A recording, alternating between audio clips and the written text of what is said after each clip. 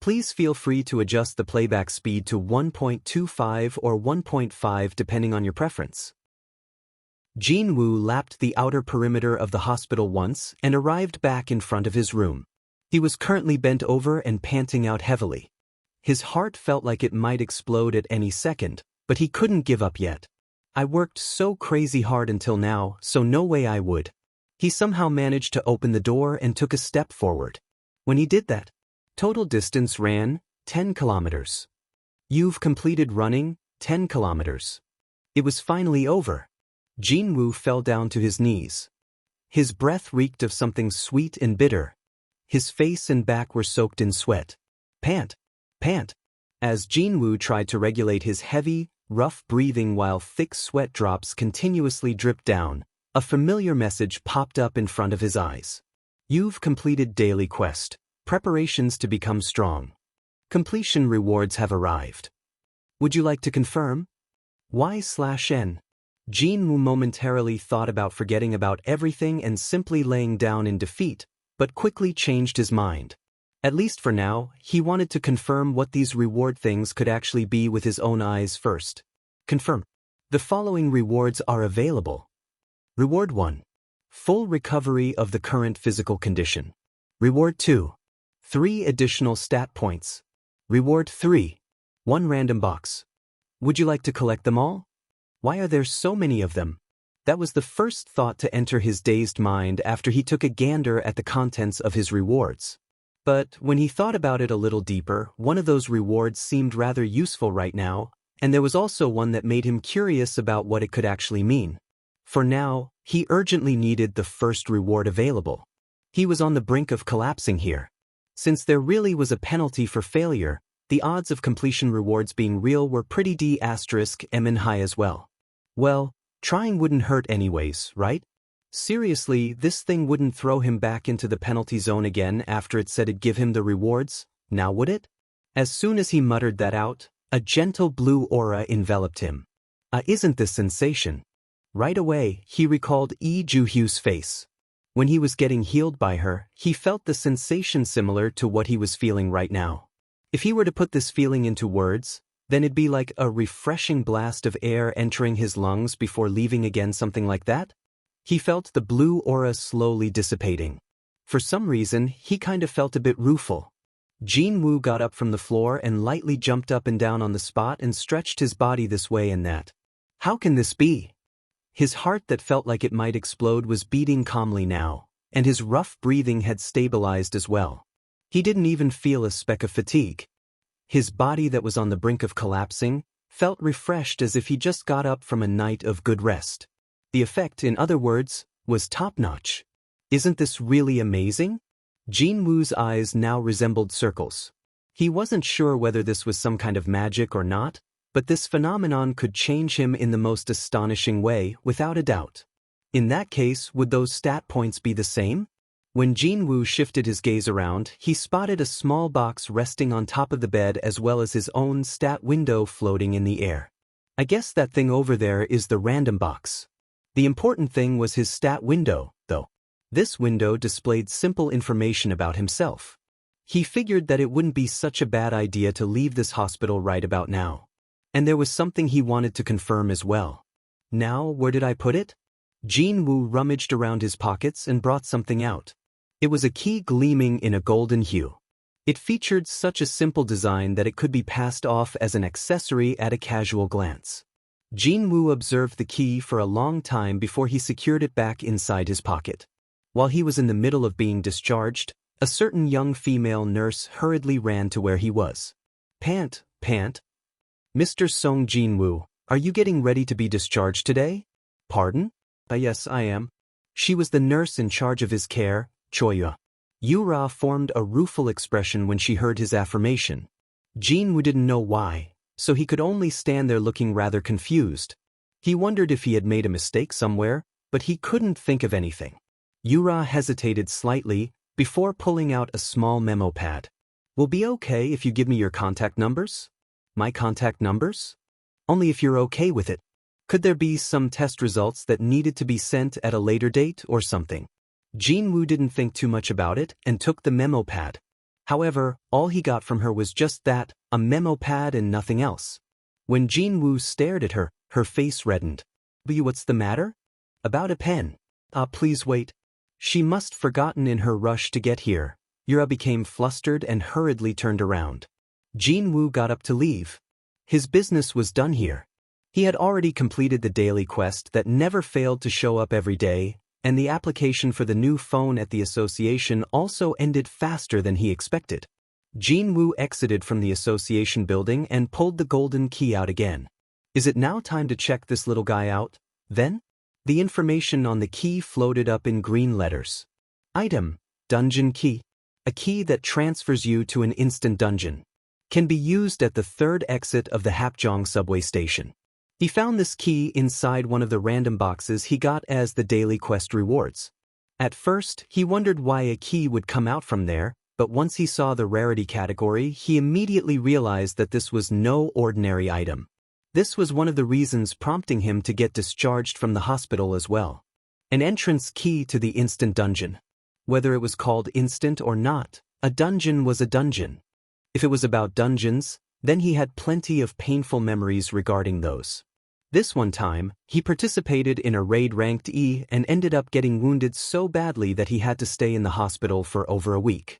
Back then, he was able to survive because of the comrades that went with him, but if he used this key to enter a dungeon, then it meant that he had to enter it all alone. He deliberated for a long time before making up his mind. I'm sure there will be no problems as long as I just take a quick peek inside. If things looked bad, all he had to do was run away, after all. Had been running 10 kilometers every day for a while now, so he was pretty confident of running away, actually. And it was his mistake for taking it too lightly. Is there a wall blocking me? He pounded on the invisible wall and shouted at the outside, but no one replied back. People continued to carry on with their own lives, that was all. Sometimes, someone approached the Hapjeong station, but they simply vanished as soon as coming in contact with this invisible wall.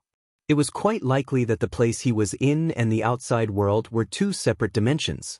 Jin-Woo tried his hardest to force his way out of this place, which prompted a new alert message to pop up. Tearing. You cannot exit the dungeon. Please defeat the boss first or find the return crystal. It was the same message as before. The key in his possession disappeared as soon as he set foot inside the third exit of the subway station, and, by the time Jin-Woo realized things had gone rather awry and hurriedly turned around to leave, it was already too late. He was thinking of finding a hidden gate or some kind of a doorway within the third exit that would transport him to a dungeon, but his expectation was completely off the mark. And quite different from the regular dungeons, he couldn't even leave as he pleased, too. It's different from other dungeons. Jin-Woo spat out a long groan and looked behind him. What he could see now was the interior of the subway station that had transformed into a jungle.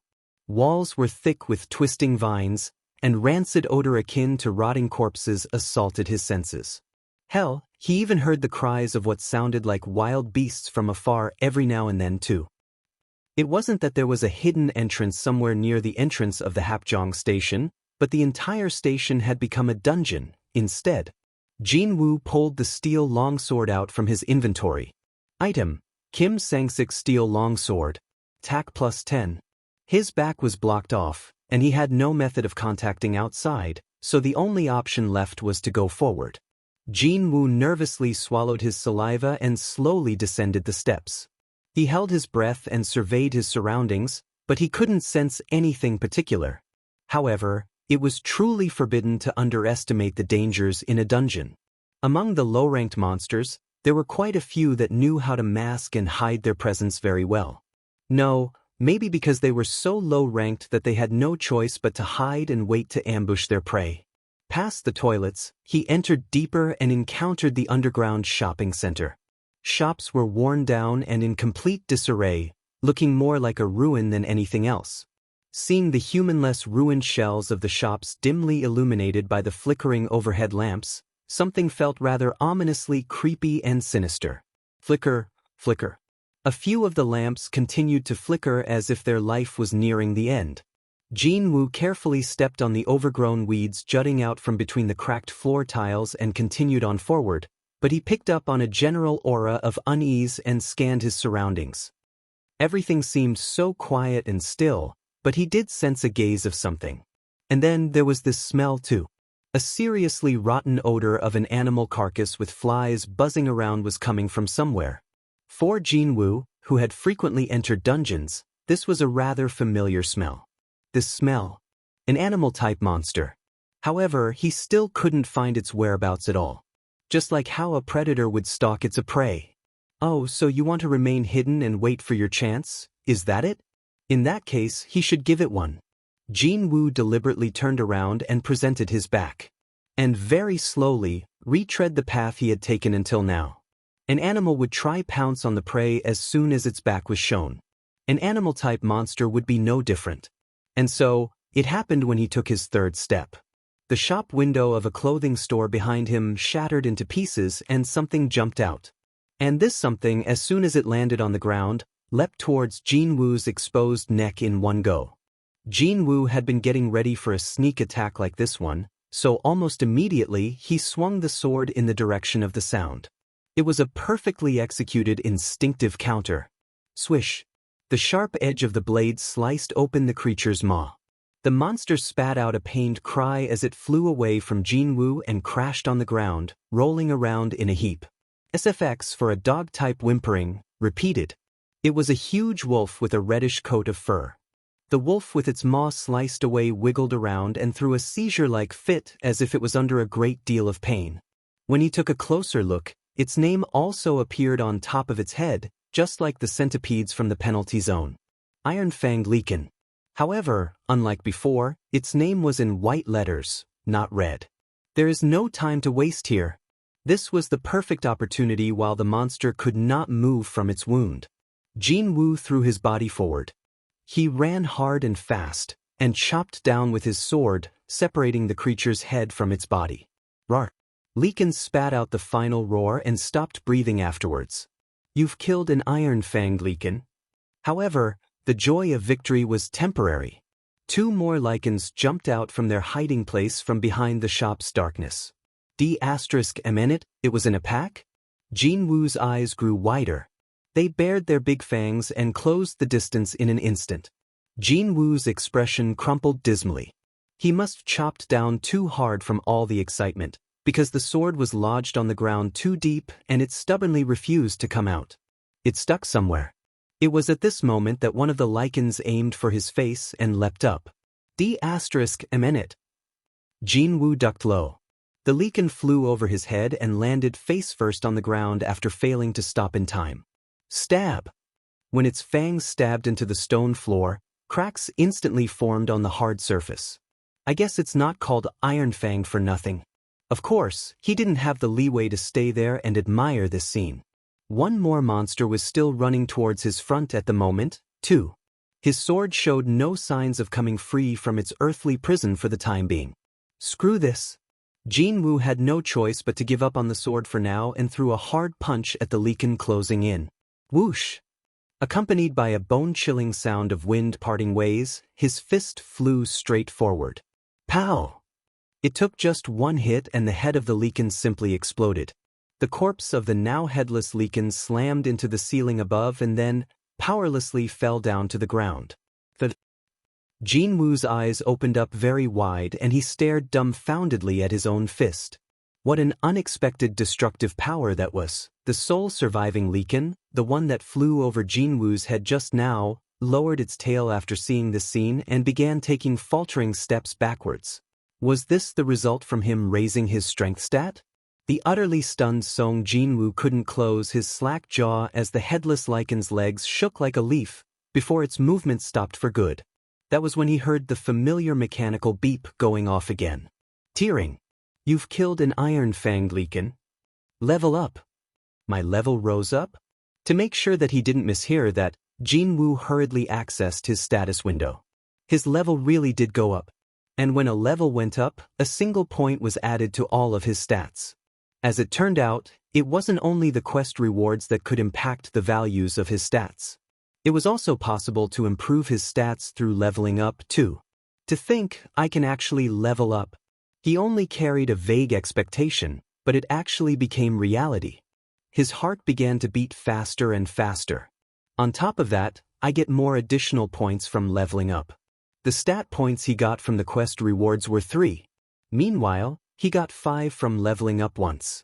Although he didn't like the fact that he couldn't freely distribute those points the way he liked to, but still, his growth through leveling up was much greater.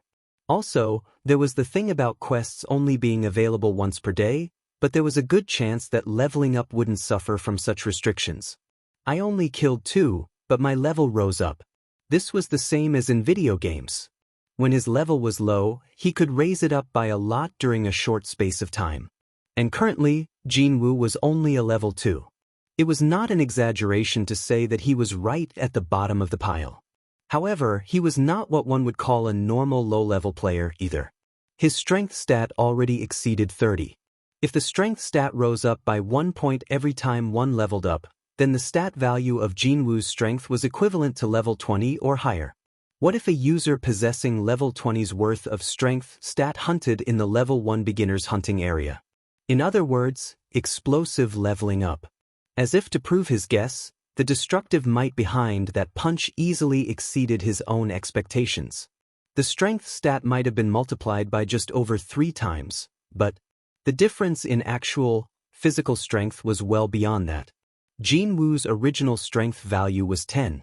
There was the difference of 3 times the value between the strength stat of 10 and 30, but the difference between the actual forces produced was well beyond that.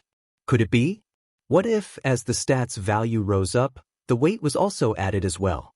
If that was the case, then such a destructive power output could easily be explained away. Besides that, his movement speed had increased as well. If it was in the past, there was no way he'd be able to lightly evade the all-out attack of an animal, nor could his punch move fast enough to produce the sound of the air splitting apart. Right, the physical strength in my muscles has increased, so obviously my speed would have increased along the way too. Simply by raising his strength stat higher, both his power and speed had gone up. The battle against the lichens proved this. So, what would happen if he increased his agility instead? His curiosity was at its peak, but he didn't have any method to find out at the moment.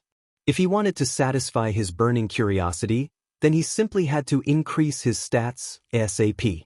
Even still, he couldn't help but think that investing points he got as quest rewards in the agility stat kinda felt a bit wasteful. If he shored up his strength stat, both his power and speed would go up anyway, so what was the point of investing in the agility stat? Since his thoughts were as such, there was only one way to go forward here. I gotta level up lots of times, really fast. Indeed, he'd raised the agility stat through leveling up. Every little cent saved would eventually net him a buck later down the line. If he increased the values 1 point at a time, he'd feel the difference sooner or later. Jin-Woo pried loose the sword off the ground. In that case, shall I get started for real, then? There was one more monster he needed to kill, after all. By the way, where did it disappear to? The lichen that was definitely somewhere nearby had gone with the wind before he had noticed it. Jin-Woo hurriedly scanned his surroundings, but he couldn't find a single trace of the creature. Quite likely, it had turned tail and ran away while he was immersed in the status windows. Well, he should have known something was up when it lowered its tail and cautiously studied his mood. TSK. Jin-Woo smacked his lips, realizing that a bundle of experience points had just escaped from his grasp. Hang on, do these things give away things like magic crystals, too? The sudden thought popping up in his head stopped him in his tracks. Monsters appearing within the gates all possessed one, or sometimes, several, magic crystals in them. If one got lucky, a rune stone might drop, too. Magic crystals could be used for a variety of purposes, and they alone exchanged hands for princely sums. No need to even mention the rune stones, which could be used by hunters to learn brand new skills. It was not an exaggeration to say that the reasons why hunters participated in raids was not just because of the promised payment from the related organizations, but also these magic crystals as well. Jin-Woo was also a hunter. He was successful in killing these monsters, so not being rewarded for his work kind of felt a bit like he was wrong somehow. Feeling a little rueful, he sliced open the lichen's stomach, but it turned out to be a waste of time. It seemed that these creatures were fundamentally different from the regular monsters. The thing was, he had entered quite a few different dungeons in his career so far, but he had never seen these wolf-like monsters before. Jin-Woo dusted his hands and was about to stand back up, but then he spotted something glittering within the dead liken's mouth. So, he opened the creature's maws. One of the liken's fangs was emitting a beam of light. When Jin-Woo reached out, a new message popped up before him. Sure thing. Item: the canine of a lichen. Rarity: none. Type: miscellaneous. A large and sharp canine of a lichen. Can be stored in the inventory or can be sold at the store. Jin-Woo got flustered a bit while staring at the canine tooth. There was a store too. Where would you find a system less friendly than the one he was saddled with? To think, it was designed in such a way that the end user had to personally experience it with his own body before learning about any of its functions. Hell, he wasn't given much of an explanation during the penalty quest and he almost died as a result back then. Jin-Woo gnashed his teeth and tried to summon this store thing. He couldn't help but feel his anticipation build up, wondering if a shop with a signboard declaring store and manned by an NPC merchant, kinda like from video games, might really appear before him. However, what appeared instead was a bunch of green letters floating in the air like hologram projections, just like when he accessed his mailbox. And there were only 2 words there too. Buy and sell. What a simple-tastic store this was. Jin-Woo selected buy. He didn't have a single cent in his pockets, but he was still curious about the stuff available within the store. Unfortunately for him, the store turned out to be one cold customer. Your level is too low to access the buy function. He was already familiar with the cold shoulder treatment from the places that required him to pay up, so this was fine. Jin-Woo didn't think too much about it and shifted his gaze away to sell. Will you sell item: the canine of a lichen? Yup. With the clinging sounds of coins, his inventory appeared next. Right at the bottom of the display, in the column saying gold, he could see the number 20 appearing there. That space had been empty yesterday. 20 gold. He couldn't really use that money in real life, and he couldn't even use the store properly yet, so he had no idea just how much this 20 gold was actually worth. A creature from the Ranky dungeon wouldn't have given me any decent loot, to begin with. Even if there was a difference between the dungeons found beyond the gates and this so-called instant dungeon, it would be the same difference at the end of the day. Still, Jin-Woo wanted to make sure, so he was about to collect the canine from the other dead lichen, but he ended up doing a facepalm instead. I blew away its entire head, didn't I? Jin-Woo felt bitter as he turned around to go somewhere else. 20 gold and its unknown worth were calling back to him, but he couldn't waste time searching for a single canine that could have flown to pretty much anywhere under this dim lighting. However, as soon as he turned around, the feelings of bitterness dissipated in an instant. Growl. Well now, the lichen he thought had ran away actually came back with a bunch of its friends.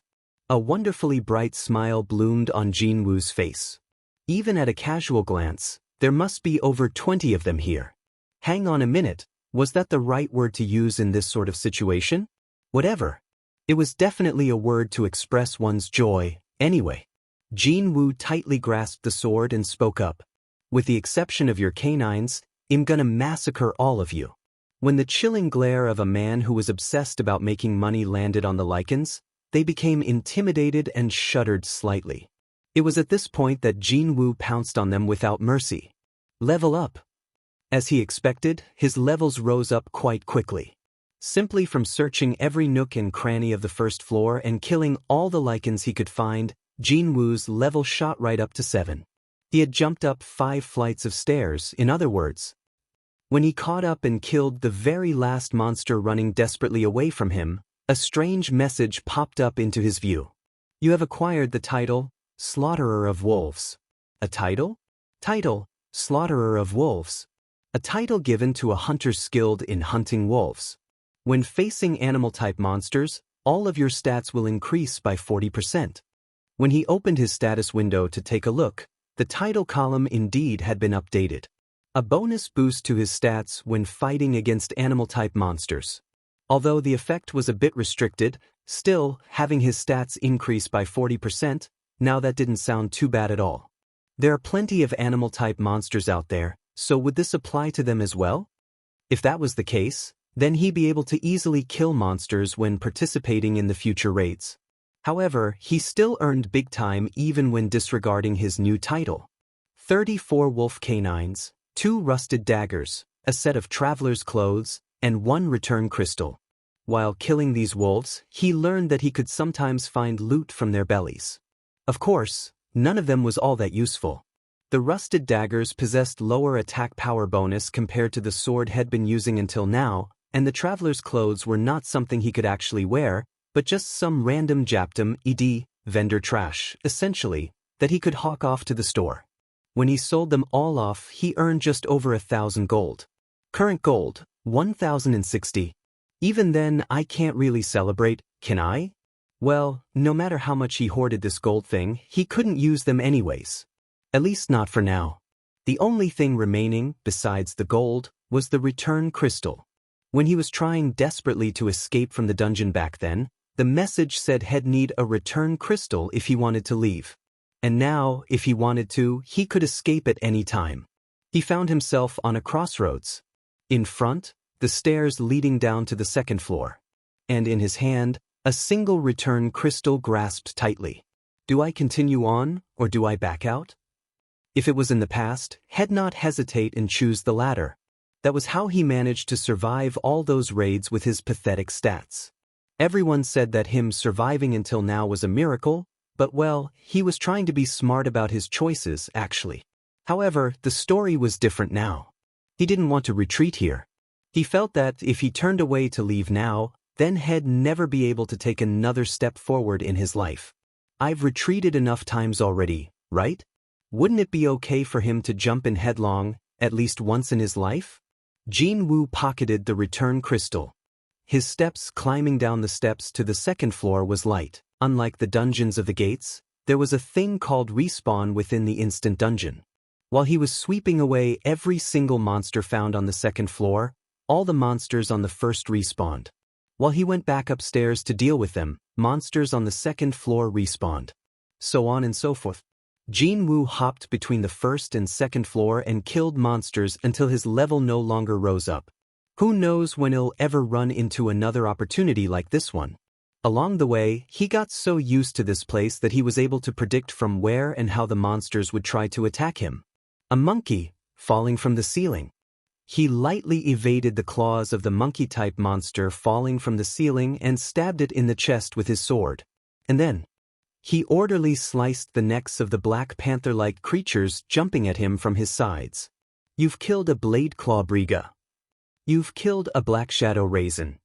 And with these 3, he had arrived at the end of the second floor. He had cleared out the second floor once more. However, his level hadn't been moving from 15 for a long time now. It seemed that reaching that high was the limit for the first 2 floors. With him being level 15, his stats had risen up by quite a lot. His agility was now almost at 25. He finally got to feel the difference between the agility and the strength stat when the former hit the value of 20. The agility did not increase his speed, but rather, it was as if the opponent's movement had become far slower in his perception, instead.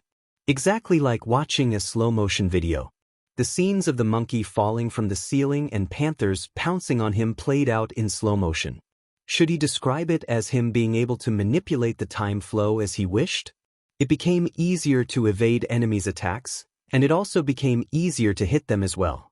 As the word implied, he had indeed become more agile. The so-called speed was wholly dependent on who was looking at it. The higher his agility stat, the bigger the difference between him and his enemies would become.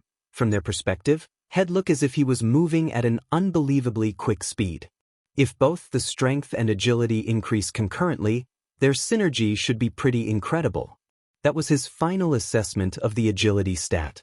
Besides all that, Jin-Woo shifted his gaze away. What should I do now? He was looking at the stairs leading down to the third floor. There was a reason why he continued to hunt in the first 2 floors even though there was a way to go even lower. It's giving me the creeps.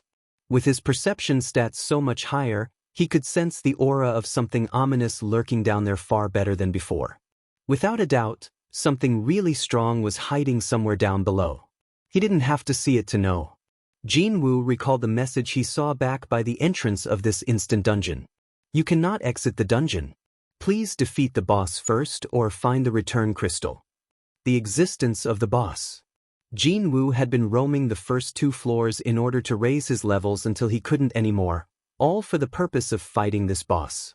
He had prepared himself as much as he could, but when the time to actually go down there came, he was getting all sweaty and nervous.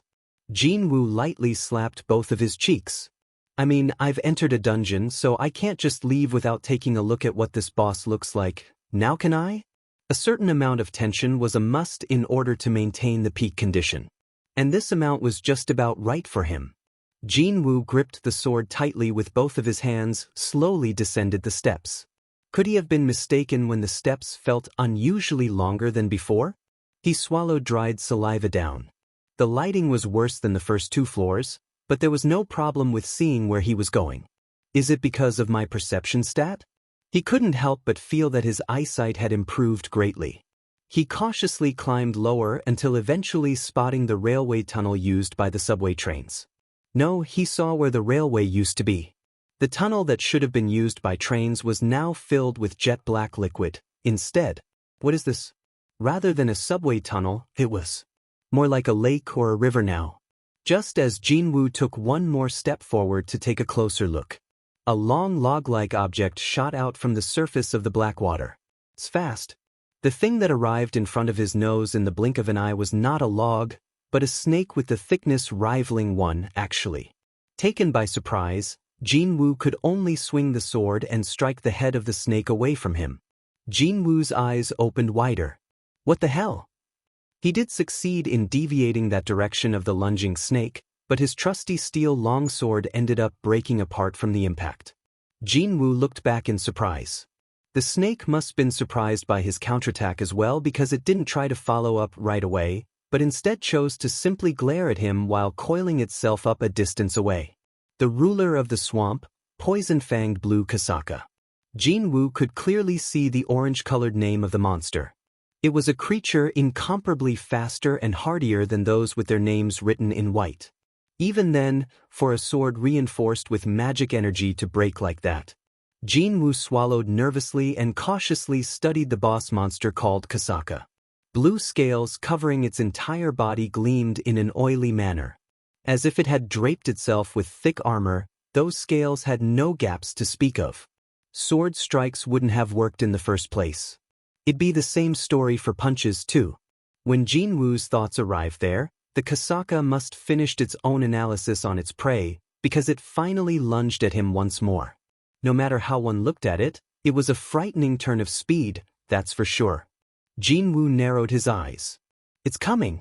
When he concentrated hard, he could now clearly see the attack of the Kasaka, which was something he couldn't even properly decipher in the beginning. This was all due to the increased agility stat. Just before the Kasaka opened its maws wide and tried to swallow him, Jin-Woo swiftly sidestepped and let the attack brush past him. At the same time, he wrapped his arms around the creature and caught it in a headlock. He then tightened his grip. Jin-Woo's strength stat was almost at 50. An unbelievably powerful pressure tightened around the snake's main artery. The snake could not escape from his grip and thrashed around as if it was in pain. Jin-Woo gritted his teeth and strengthened his arms even more. Jin-Woo's body slammed against the walls and on the floor, but he never released his arms. If I didn't raise my levels as high as I could before coming here. There was literally no end to wondering about what-ifs and what could-have-beens. However, all kinds of thoughts still swirled in Jin-Woo's head. If he didn't raise his level to the limit, if his strength stat wasn't so illogically high, then he'd have gone through incredible hell in order to kill the Kasaka. No, he might even have died here. So, his decision not to come down right away proved to be the smart one.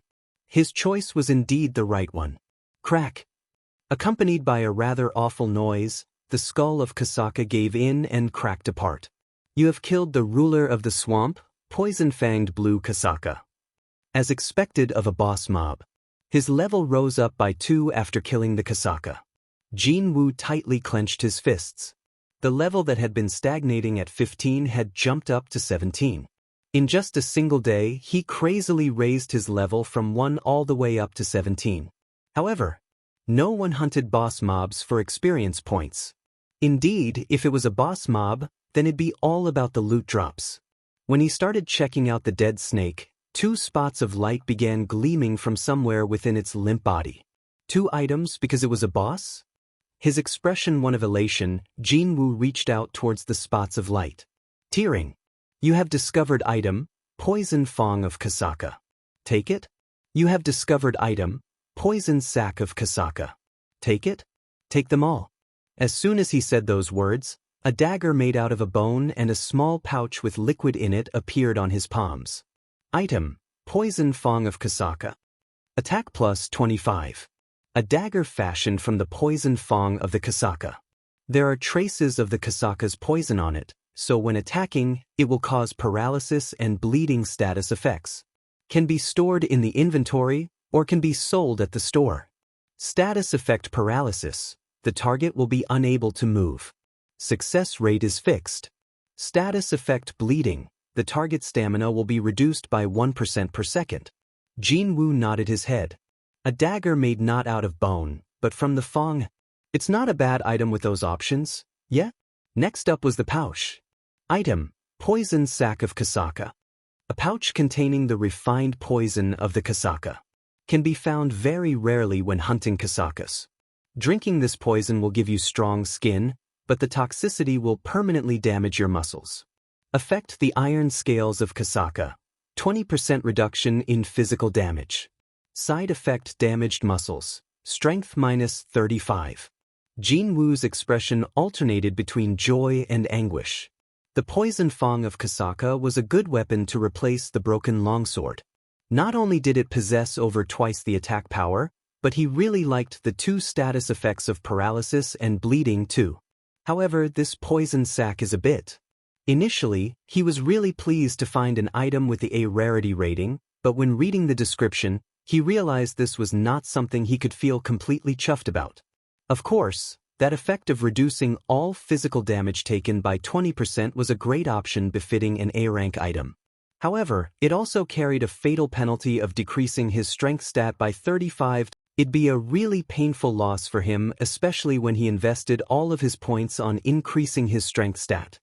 Maybe he might be able to use this thing only when his strength stat had risen so high that the loss of 35 points wouldn't affect him in the slightest, which should be in the distant future. It was impossible to drink it right now. For the time being, I should just hold on to it. With a rueful expression, he stored both inside his inventory. Maybe, if an A-rank dagger and a C-rank medicine came out, then he might have felt not as bad as he did now. Well, he'd have just gotten rid of the C-rank medicine if it was useless, after all. It was then a new message popped up.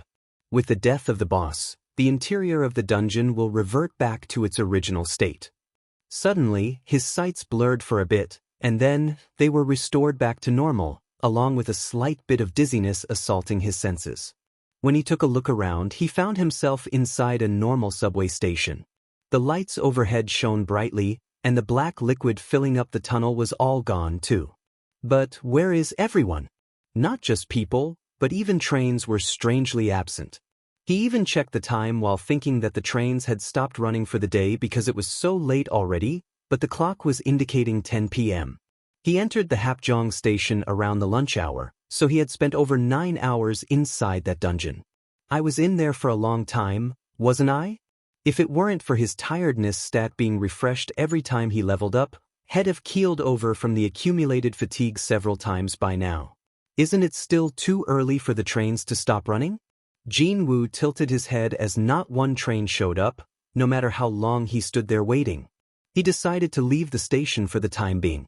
While he was trudging towards the exit, he couldn't spot a single person. But as he climbed up the steps to get to the surface, someone shouted at Jin-Woo from above. Who goes there? Who knew that the voice of another person would sound this welcoming? Jin-Woo quickly raised his head. He saw a soldier wielding a rifle. Why you coming out from there? Haven't you heard the broadcasts? The expression of the soldier was so serious that even Jin-Woo's own expression hardened in an instant. Did something happen? How can you even say that? The soldier approached closer, But then he spotted the broken sword in Jin-Woo's hand. After it broke, it could no longer be stored in the inventory, and Jin-Woo didn't feel like leaving it behind, so he just carried it outside like this. Seeing that, the light within the soldier's eyes changed rapidly. He then carefully studied Jin-Woo's current appearance. Now that this soldier had taken a closer look, Jin-Woo's clothes displayed various hints of the youth participating in many fierce battles recently. The crumpled expression of the soldier lightened up in an instant. "Are you a hunter by any chance?" "Yes, I am one, but…" Please forgive me." "This way, please. Let me guide you there." Sensing that his troubles might get more complicated if he said there's been a misunderstanding here, Sung Jin-Woo decided to quietly follow the soldier's guidance for now. Jin-Woo then swept his gaze around his vicinity. Now that I see, the surrounding atmosphere felt rather suspicious. The streets were totally deserted. The only people he could see were the soldiers and the members of the police. Also, corpses belonging to monsters, destroyed cars, and buildings with cracks running up their walls. Jin-Woo realized what had happened here. A gate must have opened up nearby. Something like that almost never happened nowadays with the well-established hunter system in place, but sometimes, a gate would appear in a remote area, and it'd go unnoticed for a while. As a result, no one would come around to close it in time. When such an event unfolded, soldiers from the nearby bases were dispatched in order to buy some time until hunters could arrive on the scene. Of course, the weapons of soldiers didn't work against the monsters. However, in order to facilitate the evacuation of civilians, someone had to be offered up as sacrifices. In other words, they were to become cannon fodder. A role someone had no choice but to perform had been saddled on the shoulders of this nation's youths. "Thank you." The soldier walking up ahead thanked Jin-Woo out of the blue. "Pardon me?" "Well, because hunters such as yourself fight hard, we are able to go home at the end of the day, you see." He said thanks. That was something Jin-Woo wanted to say to the soldier. Instead, soldiers to the hunters, and hunters to soldiers. As befitting those fighting to protect someone, or even something, they were expressing their gratitude against each other. The soldier's expression brightened after he received the radio transmission. "I've received a word that the monsters in the vicinity have been dealt with, and only the biggest one remains." Jin-Woo nodded his head. He didn't need to hear the soldier's explanation to know. He could actually sense the presence of a powerful life form nearby. And he could even sense several auras of hunters surrounding it too. The enhanced perception stat was transmitting crucial information in the form of sensations and feelings. And that's how Jin-Woo got to figure it out almost immediately. That thing is the boss. Soon enough, the creature could be seen in the distance. In the empty, open space not too far from him, a dozen or so hunters were surrounding a giant made out of rock. It was as tall as a telephone pole. It was a golem-type monster. The soldier spat out a gasp of fear as he took a step backwards. Perhaps it was his first time seeing one, since the moment he saw it, his entire body had stiffened noticeably. But then again, most people would react in a similar fashion. The difference between seeing a monster for real and seeing it on a TV or a computer monitor was like heaven and earth, after all. Unlike him, Jin-Woo remained calm and observed the unfolding situation. "Healers, concentrate your healing on the tanker. We're also doing our best." "Why isn't it dying already? What are the damage dealers doing? It's not even remotely close enough to dying, is it? The monster's defenses are too strong, and we just don't have enough magic-type hunters in our group." Because they had been summoned out here in haste, none of them seemed to be high-ranked hunters. Both their defenses and attacks didn't look that effective at all. Because of that, hunters couldn't avoid being embroiled in the protracted battle of attrition. When the golem slammed its massive stone fist downward, the hunter acting as the tanker had no choice but to kneel down just for a brief second. The tanker vomited out a mouthful of blood. "No! The tanker might die at this rate. What do you want me to do? My magic energy reserve is completely empty, you know. Hasn't the support from high-ranked hunters arrived yet?" These hunters looked like they had reached their limit. Jin-Woo's gaze, as he took all of these in, gleamed quite sharply. "If it's only that much, I can do this." Jin-Woo slowly took several steps back. This golem-type boss might possess the high defense, but its rank was probably lower than its scary outer appearance might suggest. Just from the aura it emitted, it was definitely weaker than the boss of the instant dungeon, the poison-fanged blue whatever. So, if I could just render its high defenses to nothing. What's needed right now was a powerful strike that could penetrate past that dumb rock giant's defenses. Jin-Woo got to enough distance away and took a position of throwing something. The muscles in the arm holding the broken sword began swelling up quite violently out of the blue. Thick, pulsing veins even popped up on the back of his hand too. All of his physical strength was concentrated in his right arm. A short while after that, the arm pulled back taut like the string of a bow was shot forward at the speed of sound. Go! The view of the rank D hunter, Lee Han-soo, was turning dark. He couldn't continue on anymore. His prized shield had begun developing cracks as well. As if their magic energy had been depleted, the amount of healing magic hitting him from the healers had decreased quite noticeably. At this rate, every single one of them would die for sure. Lee Han-soo had to make a decision now. The only feasible plan here was for him to buy enough time so the other hunters could safely escape from here. And at a later time, hunters with higher ranks show up to kill this golem. Or we all die together here. Cold sweat drops formed on Lee Han-soo's forehead. He finally firmed up his resolve. Lee Han-soo shouted out while looking back. "Leave this to me and you all gotta." It was at this moment that Lee Han-soo saw it. Something flew towards here as it gleamed coldly in the night air. Actually, he could only sense that he had seen something, but his eyes couldn't really pick up on anything tangible. It was that fast. That something slammed into the golem's head and it grandly exploded. What the hell? Lee Han-soo's eyes opened up super wide. The headless golem began tottering dangerously. The hunters began roaring out in elation only then. They focused their attacks once more. It's working. Our attacks are working. It's falling. A little bit more. Just a bit more and we'll win. It seemed that none of them had noticed the object flying in from somewhere because they were too focused on attacking the monster. With the sole exception of Lee Han-soo standing right in front of the golem, that was. Golem comes down roaring one last time. In the end, the golem toppled over. The heavy body fell down to the ground and kicked up a mighty dust storm. Hunters all cried out in elation and celebrated their victory. We did it. We killed it. Only Lee Han-soo had seen everything unfold, and he slowly shook his head. No, our attacks didn't even work on this guy. Lee Han-soo hurriedly searched around the vicinity of the fallen golem. Just what did destroy the head of this rock giant? Lee Han-soo thought out aloud and searched around. Eventually, he discovered the remnants of a broken sword. Although there were some traces of magic energy within it, it was basically a cheap, plain steel sword. Someone threw something this worthless and destroyed a boss-level golem capable of brushing off the combined attacks of 10+ hunters? Suddenly, he forgot what he wanted to say. Lee Han-soo silently alternated his gaze between the corpse of the golem and the broken sword, before he ran past the cheering hunters and in the direction the sword flew in from. "Excuse me."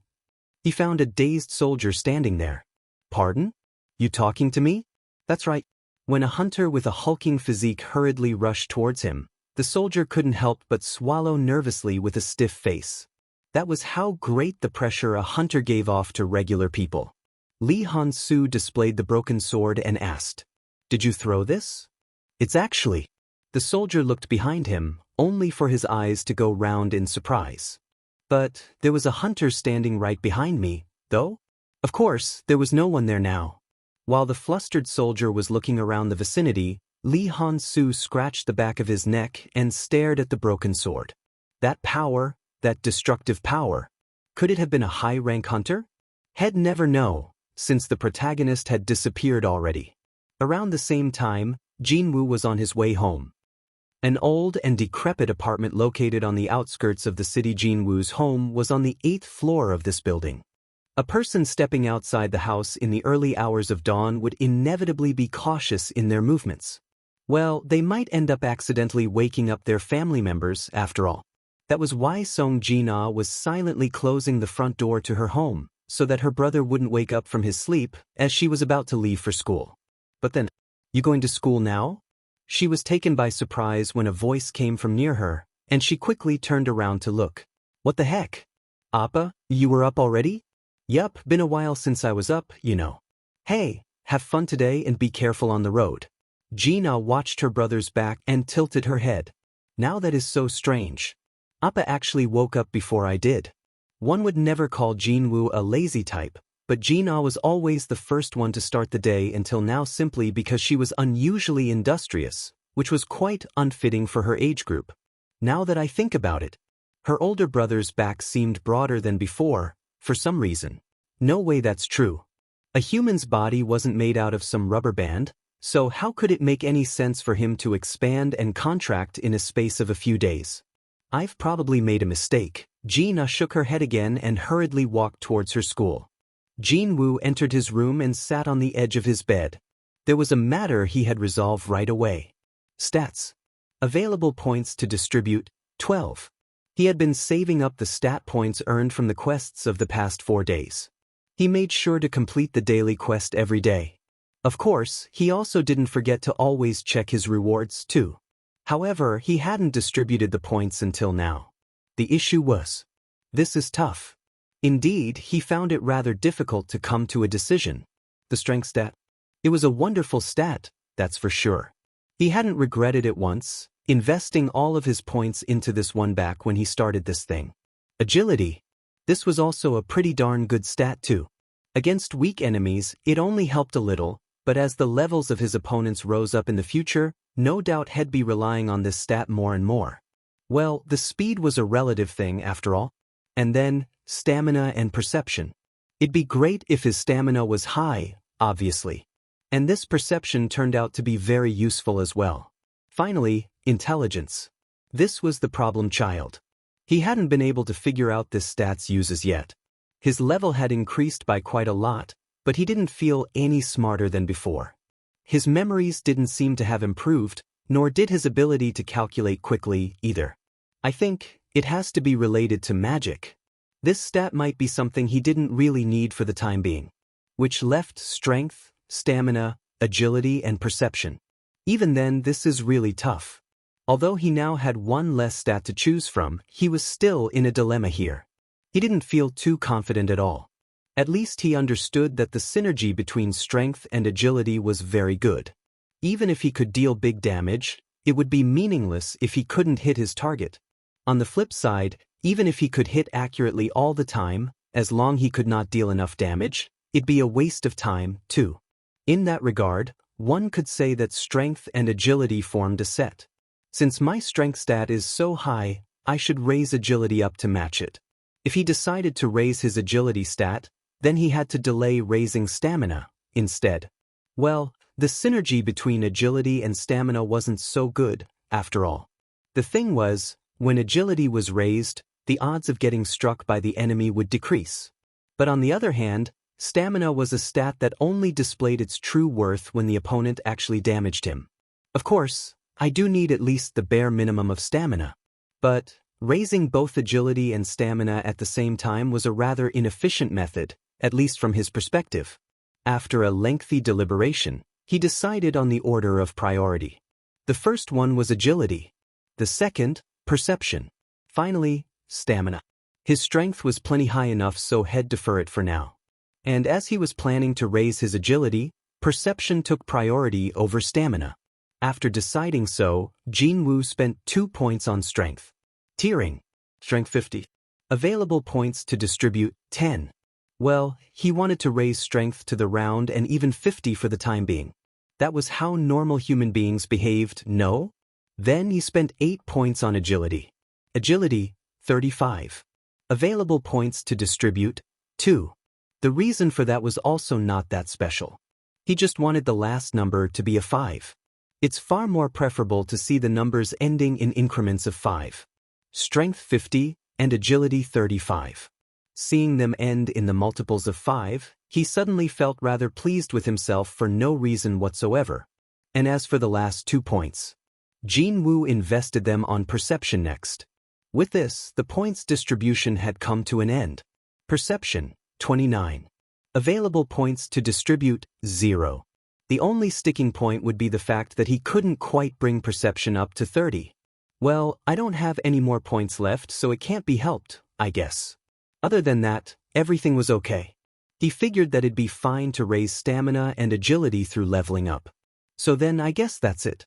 No matter who you were, you would be hard-pressed to feel 100% satisfied with everything. Since he had thought about his choices for a long while, he was more or less happy with them like this. It was then he could hear the telephone ringing from the living room. Is the association calling me? In the past, he didn't want to participate in the raids, so he did his best to ignore the calls until the last possible moment. But right now, he was raring to go and test out his raised abilities against various monsters. Jin-Woo quickly snatched up the receiver. This is the hunter Sung Jin-Woo. You finally picked up the phone. Too bad, it wasn't a call from the association. A rueful sigh leaked out of his mouth. Learner Jin-Woo, why is it so difficult to get in touch with you lately? The voice coming from the speaker was a familiar one. It'd been 4 years already since he graduated from high school and therefore stopped being a learner, but the owner of the building always attached that prefix in front of Jin-Woo's name ever since taking in both the Sung siblings when they were still young kids. I'm really sorry about that. I was admitted to the hospital because of an incident a few days ago. So that's what happened. I should have known. Well, there's that, and learner Jin-Woo. The rent for this month hadn't come in yet, so what should I do? If it's a bit too tough for you, should I delay it for a month or two? No. It's fine. I'll send the money in a bit later. But don't force yourself, you hear? Trying to look after your mom and your younger sister, you're going through so much hardship there. I know money is important, but don't forget to take care of your body too. Thank you. I won't forget that. The call ended there. Jin-Woo pulled out the bank balance book from one of the drawers. The remaining amount in the account was only around 800,000. A groan leaked out from his mouth. After paying the rent of 500,000, he'd have 300,000 left for the month's living expenses. And the rent could be that low only because the apartment building was located on the remote outskirts of the city, as well as it being old and decrepit, plus the owner of the building taking into consideration Jin-Woo's troubles and not raising the amount for the last couple of years. There was no way anyone would be able to find an apartment to rent for 500 grand per month nowadays. And trying to survive on 300 grand for the whole month was even tougher. I gotta make some money first. Jin-Woo decided to take care of the urgent matters first. He was no longer the same guy from a few days ago who couldn't even kill a single E-ranked monster and shiver in fear. How did hunters make money? The best way was to kill monsters. Hunters ranked S or A could get sponsorships, shoot commercials, make appearances in TV shows and the like to hoover up a lot of money, as much as some chaebol made, but their number was exceedingly few. Indeed, there were too few of them. Excluding those too few ones at the top, the majority of the hunters had to go to a dungeon in order to make money. Higher the rank, the greater the experience. The earnings would be decided by each individual's own capabilities. For someone like Jin-Woo, who was ranked E, worked only for the association, and had no experience in dungeons rated higher than C, such a condition was an incredibly tough one to overcome. Jin-Woo's expression scrunched up into something unsightly. Disregarding the conditions, for now, if I could just enter an assault team, now that would be great. He took a look at the job postings on the Hunter website's bulletin boards and called a few numbers, but all of them turned out to be a waste of time. No one wanted to work with the Hunter ranked E. Those hunters seeking outside help via job postings were freelancers almost all of the time, which meant that they were responsible for preserving their own necks, so understandably, they paid close attention when forming a raid team or letting someone into theirs. These people didn't possess enough abilities to enter big guilds, but their ranks were too high to work for the association. They were all kind of stuck in between a rock and a hard place, but unable to go either way. Even then, these hunters still earn more than 10 million a month, as far as I know. It was the case of high risk, high reward. Since they put their lives on the line, the profit they earned was just as big at the end of the day. It wasn't for nothing that hunters were the targets of envy from the general populace. From Jin-Woo's perspective, he could only get impatient, though. Should I just take the rank reassignment test and increase my rank right away? Eventually, Jin-Woo shook his head. He knew that was a stupid thing to do, no matter how hard he thought about it. A hunter ranked E suddenly became a high-ranked one. Whether that was A or B, or maybe even C, it didn't matter. The reawakening would always become a hot topic of conversation. The masses loved nothing more than a good gossip, and hunters just so happened to be a good subject to chew on. The old saying went that, if there were 5 mouths, then there would be 10 eyes. Meaning, the more people talked about you, the more eyes would be focused on you. His stats would continue to rise up in the future, so it'd be only a matter of time before his special constitution was discovered by the others. A hunter who can raise his abilities up higher? He becomes stronger as time goes by? Who is this hunter? How can he do something like that? What should we do to become like him? Without a doubt, many people would express their interest. After all, there hadn't been a hunter like him before. And among those expressing interest, there would be those who try to use him, or reveal their hostile intentions towards him as well. If just one of those possesses incredible power, just imagining it gave him the chills. He was far too weak as he was now. Until he possessed enough power to protect himself, he didn't want the world to know of his existence. Meaning, taking the test to reassign his ranks was out of the question. But I still need to make money here.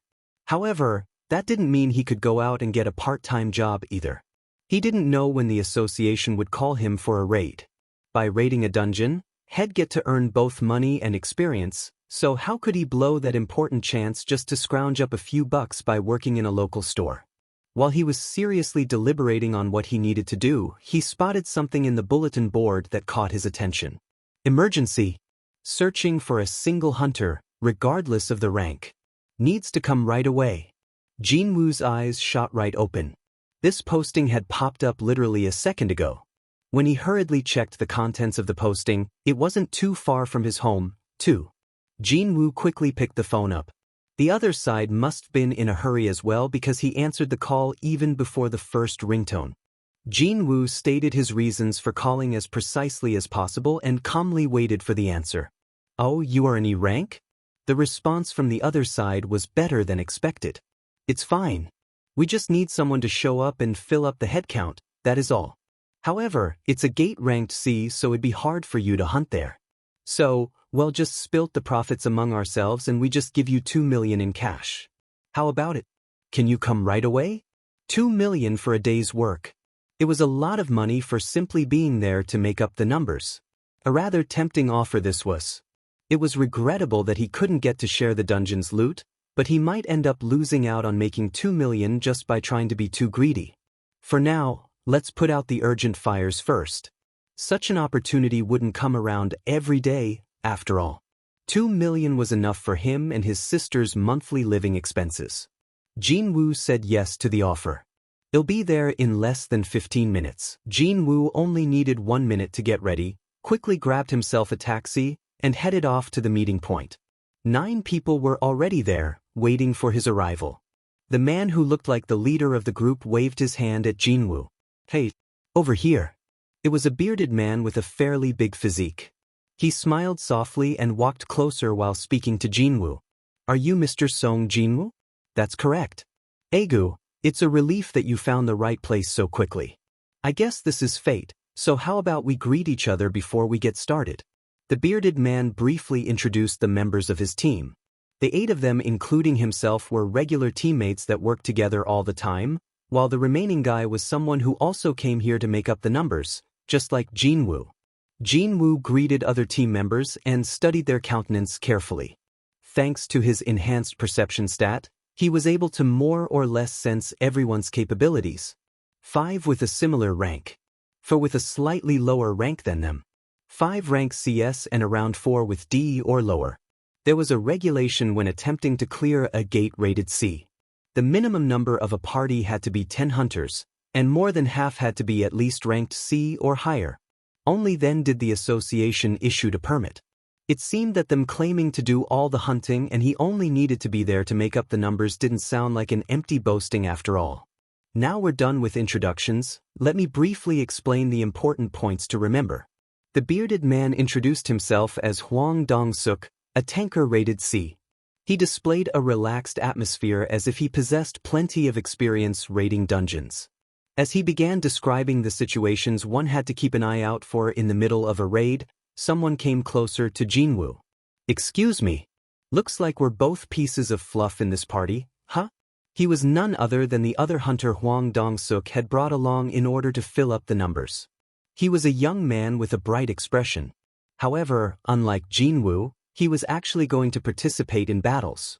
He was ranked D, so he had the right to do so. His name was Eugene-ho, age 22. Jin-Woo lightly nodded his head as Eugene-ho greeted him, before shifting his gaze away. Eugene-ho seemingly wanted to carry on with the conversation, but ended up scratching the back of his head awkwardly. He soon returned to his spot. "Hyungnim, let's stop here and go in already. We'll be the ones to kill them all, so what's the point of explaining it in detail like that? Right, my ears might get blocked up with wax at this rate." When the original team members all raised their voices, Hwang Dong-suk laughed jovially and clapped his hands. "Enough with the explanations, let's get going." Everyone got ready to enter the gate. Before we enter, you two take a look at these." Hwang Dong-suk pushed forward a page of a document to Jin-Woo and Eugene-ho each. It turned out to be a simple contract. "Write your names on the bottom and sign it, and we're good to go." The contents said, had not participate in any hunting, had not participate in sharing of the loot, and when the raid was over, had be paid 2 million won right away. The terms were the same as what he heard over the phone. However, they were not the ones to catch his attention. "I have to promise not to question them regardless of whatever incident happens inside the dungeon." Unlike the raids organized by the association, one would not be able to claim for compensation if something happened during a raid organized by the freelancers. One of the reasons why hunters couldn't get a life insurance either. One had to look after one's own neck, in other words. Only now did it feel real that Jin-Woo had entered an assault team. While confirming the clauses, Jin-Woo sneaked a glance at Eugene-ho's contract. As expected, his was different. Besides the promised 2 million, he was also going to share in the loot as well.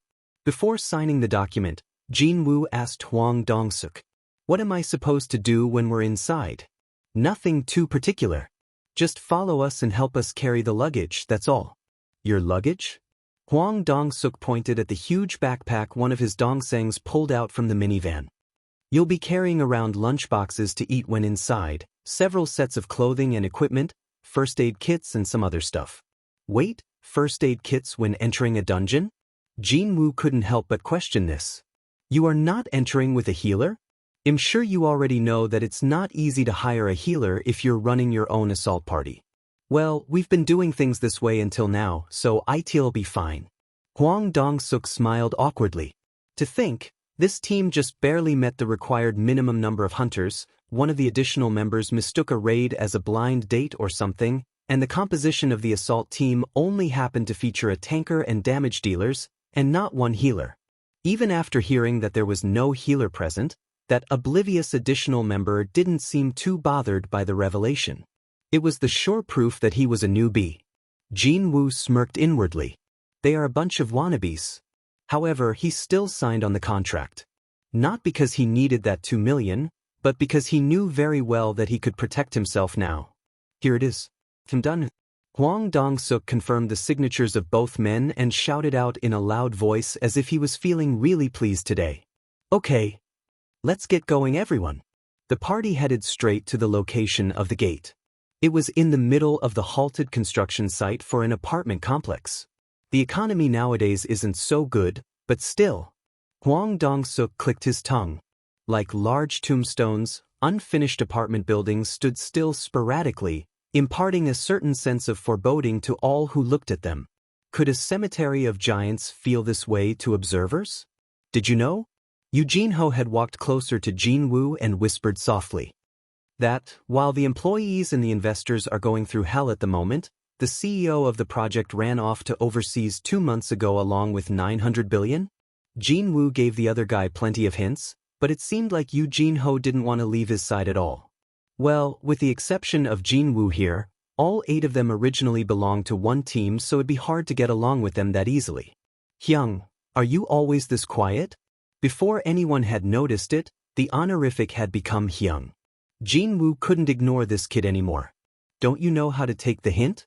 Well, I've never lived while worrying about taking hints, so Was this guy simply a good-natured, or just brainless? Jin-Woo wordlessly scratched the side of his head as he stared at Eugene-ho and that bright smile of his. However, it was indeed true that Jin-Woo would get unusually nervous when he got nearer a gate.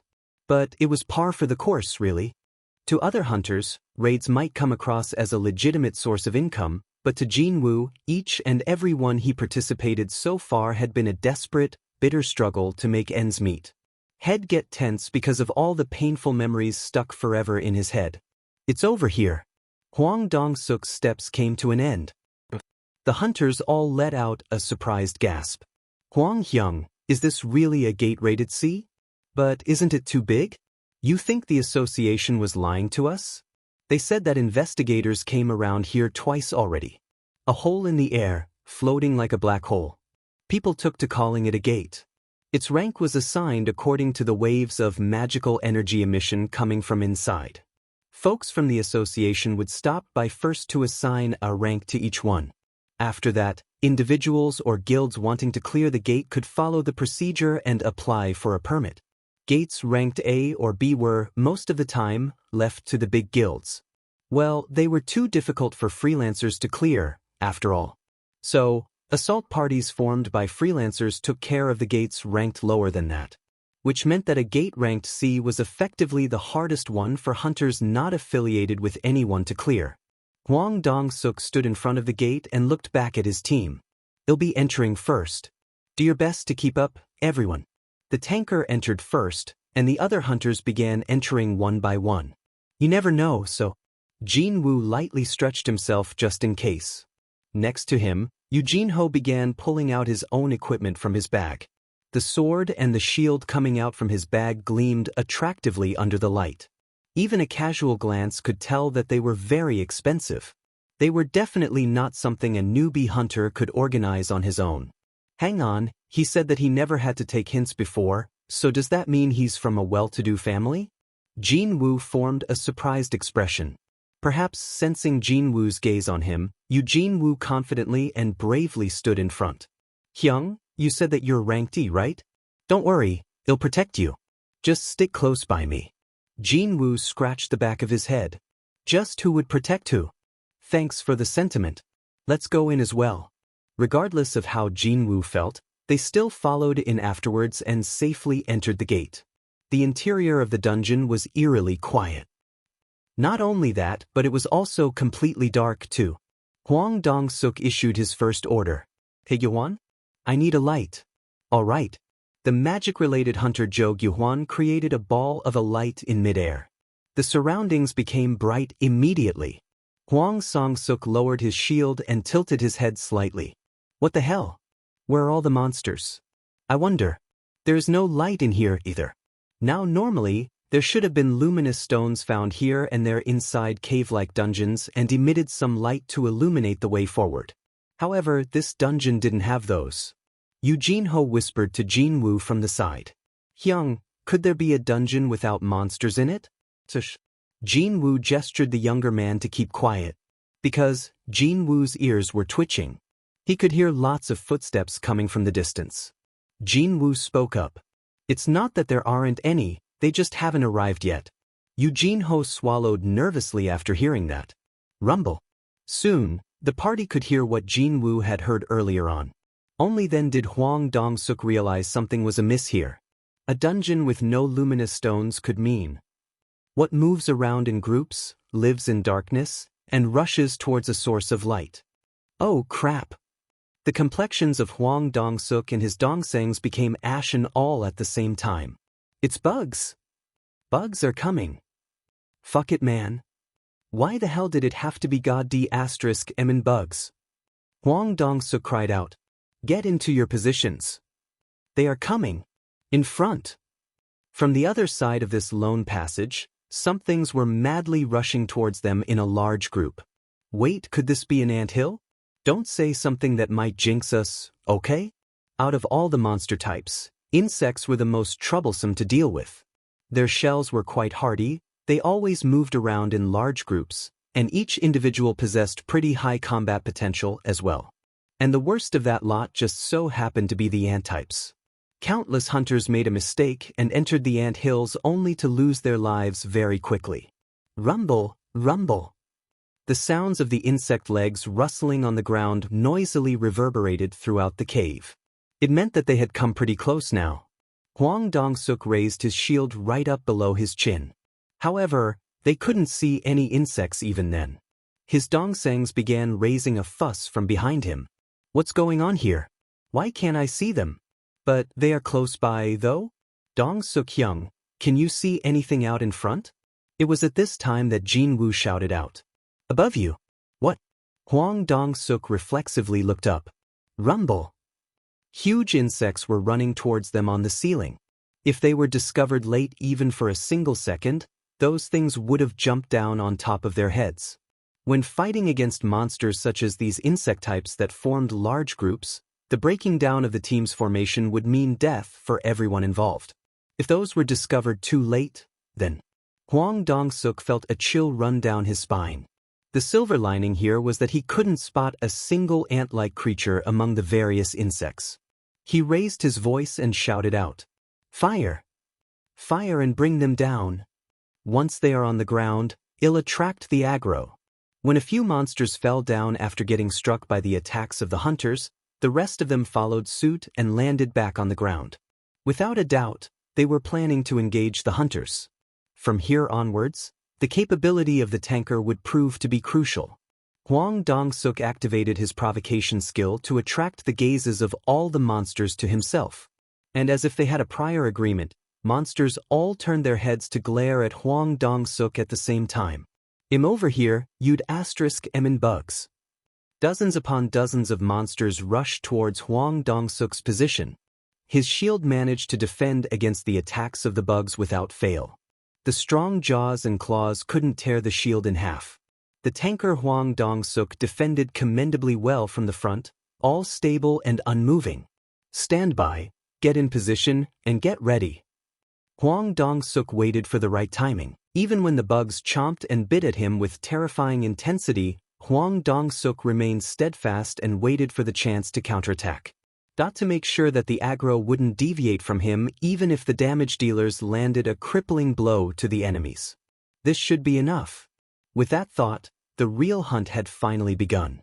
To hunt, the real reason why the hunters were called hunters in the first place. Hwang Dong-suk roared out.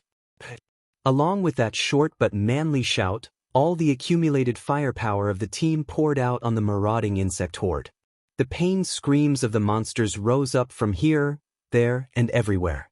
Jin-Woo stood at the back and observed this situation as it unfolded. That was the contractual obligation he had to adhere to for this raid. He inwardly simulated how he'd fight alone as his eyes continued to take in the battle happening in front. How frustrating. Jin-Woo had to suppress his urges to rush out there several times already. He could see so many open gaps within the ranks of the monsters. And he also spotted the hunters missing those gaps and continued to commit simple errors. So, how could he not feel frustrated when he was not allowed to do anything and simply had to stand around? Even then, the damage to Hwang Dong-suk's team proved to be surprisingly non-existent. It was all because their teamwork was rather excellent. It seemed that the relaxed demeanor of Hwang Dong-suk before the raid began was not just for a show, after all. Jinsuka. 11 o'clock. Hyung, they are coming from your right too. Juntae, Sukmin, Gyuhwan. Take care of the right. Chiljin, your wrists swollen up. Retreat to the rear. Hwang Hyung, this ain't much to fret about. You want to go back only after sweeping clean the entrance? We don't know how long this raid will take, so stop being hasty from the get-go. Control your pace, got that? Roger that. Perhaps because they've been working together for so long, they were able to communicate quite smoothly. Being able to communicate quickly like this would inevitably result in an excellent teamwork as well. It was a world apart from the ragtag bunch of hunters brought together by the association. What's more surprising is that this kid turns out to be pretty handy too. Jin-Woo's gaze shifted over to Eugene-ho next. When a monster bit into his shield, he kicked it away and swung his sword quickly at it. The expensive sword easily separated the monster's head from its body. For a newbie rank D hunter, he was defending himself admirably well. His Kike** gear is filling up the hole left behind by his lack of skills and experience. Indeed, it was not for nothing that pretty much all hunters struggled hard to get themselves good equipment. When their gazes briefly met, Jin-Woo quickly raised his thumb up. Because of his expressions that looked as if he was desperately pleading for a positive response, Jin-Woo was left with no choice but to reciprocate the same gesture as well. Looking rather satisfied now, Jin-Woo turned around. Whatever the case may have been, the end of the battle was drawing nearer.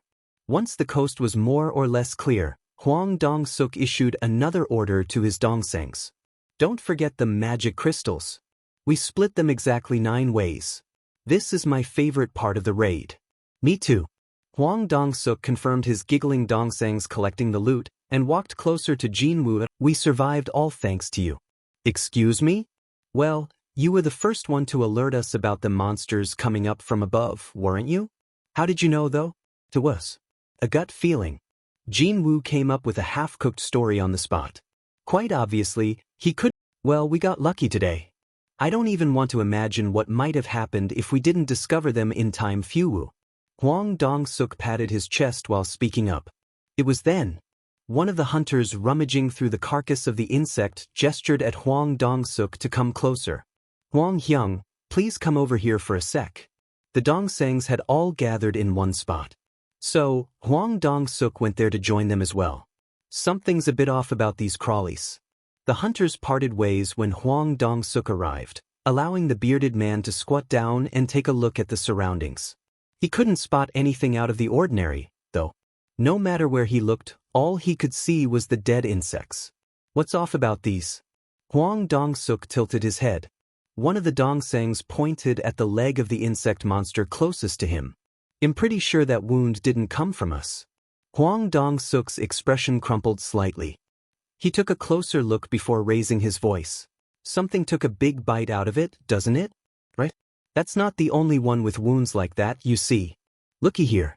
This one, that one over there, and over there too. Looks like that one's missing a pair of wings as well. Could these creepy crawlies have been beaten down already before fighting us? Hwang Dong-suk's expression hardened even more. Now he realized why the battle went off so smoothly when compared to the number of the monsters they had to fight. Could it be that these things were fighting against something else?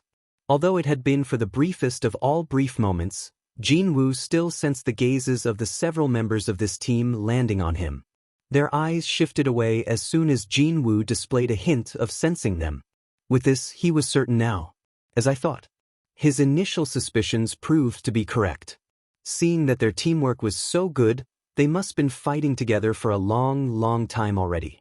And without anyone dying too. However, would such a thing be possible without a healer backing them up? No matter how good hunters were, they were still humans at the end of the day. Inevitably, they would slip up sooner or later. Well, only a short while ago, didn't their formation nearly break apart from the attacks of the bugs? A bigger picture finally formed inside Jin-Woo's head and a subtle smile formed on his lips. Maybe I can use them to my advantage. As long as they acted within his calculations, that was. Hwang Dong-suk smiled and stood back up. Why don't we go in a little bit deeper? We might be able to clear this dungeon rather quickly if this keeps up. Hwang Dong-suk deliberately spoke up with a loud voice. He didn't do that for the sake of his dongsangs. Well, the original members of the team were already surrounding him, to begin with. In the meantime, Jin-Woo smiled brightly and approached closer to Jin-Woo. Hyung, did you see it? You saw it, right? With this, I kicked some serious monster asteriskes today, didn't I? Jin-Woo swung the sword around in the air. Seeing this, Jin-Woo quietly asked him. Hey, that sword and the shield, they are really expensive, right? Pardon? When I told my dad that I'd be participating in my first raid, he got them for me. Well, in that case, I think you should keep your wits about you too. Jin-Woo lightly patted Jin-Woo on his shoulder and followed after the other hunters walking deeper inside the dungeon. What is he talking about now, out of the blue? Jin-Woo tilted his head in confusion before chasing after the departing group. The cave seemed to go on forever. However, bizarrely enough, they hadn't come across a single monster as of yet. Since the dungeon was shaped like a long cavern, there was no way that they'd miss each other, too. Could it be that the crawlies at the entrance were everything? No way. Now that would be really strange. Still, there should be a boss at the end, right? Without one, why would a gate remain open, then? The opinions of the hunters were shared among themselves as they roamed the expansive but empty interior of this big dungeon. Hold it. Hwang Dong-suk in the lead suddenly stopped walking. He stopped so abruptly that people behind him ran into his back. The hunter whose nose had slammed into the head of the guy in front asked with a sullen expression. Ouch, what the heck? Hwang Hyung, what is it? Gyuhwana. I need a light over there.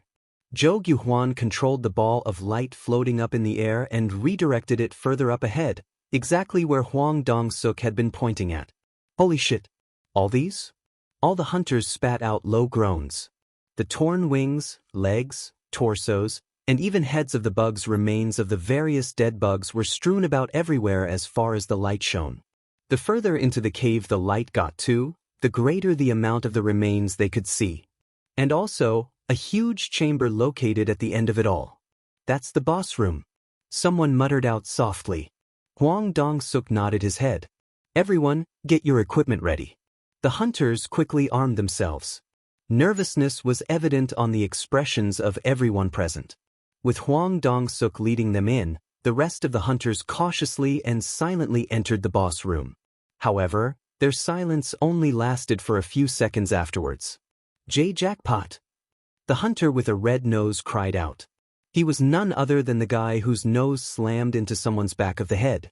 Originally, it was forbidden to shout out too loudly inside a dungeon, because there was a possibility that a monster they didn't have to fight might hear the noise and run towards where the hunters were. However, none of the others scolded the red nose for his mistake. Wowzers! How much could all of these be? It is a real jackpot, innit? Everyone was way too busy gasping out in admiration and happiness, that was why. Wait a second. When Jo Gyuhwan fixed the beam of light high up in the middle of the air, the situation within the room became clear for all to see, as well as the jewel-like stones jutting out from one of the walls of the cave. They are mana stones. The entire wall is made up of them. These mana stones reflected the light attractively and caused the eyes of the hunters to sparkle brightly in greed as well. Mana stones. They were one of the treasures that could be found inside dungeons. Although each stone possessed a lower amount of magic energy compared to a magic crystal extracted from a monster, they almost always were found in large quantity, so if one were able to mine them, one could earn a substantial profit. Besides, the mana stone deposit they had discovered was incredibly large. The entire wall of the huge cave was actually filled up with these stones. Let's do a quick calculation. A hunter with a mathematical brain began moving his fingers in a hurry. If we can mine them all, we could be earning as much as 1 billion. Even if we split 9 ways, we're looking at a payout of over 100 million per head. Oh. Smiles formed on the faces of the hunters. Eugene-ho had been staying at the back until then, and when he heard those words, he began poking Jin-Woo's side with his elbow. Hyung, show me your copy of the contract. Just trust me on this one. I'm pretty knowledgeable when it comes to law, you see. Jin-Woo shrugged his shoulders once and handed over the contract as requested. Eugene-ho walked over to Hwang Dong-suk while carrying that. Excuse me, seniors? I want to ask you about something. The eyes of the celebrating hunters immediately focused on Eugene-ho next. Eugene-ho flapped open Jin-Woo's contract and showed it to them. Mr. Leader, this is Jin-Woo Hyung's contract.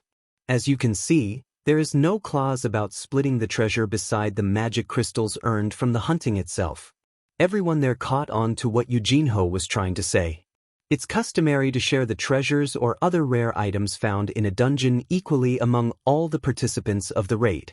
The splitting of the profit, in this case, is different from monopolizing the magic crystals of the monsters one hunted themselves. In other words, the mana stones had to be split 10 ways, not 9. The light within the hunter's eyes changed greatly, but Hwang Dong-suk simply smiled and took a step forward. Of course, we'll be sharing them equally. I know the rules well. We still have some things to take care of before that, though. Hwang Dong-suk raised his index finger and pointed to his front. Eugene-ho grandly flinched from that. He thought that he was the one being pointed at, actually. He shuddered slightly and turned his head around to take a look, and finally spotted a spider as huge as a house quietly squatting way over there. Eek! Jin-Woo began taking hurried steps backwards and covered his mouth after seeing the spider's appearance. As if it was fast asleep, the huge spider didn't even budge an inch from the spot. Around the creature, there were empty shells of the dead insects piled up as high as a mountain. A fair few of them were half-eaten, and there were bodily fluids mixed in among them as well, basically resembling a trash pit full of food waste. That's the boss. Did that thing eat the bugs inside the dungeon? Well, it sure did eat a lot, didn't it? Hunters glared at the spider and passed their opinions one at a time. Hwang Dong-suk called the others to gather around. Jin-Woo and Jin-Woo too stood in front of Hwang Dong-suk as well. As you all know very well, as soon as the boss is killed, the gate will start closing up. So, before we kill the spider, let's mine the mana stones first. Everyone nodded their heads. Cheol-jin, did you bring along the equipment for the job? The man named Lee Cheol-jin shook his head. Who knew we'd find mana stones inside a C-ranked dungeon? All the mining equipment is back in the van. Oh, come on now, dude. Didn't this Hyung always tell you to keep it around just in case? My bad. I'm really sorry about this. Lee Cheol-jin grinned brightly and began apologizing to Hwang Dong-suk, the rest of his teammates, and even to Jin-Woo. Hwang Dong-suk spoke up while scratching the back of his head. What a bother this has become. In that case, why don't you two stay here and wait? We'll go outside and fetch the equipment in the meantime. When the hunters tried to leave all at the same time, Jin-Woo formed a confused expression and quickly asked them, "Are you telling me and Jin-Woo Hyung to remain in the boss room?" Hwang Dong-suk smiled with his eyes and replied, "The B**** is yet to wake up even though we've been talking loudly for a while now. So, I'm sure nothing's going to happen here.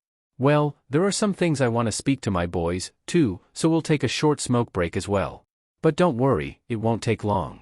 Jin-Woo listened to Hwang Dong-suk's rather detailed explanations and smirked inwardly. "You've finally revealed your true colors, huh? But all of you are leaving at the same time? Aren't you fools taking us way too lightly?" They were looking down on him because of his low rank, of course. As Jin-Woo expected him to, Hwang Dong-suk finally began to move. It was slightly different from the youth's expectation, though. It had been 4 years since he became a hunter. During that time, he had met many hunters. One of them was an ajusi named Mr. O. He had retired from the life of a freelancer but still showed up now and then to help out with the association's work. Be careful of geckos. Mr. O used to say that rather often. When one participated in raids, one would inevitably encounter a dangerous situation. When such an event happened, some crooked, immoral hunters would try to sacrifice someone who had been fighting alongside them until then, with some flimsy pretext of them not being in the same team to begin with, or that the other party was simply weaker than they were. All just to buy themselves some time for their safe escape. It was exactly like a gecko cutting off its own tail and running away. Cutting its tail off. Mr. O took to calling those types of hunters geckos, and such actions as cutting off one's tail. The regulation stated that in order to enter a gate ranked C, the minimum number of participants had to be 10. Yet, Hwang Dong-suk's team only had 8 members. I'm sure you already know that it's not easy to hire a healer if you're running your own assault party. Well, we've been doing things this way until now, so it'll be fine. Indeed, he stuck to only 8 members, even though his team had entered countless gates ranked C, so much so that he could say, "this way until now." They obviously have no reason to fill the last 2 spots. They needed a tail that they could cut off at any given moment, after all. There was a reason why they were willing to accept anyone, whether it was a hunter ranked E or a newbie. And now, Hwang Dong-suk had decided to abandon both Sung Jin-Woo and Jin-Woo for a slightly different reason than usual. But it's a good thing for me. Jin-Woo had figured out Hwang Dong-suk's intentions pretty early on but chose to say nothing. This was what he wanted, actually. However, unlike Jin-Woo, who was full of confidence, Jin-Woo was quite different, as he only started his work as a hunter today. Jin-Woo spoke with a voice full of worries. "No, wait a minute. That is just. Why don't we leave together?" It was then Jin-Woo spotted one of the hunters at the back raise his hand towards his hips. So, he placed his hand on Jin-Woo's shoulder and spoke. "It'll be fine. We'll guard this place." The hunter's hand heading towards his waist stopped. "Hyung?" Jin-Woo was quite surprised and confused, but Jin-Woo simply kept his mouth shut and lightly shook his head. "Sure, The kid was noisy and got on his nerves just a tad, but Jin-Woo wasn't planning to let him die here. After all, didn't he try to get the fair share for Jin-Woo just now, although that would have ultimately put him in a disadvantageous position? Hwang Dong-suk formed a smile as he looked at the two youths. Our van isn't parked too far, so it shouldn't take long. Well then. Hwang Dong-suk and his lackeys quickly escaped from the boss room. And their footsteps rapidly got further and further away. Jin-ho turned around and demanded answers from Jin-Woo. How could you say those things, Hyung? What if that thing wakes up? Without a doubt, he was quite scared of that spider. Looks like this kid hasn't grasped the situation quite yet. Jin-Woo inwardly clicked his tongue. It was too much of a bother to explain everything, too. Instead of an answer, he began loosening his body once more. Around the same time, Hwang Dong-suk turned around towards the boss room. The hunters following him also came to a stop.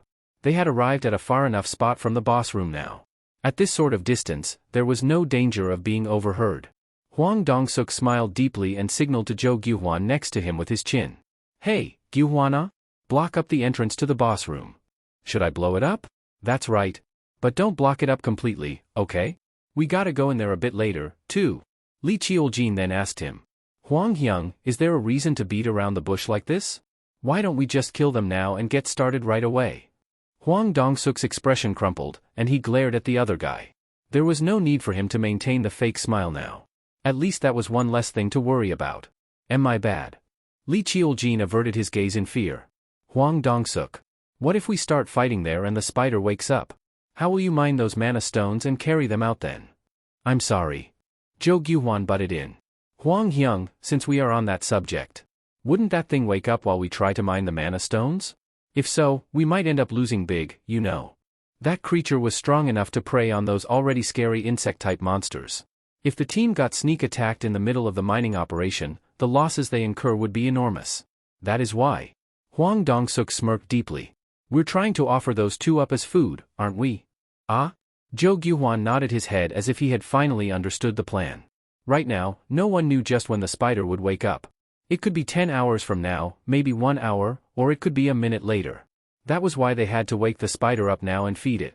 No matter how dull that monster happened to be, it'd still wake up from the impact strong enough to cause the entrance to cave in. Hwang Dong-suk continued on. We mine the mana stones when the spider goes back to sleep with a full belly. The permit they got from the association would last for 5 days. They still had over 4.5 days of leeway, in other words. They would wait, and if the spider didn't go back to sleep, they would simply dispose of it and mine as much as they could before the gate closed shut. They wouldn't be able to mine everything within the hour, but with Sung Jin-Woo and Jin-ho no longer in the picture, they should be able to avoid losing out too much. Wouldn't that be far more preferable than working under constant fear? Their safety was the #1 priority, after all. Of course, that's the worst possible scenario. If they were lucky, the profit would be divided 8 ways, they'd mine all the mana stones, and even monopolize the spider, too. As an added bonus, those expensive-looking pieces of equipment on Jin-ho's body would become theirs, too. That sword and the shield, they had to be worth at least a few 100 million won. They had nothing to lose from this transaction at all. The corners of Hwang Dong-suk's lips arched up. Block up the entrance, so we can go and take a smoke break. Quick. Yes, Hyung. Jo Gyuhwan replied as a blinding light began to gather on the tip of his fingers. Jin-ho's gaze was fixed on the sleeping spider. Even his breathing was cautious. He then asked, his expression rigid with fear. That spider be **starred, it's not gonna suddenly wake up on us, right? Who knows? Jin-Woo remained economical with his words. He had more or less figured out what would happen next, but if he said aloud all his thoughts, then Jin-ho might faint from fear. Now that I think about it. Those words were the first to come out of Jin-ho's mouth in the past 5 minutes or so. It seemed that he was really scared right now. And he used to be so talkative, too. Then, it happened. With a loud explosion, the entrance of the boss room suddenly caved in. Jin-ho hurriedly ran towards the entrance. Unfortunately for him, the entrance was completely blocked up by the fallen rocks. He pushed on with all his might, but not a single stone budged. Jin-Woo slowly walked over there in the meantime. Hyung, help me push this. Jin-ho was still giving his all to push the blockade of stones away. He said his name was Jo Gyuhwan, huh? Before the explosion, there was a flash of light. A sorcerer ranked C that controlled light. This was no doubt that be **starred's handiwork. Jin-Woo placed his hand on the fallen rocks. If I want to, I can get out of here at any time. He could sense the weight of the stones through his hands. They weren't as heavy as they looked. When he very slightly pushed, he felt the wall tremble gently. Of course, he wasn't thinking of leaving at all, anyway. Eugene-ho stopped pushing at the stones and cried out as if he had finally figured out the truth. His face now reddened in fury. Eugene-ho shifted his gaze over to Jin-Woo. Those sons of the asterisk cheese are trying to kill us. They don't want to share the mana stones, so they blocked the exit and let the spider devour us. Wow, you figured that out so quickly, Sherlock. Jin-Woo was rolling his eyes in his head but still played along for the time being. Looks that way. This is troublesome.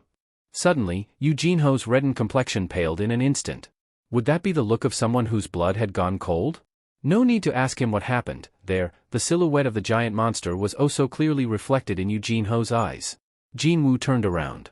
The spider's sleep had been interrupted by that loud explosion, and it was slowly raising its massive body up. The body the size of a house. Dozens upon dozens of eyes. That horrifying mouth. 8 long legs. Now that it had begun moving for real, it looked far more terrifying than when it was actually in a deep slumber. Eugene-ho leaked out a fearful gasp. His body had frozen stiff like a statue. On the other hand, Jin-Woo kept his sight firmly locked on the spider as he calmly summoned the poison fang of Kasaka from his inventory. You're mine. This was the perfect opportunity to test out his enhanced stats. The poison fang of Kasaka appeared in his right hand. As if it had always been there. Jin-Woo gripped the dagger's hilt tightly. The reason why a hunter was called a hunter. From this moment on was when the true hunt would begin. Hang on a second, Hyung. However, Eugene-ho swiftly snatched up Jin-Woo's sleeve just as the latter took a couple of steps towards the spider. What are you trying to do? Eugene-ho's hands were shaking pretty bad. Jin-Woo used his left thumb to point over his shoulder. Obviously, I'm going to hunt that. Jin-Woo had been following around Hwang Dong-suk's group until now for that purpose. In order to monopolize the remaining monsters in the dungeon as soon as Hwang Dong-suk cut the tail and ran away. This was a splendid opportunity to swallow whole all the experience points and magic crystals. Well, only if the boss hadn't devoured every monster in this dungeon, that is. If that hadn't been the case, then he would have profited a lot more, though. What a missed opportunity that was. However, Eugene-ho's facial expression clearly displayed his disbelief, as he had no idea about Jin-Woo's special constitution. What is this young rambling on about? There was something he'd heard from someone, somewhere, before. A person would stop thinking rationally the moment he or she received a mental shock beyond their capability to deal with. The hunter ranked standing right in front of him said that he'd hunt the boss of a C-rank dungeon. If this was not an act of irrationality, then what else could it be? Eugene-ho asked again, this time looking rather dumbfounded. Hyung, you want to hunt that thing? For real? Jin-Woo scratched the top of his head, looking somewhat troubled, before replying back with a question of his own. What, you want to hunt it, then? Jin-Woo turned around even before Eugene-ho had the chance to respond. There was no need to listen to his reply, anyway. Even now, Eugene-ho was barely managing to stand up straight as his legs continued to shudder. From the get-go, he didn't expect anything from Eugene-ho. Rather, he was relieved that the kid didn't follow after him while saying he'd lend his aid or some such. He'll just get in my way, anyway. Jin-Woo slowly approached the spider. The spider must have discovered the human's presence as well, as it was changing its direction towards them while shuffling on its 8 legs. It was coming closer. As if it found the never-before-seen prey rather strange, the spider didn't immediately rush out. Using its thick and long legs to push down on the ground, it inched closer and closer. As that giant monster slowly filled up his entire view, Jin-Woo's breathing became heavy. His heart began thumping faster and faster, too. Jin-Woo controlled his wayward breathing and did his absolute best to calm himself down. He had to remain focused and steady here. He recalled the exact feelings he felt when he stood at the end of the second floor of the Hapjeong Station's instant dungeon. He then recalled seeing the poison-fanged blue Kasaka for the first time. However, this giant spider in front of him didn't emit as much pressure as that snake did. Meaning, he could definitely do this. From the get-go, if he thought that this boss was impossible to clear alone, he wouldn't even have stayed here. They had gotten close enough that his face was now reflecting rather clearly on those smooth, jet-black eyes of the spider.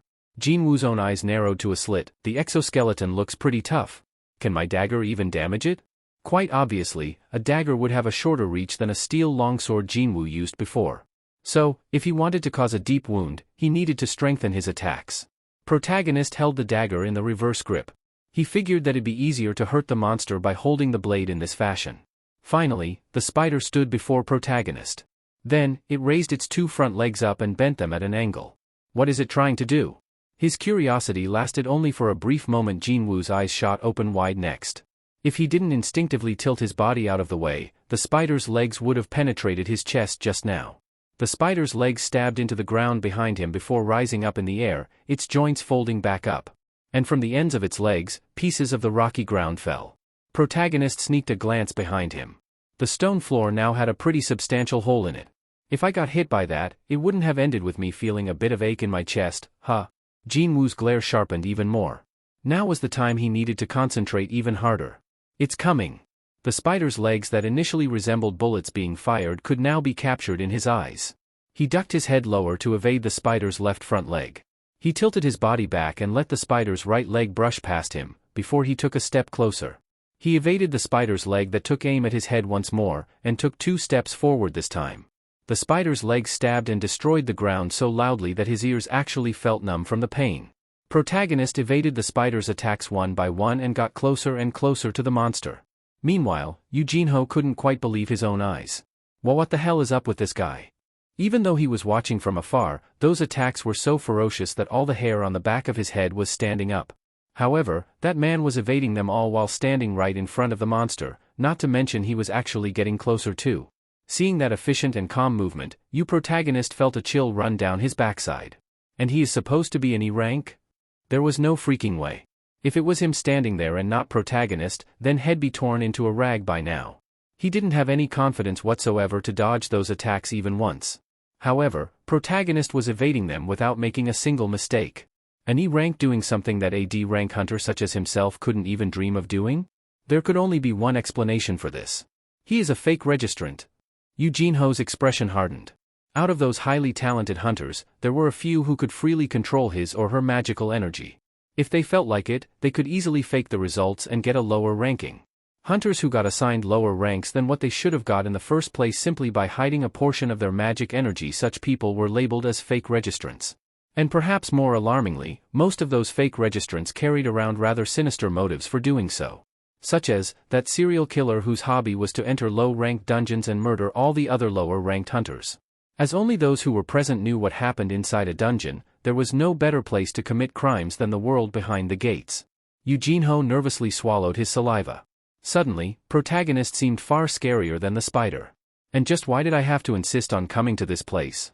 Jin-Woo felt like he'd break out in sobs at any moment now.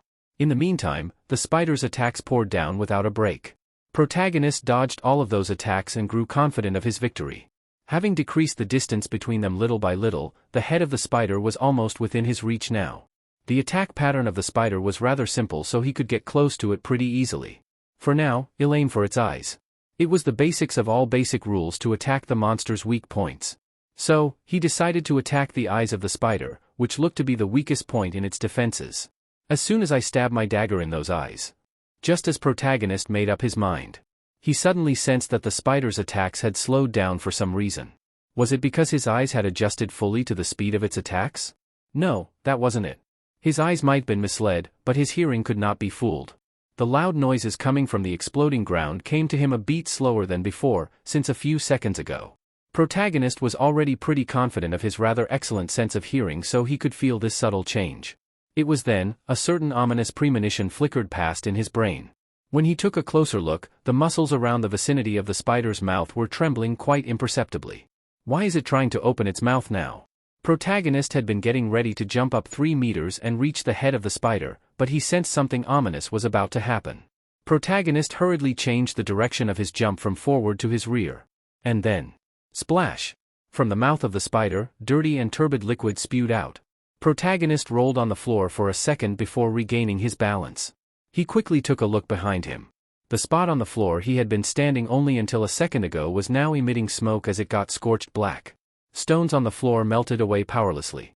Protagonist swallowed his saliva after seeing that. If I had jumped forward just now, it wouldn't have been only the floor that was melting right now. Perhaps sensing that protagonist had been distracted, the spider rushed towards him in no time. Protagonist raised his head. By then, the spider was already right in front of his eyes.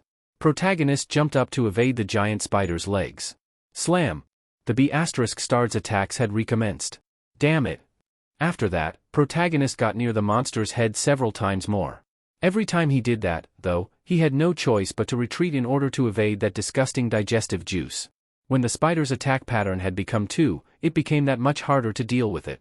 If he got closer after evading all those snapping legs, the digestive juice spewed out. Its legs attacked again once he had to retreat to a distance because of the juices. Shit. Feeling frustrated now, he decided to attack the legs with his dagger.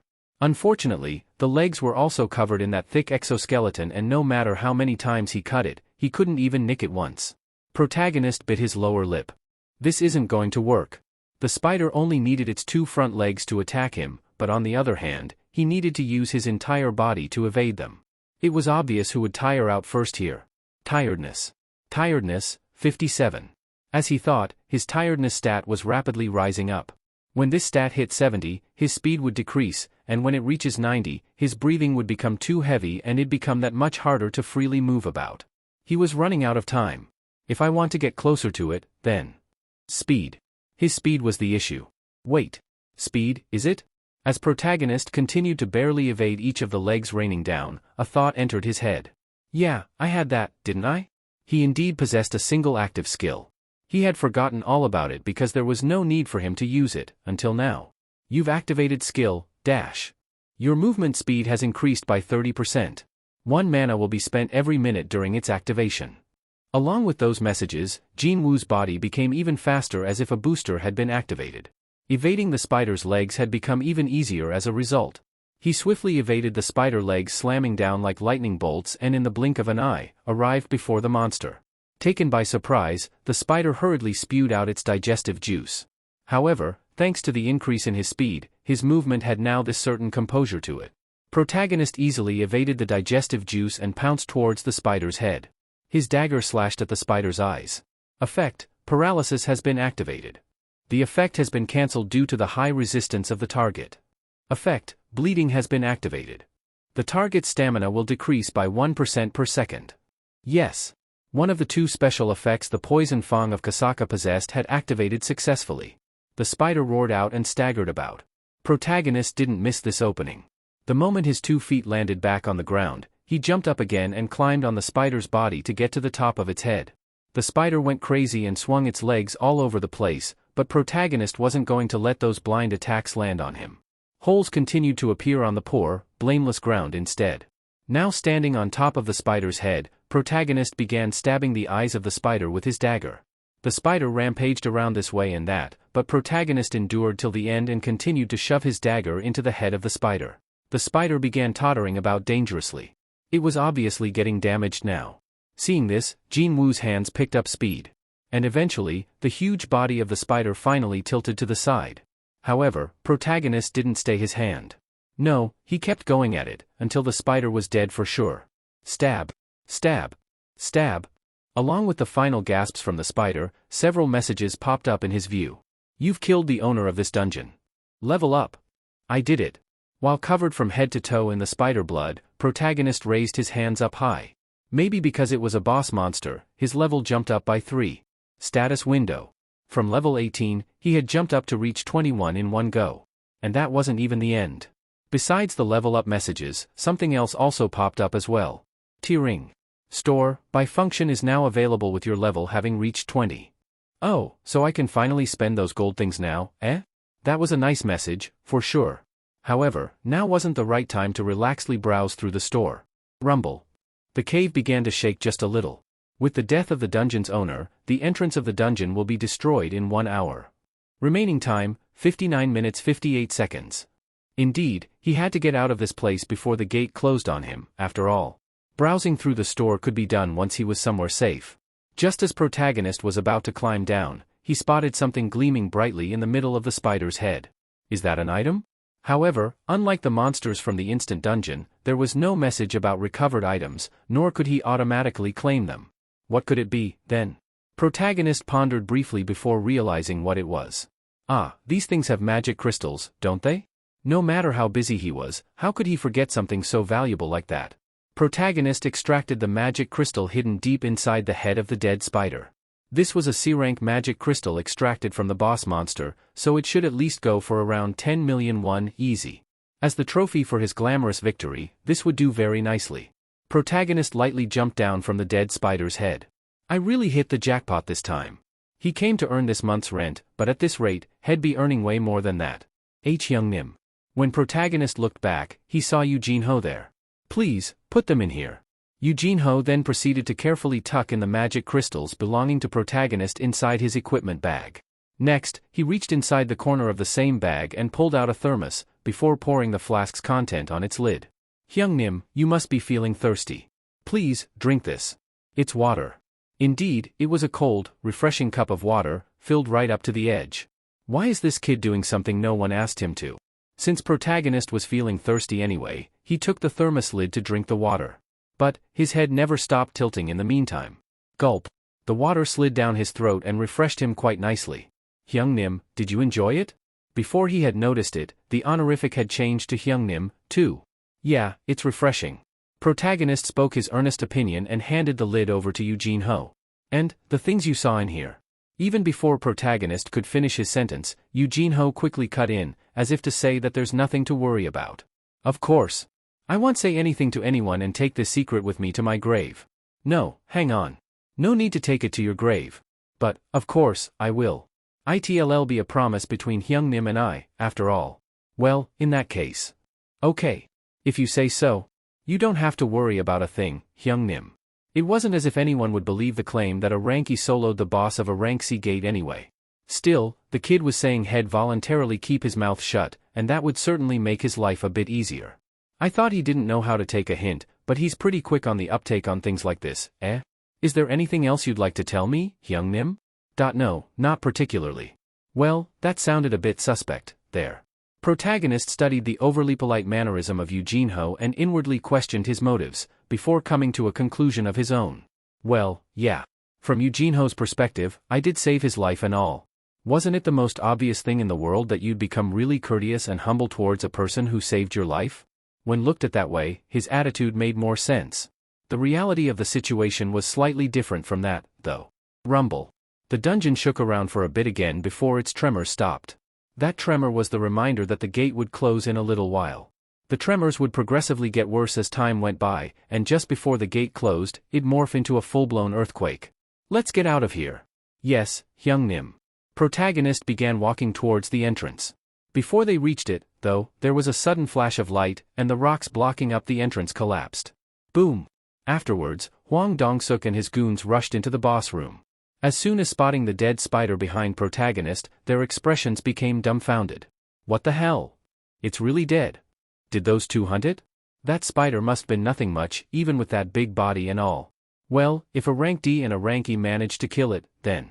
Hwang Hyung, what should we do now? Hwang Dong-suk scratched his chin while gazing at protagonist and Yu Jin-ho. With the spider dead, the gate would soon close. It'd be too late to start mining the mana stones now. They hadn't even finished getting ready, yet the remaining time was now less than an hour. It was time for the plan B. So, he loudly called out to Yu Jin-ho. Yu Jin-ho! Yu Jin-ho flinched and took a step back. His face was full of nervous tension. An oily smile floated up on Hwang Dong-suk's face. I thought your gear looked real eye-catching, so we did a background check on ya, and it turns out that you're a son of a real big shot.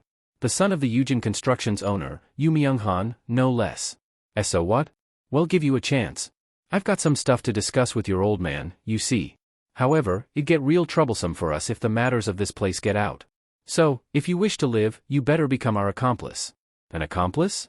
Hwang Dong-suk pointed at protagonist with his chin. Being on the receiving end of that disgusting stare, Jin-Woo's forehead creased for a second. Kill protagonist. What? Yu Jin-ho freaked out. And Hwang Dong-suk chuckled as if he found that expression rather funny. The thing was, he used his phone to do an online search and found out that Yu Jin-ho's father was the owner of the top construction company in the country. Seeing that, a sinister scheme formed in his head. He'd filmed the scene of Yu Jin-ho killing protagonist and then, under the pretext of keeping his mouth shut, blackmail Yu Myung-han. The known wealth of Yu Myung-han is supposedly around 10 trillion won, wasn't it? Almost $9 billion. He might be able to reel in several times more money than mining these mana stones if he played his cards right. That's the only way you'll leave this place alive. As long as you kill protagonist with your own hands, we'll let you live. If not, we kill both of you. Hwang Dong-suk's eyes became very hostile right away. What are you hesitating for? No one will know what happens inside a dungeon, anyway. Wait, could it be that you're scared of a rank E, even though you're a rank D? Yu Jin-ho turned his head to his side. Protagonist shrugged his shoulders as his answer. He was implying that Yu Jin-ho should do whatever he felt like. With a determined expression, Yu Jin-ho unsheathed the sword on his hips. Finally, he made up his mind. A smile formed on Hwang Dong-suk's mouth. Unfortunately for him, his expectation was not met. Still holding that sword, Yu Jin-ho stood alongside Protagonist. So, you want to team up with that guy and fight us, is that right? Hwang Dong-suk muttered softly. A scion of a well-to-do family got lucky and killed a rank C boss, and it looked like his ego had become bloated somewhat as a result. Jo Gyuhwan whispered from the side. Hyung, what should we do now? Hwang Dong-suk lowered his voice so both Protagonist and Yu Jin-ho wouldn't be able to hear him. For now, take care of Protagonist first. We gotta hold on to that potential money bag. Our losses today are pretty substantial after all. Okay, will do. Jo Gyuhwan's hands began emitting bright light next. Seeing this, Jin-Woo's eyes narrowed to a slit. In the end, they want to have a go, huh? This would be his very first time fighting against other hunters. However, he wasn't planning to go easy on these B***stards that have aimed for his life several times already. But then, this happened. Tearing. There was that mechanical beep again. An emergency quest has been generated. An emergency quest? Protagonist raised his head. He didn't even say anything about wanting to look at the contents, yet the quest window spread out before his eyes without his consent. Now that was a first. Emergency quest, kill all the enemies. There are life forms holding murderous intentions towards the player. Kill them all in order to secure your own safety. If you do not follow this instruction, a corresponding penalty will be given. The number of enemies left to kill, 8. The number of killed enemies, 0. Jin-Woo's eyes opened wider. In order to complete the quest, Hwang Dong-suk and his teammates must all die. It was then, a beam of light flashed right before his eyes. The light beams left Jo Gyuhwan's hands and flew straight at Protagonist. Boom! Flung away by the explosion, Jin-Woo's figure flew at a frightening speed and slammed into the cave wall. Slam! A portion of the wall collapsed and fell on top of Protagonist. Tumble. Hyung Nim. Yu Jin-ho froze on the spot from surprise. Don't sweat over the dead guy and why don't you come over here? Hwang Dong-suk beckoned with his fingers. Yu Jin-ho stared at the spot where Protagonist was. Just like what Hwang Dong-suk had implied, Protagonist wasn't moving an inch as he remained buried under the debris. You murderers. Tears pooled around Yu Jin-ho's eyes. Hwang Dong-suk and his Dongseng simply giggled at the label of murderers thrown at their way. Well, that was the truth, to begin with, anyway. Just how many died by their hands inside many other dungeons? While they were looking at Yu Jin-ho and continued to smile, Protagonist was under the pile of rubble, doubting his own eyes at the moment. The contents of the quest were slowly changing, that was why. There are life forms holding murderous intentions. Kill them all in order to secure your own safety. A few words suddenly became illegible, before changing their shapes. There are life forms holding murderous intentions towards you. Kill them all in order to secure your own safety. If you do not follow this instruction, your heart will cease functioning. What a clear-cut threat that was. If he didn't finish the quest as intended, it would kill him, instead. Kill if I don't want to be killed, is that it? The contents were pretty shocking, but Jin-Woo's fluster didn't remain for long. No, his flustered mind rapidly morphed into one of relief. Even he found it hard to believe, but that was the truth. There was this fear that always lingered in his mind, starting from the day these quests popped up in front of his eyes alongside stat values and such. What would happen to me if this mysterious phenomenon suddenly stopped? What if all these things only happened as a coincidence, and they could end at any given moment? Such fear always accompanied him. However, through this emergency quest, the truth became clear. Things happening to him were not a coincidence, nor were they some weird goodwill from someone. If the quest was generated by something holding some form of goodwill, then it should have just said overcome this danger, and not threaten him to kill him as a penalty. The system had a clear purpose. It was either make Sung protagonist strong or need a strong Sung protagonist. And, depending on the situation, me who could kill other hunters at the drop of a hat, even. He could glean such intentions from the system now. Protagonist felt reassured by that revelation. What a relief that, it was not a coincidence. That, it definitely had a goal. Whenever he found himself in danger, he yearned to be stronger. He so dearly wished to stop living the life where it was no different from dangling precariously on the edge of a cliff. But, on that fateful day, during the most dangerous moments of his life, his opportunity came. The goal of this system and Jin-Woo's wishes lined up perfectly. The system is using me, and I'm using the system. That was all there was to it. As long as there was an end goal, a purpose, this phenomenon would never suddenly vanish from his eyes. Protagonist slowly got up from the rubble. HP, 1360/2600. As expected of a magic spell shot by a rank C hunter, it was only a single hit, yet his HP had almost halved. There was no more room left to take it easy now. Intense malice filled up Jin-Woo's eyes. He began walking towards Hwang Dong-suk. What the heck? Hwang Dong-suk and his goons had been surrounding the scared Yu Jin-ho, so they ended up discovering protagonist rather belatedly. What's going on here? He's still alive. But, Gyu Hwan-hyung looks like a dead fish, though? What an embarrassment this is. He's a measly ranky, you know. Hwang Dong-suk scratched his chin. Hey, Gyu Hwan-ah, why didn't you finish him properly the first time? Jo Gyu-hwan's face reddened somewhat. Yeah. I should've. But, this wasn't right. He really did pour his all with that shot. He had spent over a third of his overall magical energy, yet how could this kid stand back up? Could the attack not connect properly? But then, there wouldn't have been such a loud explosion if that was the case. Lots of questions formed in his head, but there was no time to ask them. Because, protagonist opened his mouth first. Since you're playing around with people's lives. The eyes of Hwang Dong-suk's group were now fixed to protagonist. He came to a stop in front of them. Yu Jin-ho flinched in surprise, but the reactions of other hunters were rather subdued. Some of them even began smirking in derision. Protagonist spoke with a dry voice. You've all sufficiently resolved yourselves, right? Hwang Dong-suk let off a snort after hearing that. What the hell is this fool even saying? Hyung-nim, let me handle this kid. A hunter with tiny little eyes approached protagonist and placed his arms around the latter's neck. It looks like you mister hasn't really figured the situation out yet, but the thing is.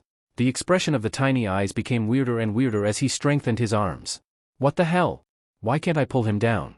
He tried to perform a headlock with his physical strength, but no matter how hard he pulled, Jin-Woo's upper body showed no sign of budging. Wasn't this B***** supposed to be only a rank E? Cold sweat formed on the forehead of the tiny eyes.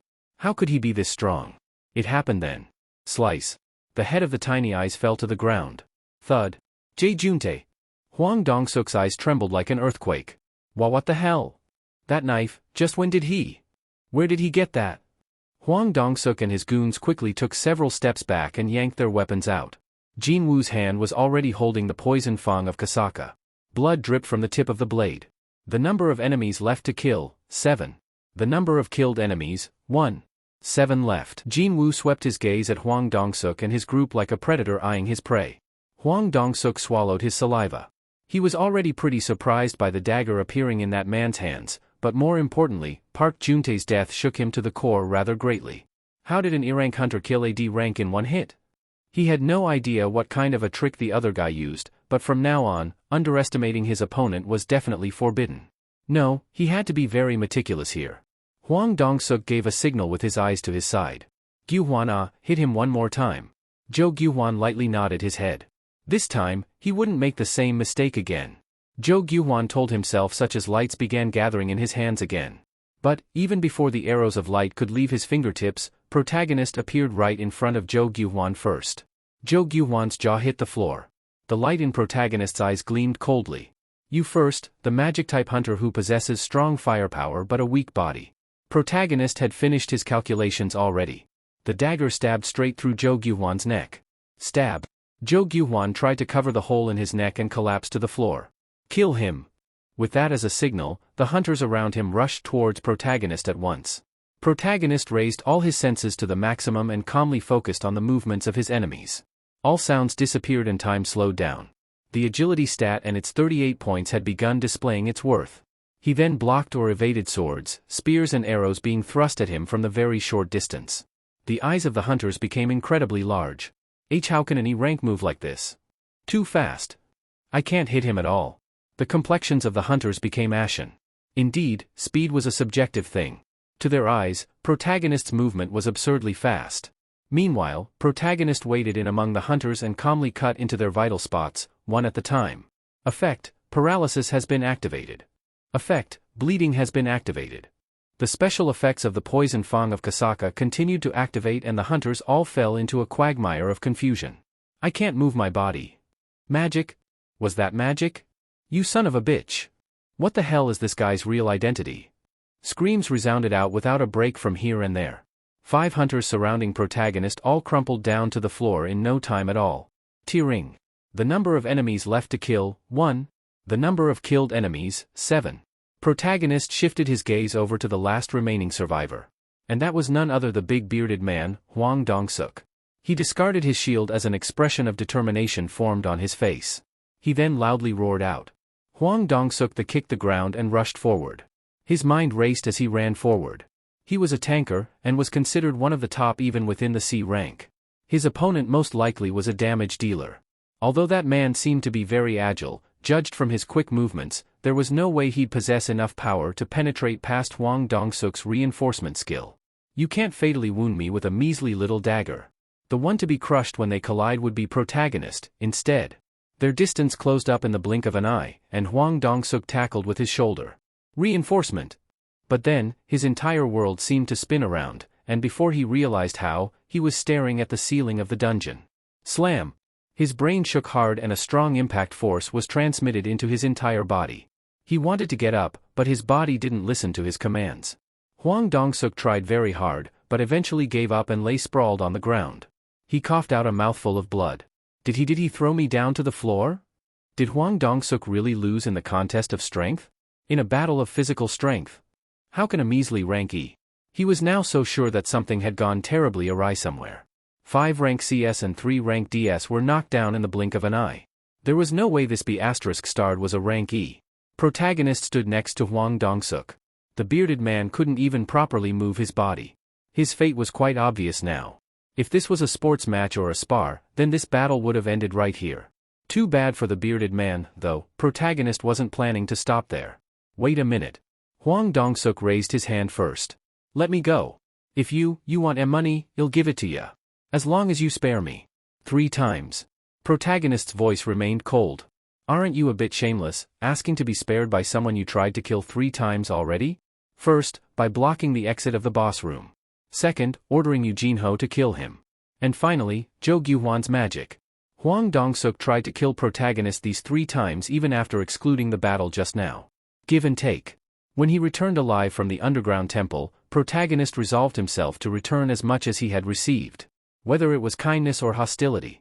He'd repay the acts of ill intent with an equal amount of malice. There would be no room for negotiation. Realizing that begging for his life wouldn't work, Hwang Dong-suk's eyes shot wide open and foam bubbled around his mouth. You think you'll be okay after you laid your hands on me like this? Do you have any idea who my younger brother is? Shatter. Hwang Dong-suk could no longer continue with his words after his neck was broken. The whites of the bearded man's eyes were showing now. The number of enemies left to kill, 0. The number of killed enemies, 8. Finally, this quest had come to an end. Protagonist spat out a long sigh containing a myriad of emotions and lifted his hand away from Hwang Dong-suk's head. His gaze then stopped on his hands. He might have one-sidedly bulldozed past his opponents, but for someone who had fought to the death against 8 other people, his hands remained remarkably steady. Is it okay to be like this? Protagonist placed his hand on his chest and felt for his beating heart. His heart was beating as calmly as if he had been taking a stroll. What if? For the first time ever, he began to think that, seeing the system wasn't the only change taking place within him after he returned alive from the underground temple. However, his musings had to be kept brief. Soon, the familiar beep entered his head. You have completed emergency quest, kill all the enemies. Completion rewards are now available. Would you like to confirm the rewards? Y/N. He was half expecting this to happen, and sure enough, he now had received rewards. Protagonist didn't even hesitate and chose yes.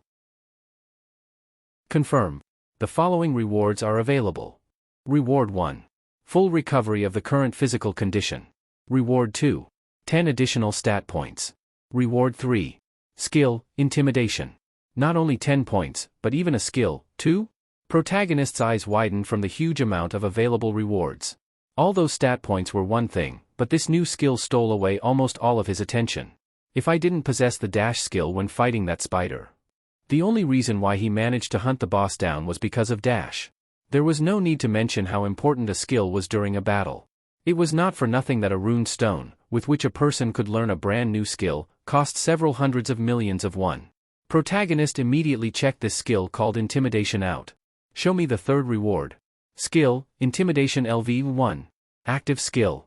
Mana required to activate, 100. Can render a designated target in a state of fear for 1 minute by using your powerful aura. Multiple targets can be selected. Affect fear, all stats minus 50%. Although it was only active for a short time, it was still a rare skill that could decrease the opponent's stats by a substantial amount. Of course, exactly like other effects, if the opponent's resistance was high enough it would fail to activate. But, if it did work, then protagonist thought that taking care of his enemies, regardless of who it was, would become as easy as pie. And since it could be used against multiple opponents, the scope of this skill's usefulness seemed limitless, too. It's really good, isn't it? The rewards were just as good as the potential penalty was as bad. Hang on a sec. Now that I think about it, it's not like that, is it? After all, his life was at stake here. And, was that all? Protagonist took a look around him. He frowned deeply after taking in the gruesome sight. He had witnessed enough deaths of other hunters, but even then, he'd never really get used to looking at the corpses of other people. This was what this quest asked of him, though. But, for a quest that asked for many lives as its completion requirement, the rewards handed out felt rather cheap and not quite enough. Well, even if it weren't for the quest, he'd still have to fight against Hwang Dong-suk and his crew in the end, but still. And they say, a man's greed knows no bounds. Protagonist shook his head wryly. It was then, the cave shook around once more. Rumble. The tremor had become stronger than before. It was now the time to get out of the dungeon. But, before he could do that, there was something else he needed to take care of first. And that happened to be Eugene-ho. Protagonist's gaze drifted toward him.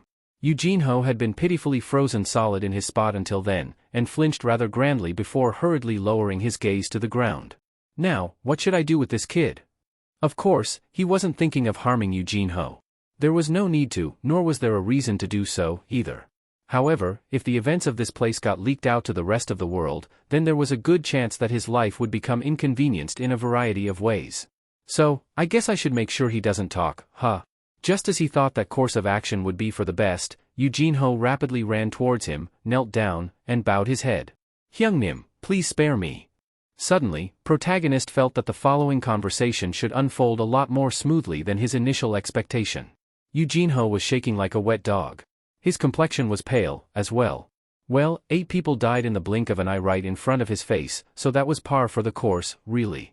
One of the most important tools in dealing with people was the fear. So, protagonist decided to use the situation to his advantage. Why should I? Hyungnim, if you spare me, then I'll hand over all the profit earned in this dungeon to you. As expected, protagonist immediately displayed his interest. Please, think about it, Hyungnim. If you monopolize the profit meant for 10 people after 9 others are killed, others would definitely start questioning you. From Eugene-ho's perspective, protagonist was, without a doubt, a fake registrant. Not only that, a highly skilled fake registrant who enjoyed murdering people. Obviously, he'd not want the attention of other folks landing on him. So what? On the flip side, if we both walk out of here alive, then according to the contract, all the magic crystals from this dungeon belongs to me. Even if all the other teammates had died, since you don't get a share in the first place, no one would suspect you. Of course, there was no way that Eugene-ho would be suspected of foul play here. Well, his father owned one of the country's top-ranked companies, after all. 3 days passed by since the incident of the C-ranked gate. Gina came home early from school as it was Saturday today. As soon as entering the apartment, she began sniffing the air and hurriedly removed her shoes. Appa? What's going on here? Did you order fried chicken? Yeah, I ordered some takeaway to make sure it'd get here just in time for you. Wow, really? Jin-Woo beckoned her while sitting by the dining table, causing Gina's eyes to open wider. She immediately ran towards him. What's going on here? And you're a serial Scrooge, too? Did something good happen lately? Of course, there was. The family's bank balance had swelled up from 800,000 won all the way to 180,300,000 earlier today. 180 million was from the sale of the magic crystals, and 500 grand was used for the month's rent. Still, 180 million. Just one raid and he was able to get his hands on an absurd amount of money, totaling 180 million. Just as Gina had implied with her question, the chicken and beer meal was to celebrate the big earnings sitting pretty in the family bank account right at this moment. Thank you for this meal. Gina sneakily reached towards the beer can, but then, Jin-Woo's finger powerfully flicked her forehead. For you, this.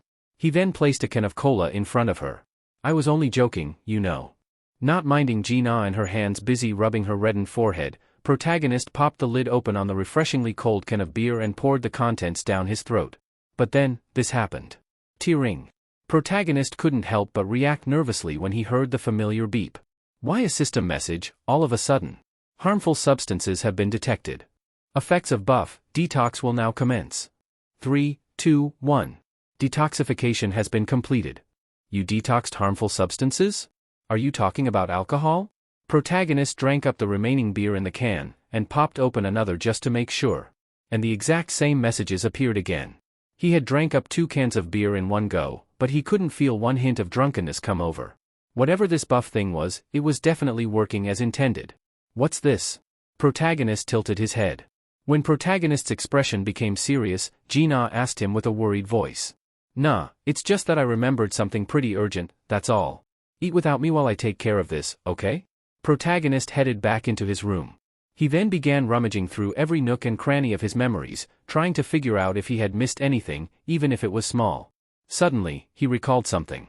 Every quest has rewards, even penalty quests. But, there was one quest that I never got around to confirming the rewards, no? Jin-Woo hurriedly opened the mailbox. At the time, he had no clue what the system was nor what rewards could mean, so glossed over them, but he definitely remembered reading the message that said he had met the conditions to clear the quest. His heart began beating faster and faster. Jin-Woo eventually discovered the messages sitting right at the bottom of the mailbox. Congratulations on becoming a player. Read. Jin-Woo's voice trembled as he spoke softly. Confirm. This system will support the growth of the player.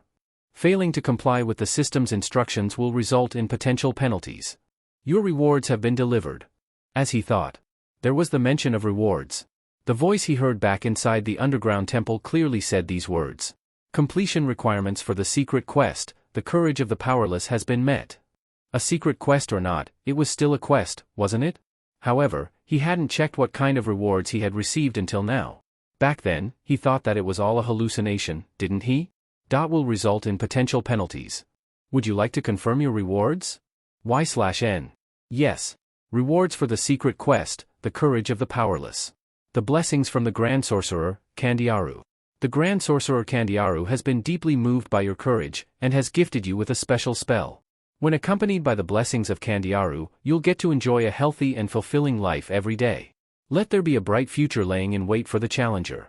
One-time effect will to recover, all your damaged body parts will be recovered to their original state. Continuous effect good health and long life, you'll be immune to all types of diseases, poisonous substances, as well as all forms of status debuffs. During sleep, your recovery rate will increase exponentially. Only now puzzle pieces fell to their places. Hang on. I'm immune to all types of poison, too?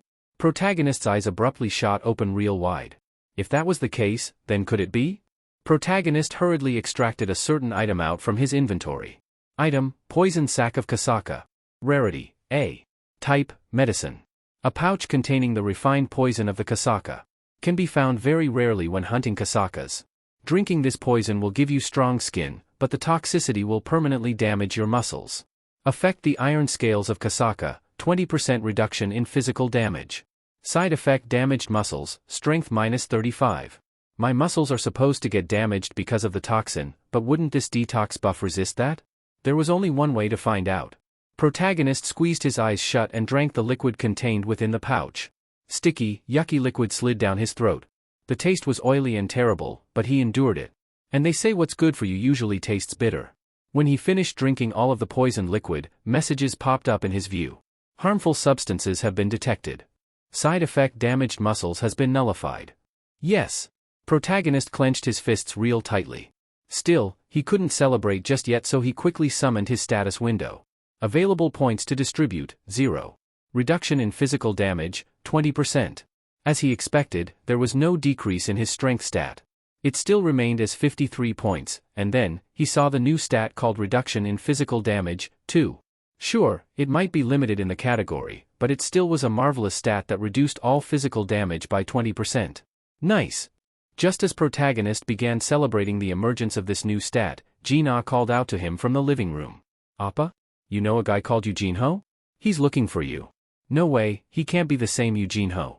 Protagonist quickly went to the living room and snatched the phone's receiver off his little sister.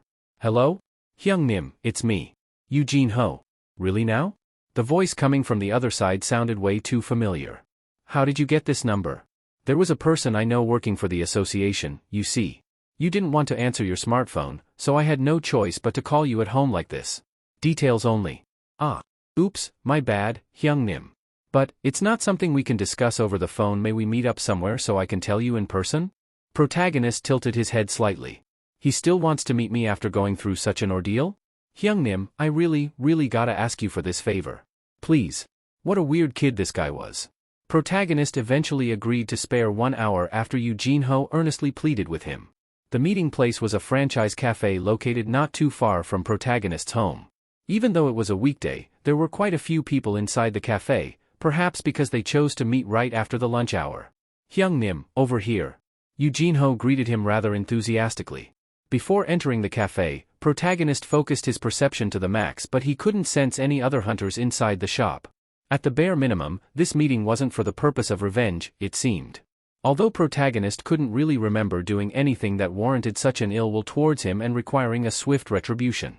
Protagonist sat down on the other side of the table. Didn't think we'd meet again. There was a half-eaten ice cream on top of the table belonging to Yoo Jin-ho. Yoo Jin-ho spoke as he stood up. What would you like to order? Should I go and get you some coffee?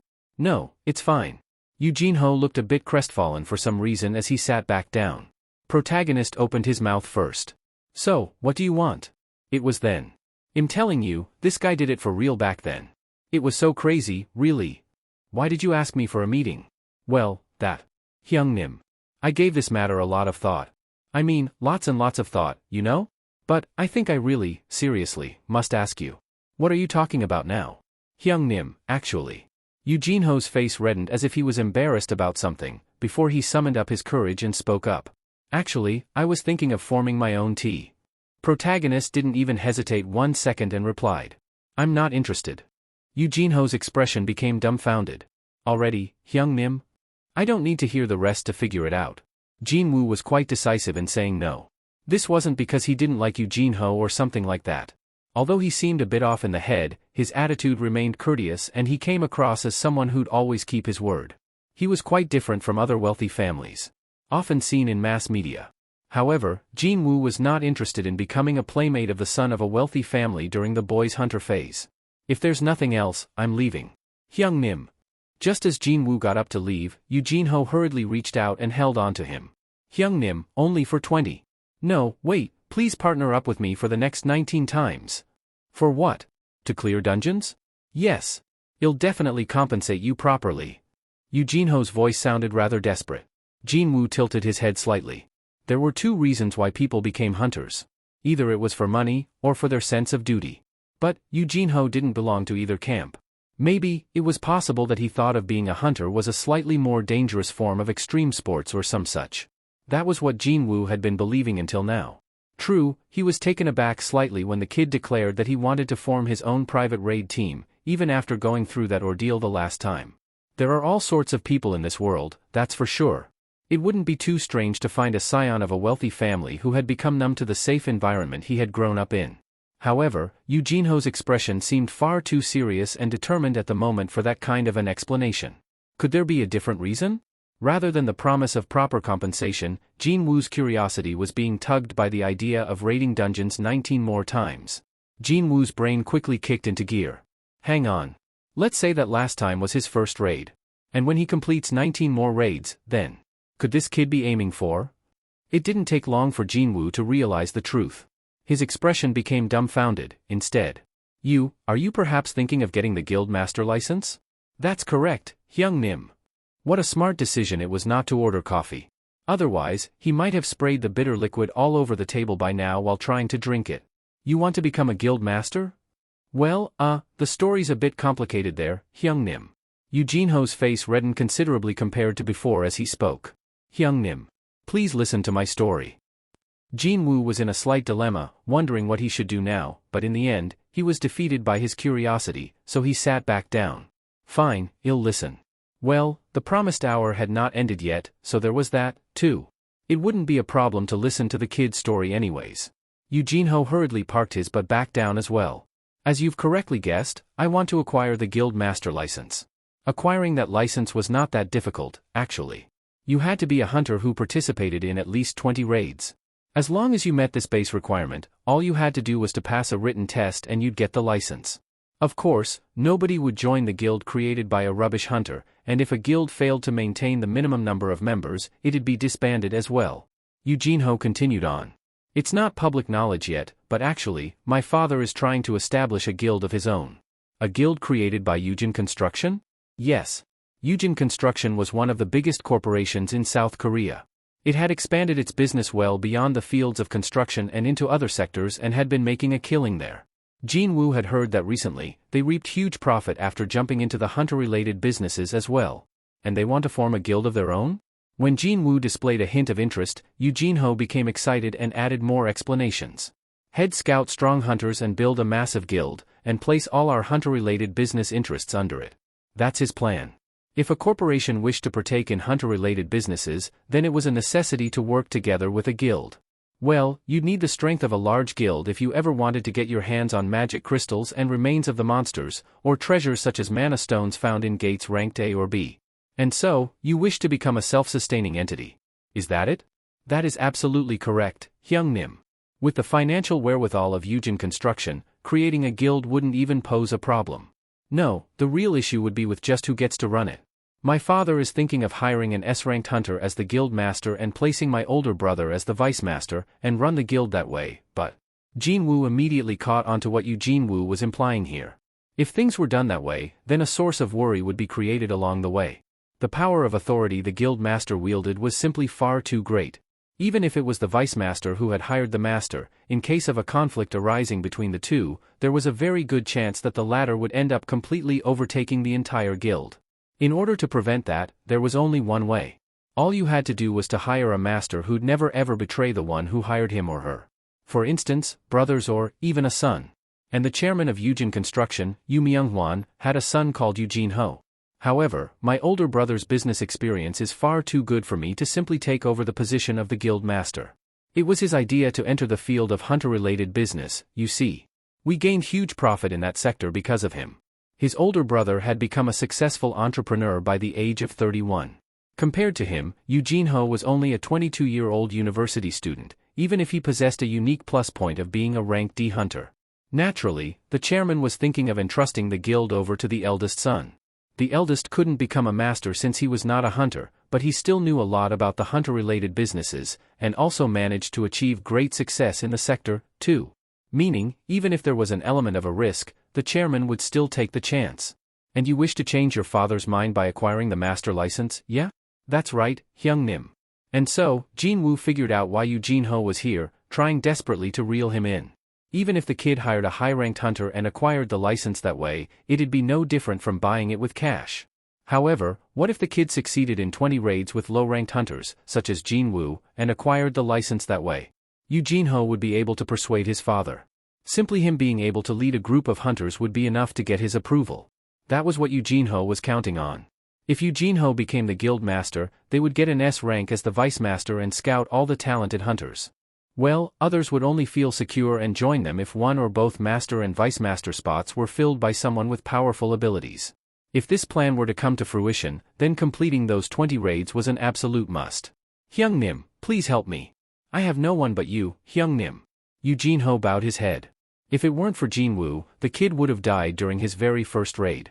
By the giant spider, or at the hands of Hwang Dong-suk. 2 times. Jin-Ho needed a trustworthy ally here. I can definitely trust Hyung-Nim.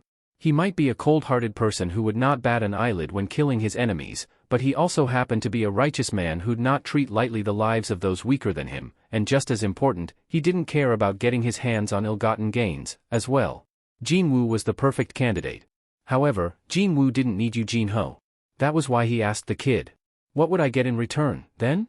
Jin-Ho raised his head, his expression one of joy, as he quickly produced an envelope he had prepared earlier on. And a blueprint of a building came out from there. Jin-Woo took a look at it. This is the guild office building we're constructing at the moment. The expected retail price of the building is around 30 billion, but it will definitely rise up in the future. Although the association was doing their best to manage them, there would always be that fear of monsters escaping from the dungeons. That was why the land price near the association headquarters or around large guilds always rose up higher as time went by. Well, there would be no more precious wealth than one's own life, after all. Even if it was a small guild, being near one almost guaranteed your safety. However, if it was a building occupied by a large guild, there was no need to mention it. If I become the master, then for exactly 1 year, I'll use it until the guild has been stabilized. and then, hand over the deeds to you, Hyung Nim. Of course, I'll make sure all the paperwork are in order so there wouldn't be any unnecessary complications later down the line. A 30 billion building, for raiding rank C gates 19 more times. Jin-Woo smirked slightly. As long as you become the master, it'll all be worth it, is that right? That's correct, Hyung Nim. On that fateful day, Jin-Ho got to learn the valuable lesson of anything goes inside a dungeon. Hiring any old hunters could lead to him getting killed. On the flip side, hiring famous hunters would mean Jin-Ho would lose the ability to persuade his father. However, Jin-Woo was different. He was nominally a rank E hunter, yet he was strong enough to solo a C-ranked boss, as well as 8 C-ranked hunters without getting hurt. Hyung Nim could be at least a B-ranked. Or, someone far stronger than that. With Jin-Woo was around, raiding 19 C-rank gates would not pose any problems at all. So, yes, if he could become the guild master, 30 billion sounded rather cheap in comparison. The only thing remaining was Jin-Woo agreeing to do so. He wouldn't say no with this sort of terms on offer, right? Jin-Ho nervously studied Jin-Woo's reactions. What should I do? In the meantime, Jin-Woo was in a serious dilemma. 30 billion won. That was a huge amount of money. If one considered the fact that the winning prize of the local lottery was 1.5 billion won, he'd have to get lucky 20 times in a row to earn that amount. Not only that, the value of the building would only continue to rise up. If it were any other normal hunter, they would jump in with both feet and sign up right away. That's how tempting this offer was. However, Jin-Woo was as far removed from being normal as anyone could ever hope to get. The one and only under the heavens, he was the only hunter who could grow stronger. If he continued on with quests and leveled up over and over again, he reached the S rank sooner or later, or even something surpassing that. If I can surpass the S rank, then 30 billion would be nothing. The contract fee for S rank hunters went for several dozen billions already. No matter how famous a celebrity or a sports star was, they would never even come close to the worth of an S-ranked hunter. This was the era where the number of high-ranked hunters signified the strength of a nation. As a result, the treatment S ranks received exceeded one's imaginations. Considering that, what Jin-Woo needed to prioritize here was not money, but his growth. And in order to grow, it'd be more convenient to be alone. Yeah, it'd be better to minimize the risks of unexpected events. If he hunted along with other people, the experience points received could decrease too, and because of all those eyes watching him, making a move would become rather cumbersome as well. Not to forget, in order to avoid anything troublesome happening down the line, he had to threaten Jin-Ho back then, something he didn't want to do in the first place. And finally, he'd have to match his schedule to that of the assault team from now on. The efficiency of his growth would only decrease, one way or the other. I can always make money later on. Although it was unfortunate, he had to decline this offer. Just as he thought like this. Hang on a sec. Suddenly, he came up with a pretty good way to catch two birds called money and growth with a single stone. If it's in this manner. When he finally raised his head, he spotted Jin-Ho and his nervous face. Jin-Woo slowly opened his mouth. I only have one condition. Jin-Ho's expression brightened up instantly. Whatever it is, please tell me, Hyung Nim. I wonder, would you be able to smile even after I told you what it is? Jin-Woo smiled inwardly and spoke up. You and I. Only two of us will enter the dungeons. Pardon? Jin-Ho gasped out in pure shock. Hiyo Hyung Nim. If I didn't make a mistake here, then. Are you saying that Hyung Nim and I, just us two, will clear C-ranked gates? Only us two? You didn't make a mistake, then. Sure, protagonist was able to defeat the spider boss all by himself, so he'd be able to do something similar to other bosses as well. But, when imagining only the two of them against the horde of monsters, just like back in that dungeon's entrance with those insects, Jin-Ho suddenly found himself unable to breathe. Jin-Ho became completely speechless, while protagonist formed an expression that said, I knew it. However, this is the best way. The best, in order to catch both birds. It'd be very hard to enter any freelancer-run raid teams as a hunter ranked E. From the very first day he made up his mind to start making money in this profession, he was constantly reminded of this harsh reality. But, Hyung Nim. You need at least 10 people if we want to enter AC rank. I'm pretty sure you'd find plenty of willing people when you say you'd pay them just for showing up to fill up the head count. Time to put to good use what he had learned from Hwang Dong-suk, then. If there were hunters who didn't want to fight with their lives on the line, but were in urgent need of cash, they would surely jump in with both feet at this golden opportunity. Jin-Ho's expression became one of a scared cat, though. Wait. Surely, you are not suggesting that us two will kill every single monster inside a dungeon, all the way up to the boss, are you? In truth, it'd be only one person doing that, though. You got it. With this arrangement, protagonist would be able to prevent the potential worst-case scenario of someone stealing his experience points, and the only person next to him would be Jin-Woo, so he wouldn't even need to worry about other people watching him all the time as well. If it's like that, then he'll get to enjoy some serious power leveling, won't I? On top of that, after all the raids were done and dusted, he get a nice little bonus of a wonderful building rolling right onto his lap. The only thing remaining now was him persuading Jin-Woo. And as expected, Jin-Woo was very, very scared at the moment. Isn't that way too dangerous, Hyung-nim? You're only looking at it from one way and not the other. Eh? Protagonist beckoned the kid to come closer, so Jin-Woo leaned forward. If no one else participates in hunting besides us, doesn't that also mean no one will get hurt, as long as we're okay? Oh, of course.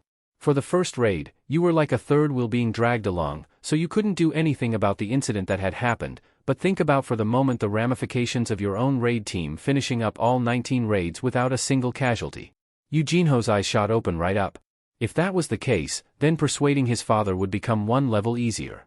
Not only he'd be a D-rank hunter, but the record of being the leader of a team that successfully performed 19 raids without a single incident would be added on top as well. It'd be the definite proof of him being qualified to become the guild master. Nothing would be a better advertisement for himself than this, wouldn't it? Protagonist studied Jin-Woo's expression and smiled in satisfaction. This kid has convinced now. From the word go, the person in need was Jin-Woo. As for protagonist, he didn't really need to go on a raid with Jin-Woo, but still could enter dungeons via the association giving him a call, or through the random boxes. Jin-Woo was thinking now. Although it was a bit scary, if he succeeded in pulling this off, then just as protagonist had implied, there would be so much he'd get in return. When recalling the sight of protagonist displaying his absolutely overwhelming might in battles from last time, Jin-Woo realized that maybe, there wasn't much to be afraid over at all. Jin-Woo finally made his mind up, albeit after some serious internal struggle. Well, do it your way, Hyung-Nim. In that case, I'll search for suitable teammates. Very good. Protagonist nodded his head. They had come to an understanding. Since he was still in front of protagonist, Jin-Woo stopped feeling nervous and tight-chested, and displayed a bright smile. I've managed to finally get Hyung-Nim on my side. For some reason, he was not feeling too scared of the upcoming raids. A trustworthy comrade named Sung Jin-Woo had joined him, and it'd be a bit easier to form a raid team now, too. As protagonist had said, with the terms on offer, many would queue up in line just for a chance to participate. With this, I'm one step closer to becoming the master. Protagonist also smiled brightly as well. Clean up as many C-rank dungeons by myself, and level up as quickly as possible. The two men exited the cafe with satisfied expressions. After going their separate ways, protagonist ran back home. Protagonist is standing in between some quiet alley holding dagger in his hand. Item, Key of the Demon's Castle. Rarity, S. Category, Key. A key that will let you enter the dungeon, Demon's Castle. Can be used at the Daesung Tower located in Songpagu, Seoul. It's an S? Jin-Woo raised his voice in surprise. Of course, there was no guarantee that the rarity ranking had any bearings on the difficulty of the dungeon. But, he couldn't think of it any other way. The rarity E key opened a dungeon that was on par with a gate ranked E, after all. What would he do if the difficulty of the instant dungeon turned out to be S, then?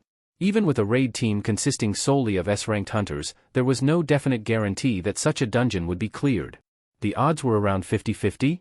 The difficulty of a gate exploded upwards past the rank B, and even when looking through the entire world, there had been too few cases of S-rank gates opening up in the world. One of them appeared on Jeju Island, though.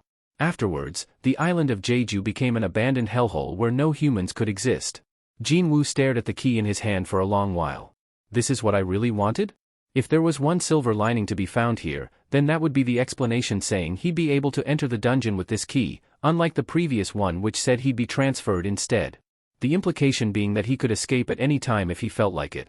Even if the key suddenly vanished from him, he still had the return stone from the last dungeon waiting to be used inside his inventory as well.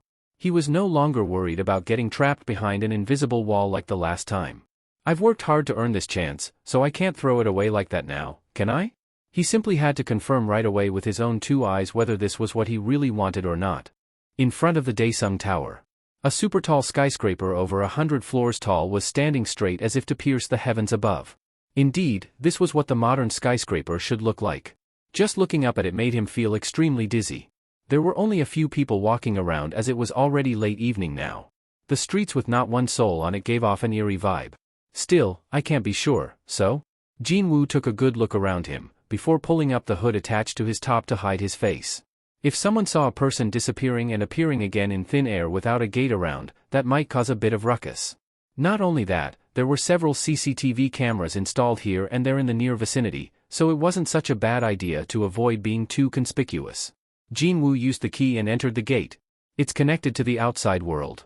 Unlike the last time, there was no invisible wall blocking his exit. The key also didn't disappear and remained tucked inside his pocket. If he wanted to, he could get out of here at any time, in other words. Now that I'm finished with confirming the escape route. Since he didn't know whether the rarity of the key equated to the difficulty of the dungeon, he was far more cautious than usual. Jin-Woo pulled the hood back and took a look behind him. It was a sight shocking enough to make him groan. Just now, when he was taking a few steps towards the Daesung Tower, the world in front of his eyes transformed in an instant.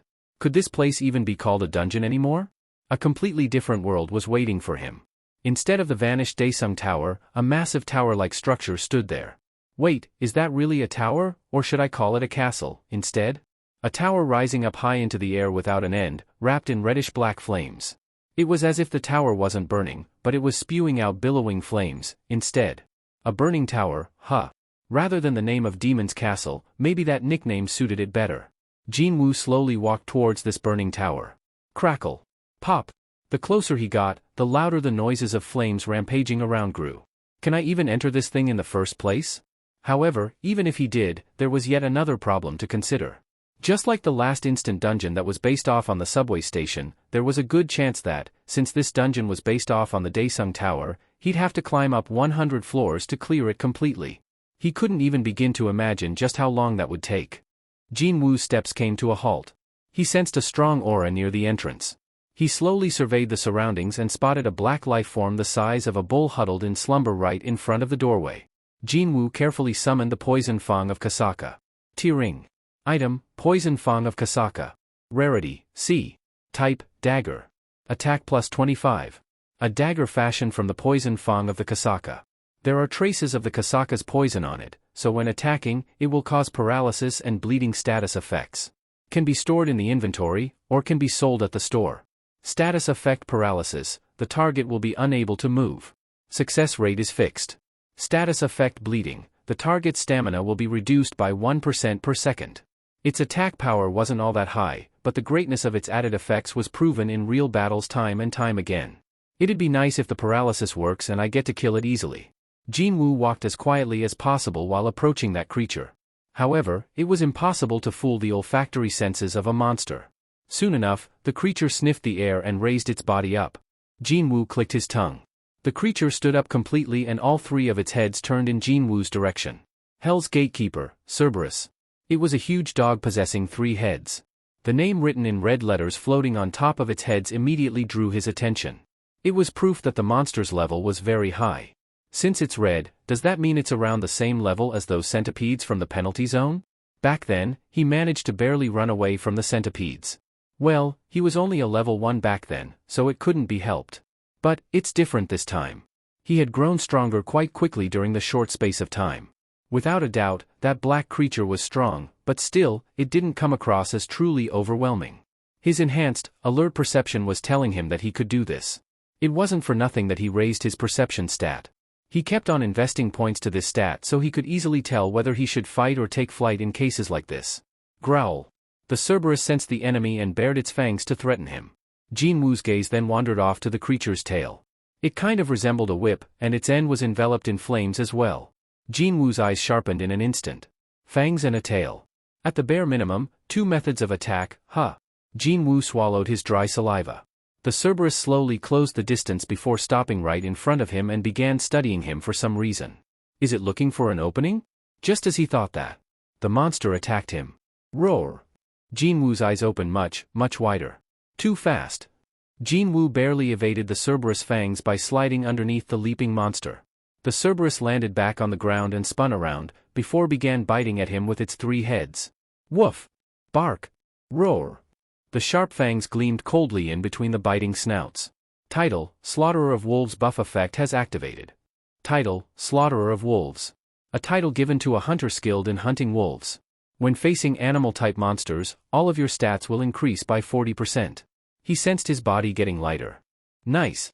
Jin-Woo quickly retreated and wielded his dagger at the Cerberus as it continued to stick close to him. The dagger collided with the fangs and issued loud noises. The blade moved at a blinding pace, yet all he could do at the moment was to deflect the Cerberus attacks and nothing else. Even after I buffed up, it's still this strong. The Cerberus' agility had easily exceeded his imaginations. In order to overturn this situation, Jin-Woo activated his intimidation skill. Intimidation has been activated. The effect has been cancelled due to the high resistance of the target.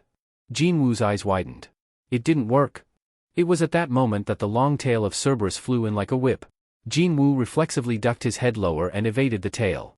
But that caused his legs to stop moving for a second. And the monster didn't miss this opportunity. One of its heads powerfully bit into Jin-Woo's left shoulder. Jin-Woo summoned all of his strength and stabbed the dagger into the middle of the biting head. Stab. Effect, paralysis has been activated. Effect, bleeding has been activated. Whimper. The Cerberus cried out and let go of him. Thankfully, he was able to minimize the damage done before other heads had the chance to join in on the attack, but his left shoulder was now in tatters. What a scary biting power that was. He tried to move his left arm, but it didn't want to budge. Jin-Woo's expression crumpled unsightly. He managed to wound the Cerberus, but when comparing the severity of their injuries, then it was clear that he came off far worse in that exchange. If either of paralysis or bleeding worked, the situation would have been different by now. Jin-Woo glared at the Cerberus and clicked his tongue. Then, something else happened. Huh? The eyes of the Cerberus were being dyed in a crimson color all of a sudden. Gruel. Inexplicably, Jin-Woo sensed something ominous was about to happen. What could it be? Hell's Gatekeeper Cerberus is using skill, Rage. Its state of rage will persist for the next 3 minutes. All of Cerberus stats will be increased by 100%. Cerberus will no longer feel pain. Jin-Woo cried out. What did you just say? A monster just used a skill. In that instant, the Cerberus leaped off the ground. F***ck. Even before he could react, the Cerberus appeared right before his eyes. He hurriedly swung his dagger, but it only managed to graze the side of one of its heads. And all 3 heads bit into Jin-Woo simultaneously. Jin-Woo gritted his teeth. His neck, waist, and thigh all got bitten. The Cerberus ran at its top speed and slammed Jin-Woo against the castle's gate. Slam! Jin-Woo's HP hit the rock bottom in an instant. HP, for 11/3-602. Your HP has decreased below 30% and skill, Tenacity has been activated. All damage received will be reduced by 50%. Thanks to the damage reduction and the Tenacity passive, he was able to avoid getting killed in one hit. Jin-Woo's eyebrows shot up in anger. It'd be easy to go mad from pain and wildly thrash about, but he'd lose this great opportunity, which would most likely never happen again. Losing his consciousness now would mean his end. Jin-Woo had been bitterly waiting for the end of the 3-minute duration and finally, revealed his hidden trump card. The first reward, give it to me now. He immediately collected the first reward from the daily quest he had saved up until now. Reward 1, full recovery of the current physical condition has been applied. A blue light enveloped him and all depleted health reverted back to full. HP, 3602/3602. Even his tattered left arm was healed as good as new in the blink of an eye. This is my chance. Jin-Woo's eyes gleamed coldly. In such close proximity, no matter how agile this monster was, it'd not be able to dodge his attacks. Jin-Woo rapidly caught one of Cerberus' necks with his left arm, and stabbed the poison fang of Kasaka in the middle of that neck. Stab. Stab. Stab. The rage state had ended by now, and the Cerberus began to violently thrash about trying to escape from Jin-Woo's embrace. However, Jin-Woo did not let go and held on with his powerful arms. The harder the Cerberus struggled, the stronger he gripped the neck of the monster. In the meantime, his dagger continued to stab into the creature's neck. Stab, stab, stab. The Cerberus bit into Jin-Woo as it struggled to the bitter end, but the battle had already been decided by then. Stab. Stab. The poison fang of Kasaka now traveled lower down from the neck and stabbed the Cerberus' chest. Soon enough, the monster's resistance became noticeably weaker and weaker. In the end, the heads of the Cerberus fell to the side, lifeless. Tearing. You have defeated Hell's Gatekeeper, Cerberus. Level up. In one breath, his level rose up by 4. That was how difficult this battle was. Jin-Woo only let go of the Cerberus' neck after confirming its body going limp with his own eyes. The heavy body sprawled to the floor without any resistance whatsoever. Jin-Woo rested his hands on his knees. Only now could he breathe a sigh of relief. A monster that could use a skill if he didn't prepare a hidden trump card, then he'd have been killed for sure. A chill crawled down his spine just from thinking about it. Oh, I almost forgot. Items. Would there be as many rewards befitting his life or death struggle to bring down this monster? After calming himself down, Jin-Woo reached out towards the Cerberus. You have discovered item, Gatekeeper's Necklace. Take it. You have discovered item, Key to the Castle's Gate. Take it. You have discovered item, Cerberus Molar, X3. Take it. Take them all.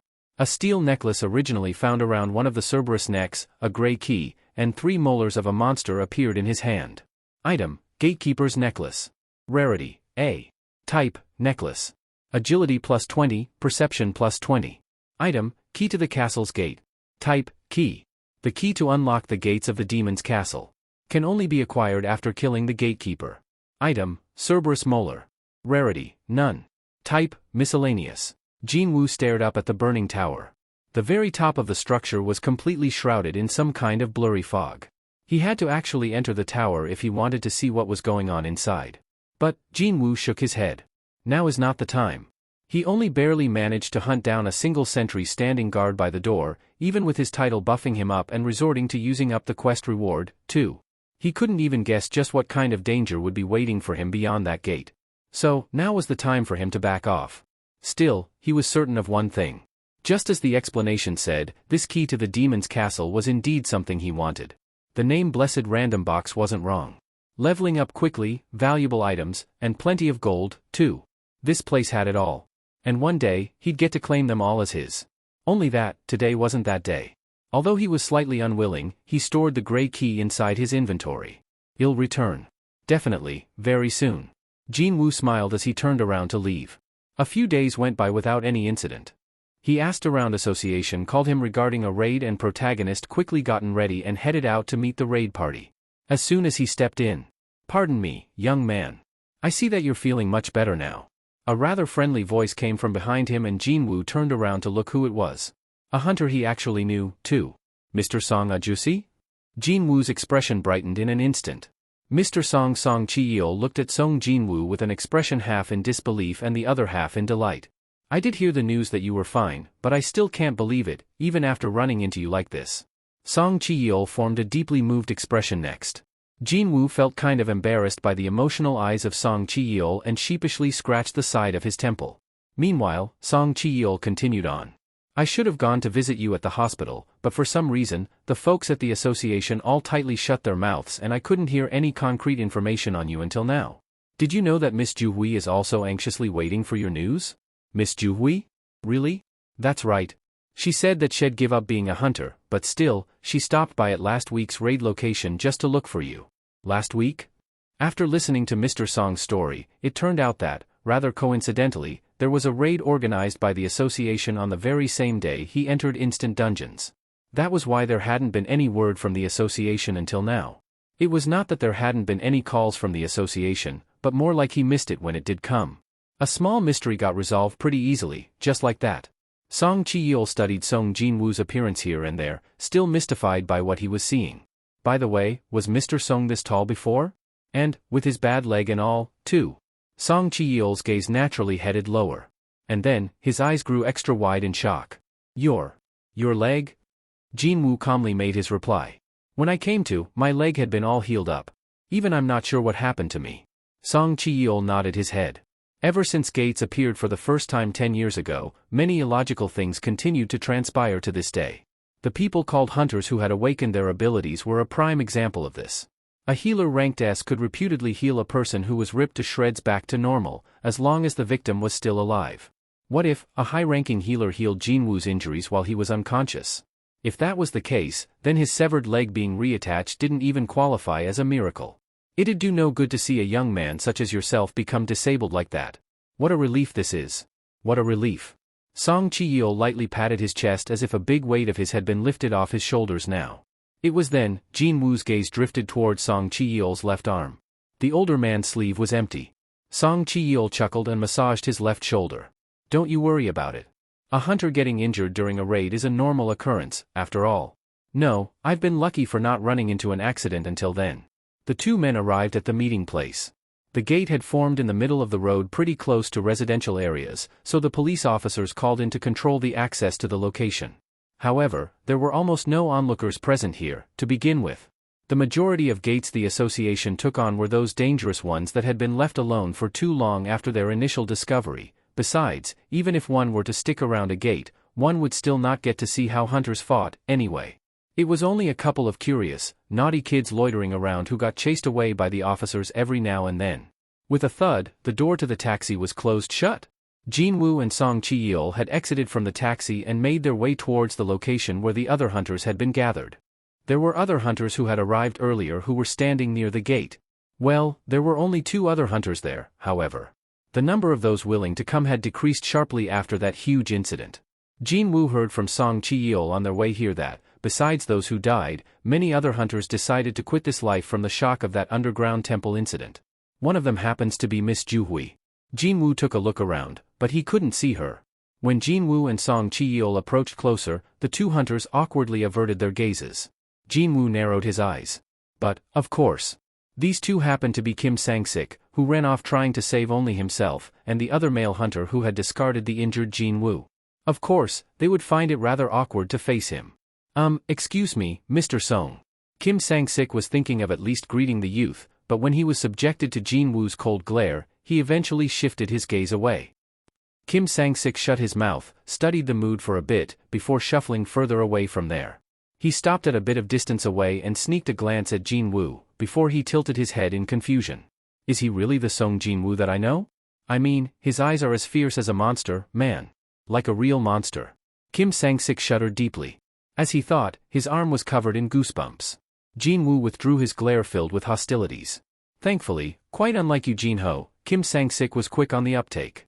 After locking eyes once, he didn't even try to come near Jin-Woo's vicinity. He sincerely hoped that this arrangement would remain for the rest of the raid. Mr. Song. Song Ji-yeol, standing next to Jin-Woo, shifted his gaze in a direction and smiled gently. There she is. Jin-Woo also turned his head in the direction Song Ji-yeol was looking at. But, before he had the chance to completely turn around to look, Mr. Jin-Woo. Something rather soft suddenly hugged him tightly. Miss Ju-hui? While Jin-Woo was getting flustered, Ju-hui was too busy making sure he was fine with a tearful face. Are you alright? You are not hurt anywhere, right? Your leg? Mr. Jin-Woo, how come your leg is? Ju-hui's eyes went extra round as she alternated her gaze between his face and his leg. There was a bit of difference in how extreme it was, but nevertheless, her reaction was more or less the same with Song Ji-yeol's. Oh, that. Just as Jin-Woo was about to reply. How steamy, eh? It's steamy, I say. Both the gazes of Jin-Woo and Ju-hui shifted over in the direction of that voice. From afar, an unknown man was whistling loudly at them. More importantly, though, he was wearing the orange-colored prison overall. Is there a film shoot going on around nearby or something? While Jin-Woo was tilting his head in confusion, a man wearing a business suit climbed down from the front seat of a certain minivan. He then threw out a measured warning at the prison overall guy. Shut your mouth. The prison overall guy pretended to not know anything by staring at the distance. However, he quickly threw an oily wink at Ju-hui when the business suit looked back inside the van. Immediately, Jin-Woo's expression crumpled. 2 more people climbed out of the van right away. Both of them were men. And particularly worthy of note was the fact that they all wore prison overalls and had been cuffed as well. The business suit led the 3 prison overalls towards the association's employee. And she welcomed him with a bright expression. You've finally arrived. Please forgive us for our tardiness. There was traffic on the road. The business suit then proceeded to sign on each of the documents the association employee presented to him. In the meantime, the employee called for the hunters to gather around. These folks are the replacement convicts who will participate in the raid alongside you, hunters. And so, the expressions of the hunters hardened considerably.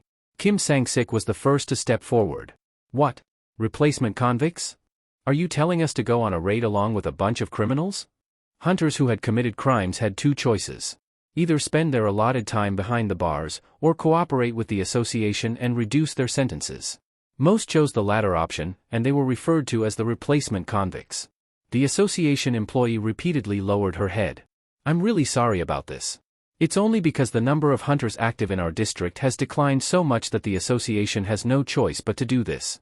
However, they will be accompanied by a hunter from the monitoring division, so you don't have to worry too much. Kim Sang-sik asked, still full of suspicion. A hunter from the monitoring division, you say? Yes. All the convicts are rank CS, but the hunter from the monitoring division is actually a rank B, so there is nothing for you to worry about. Kim Sang-sik nodded his head. The popular opinion stated that you'd need around 10 C-rank hunters in order to contend against a single hunter ranked B.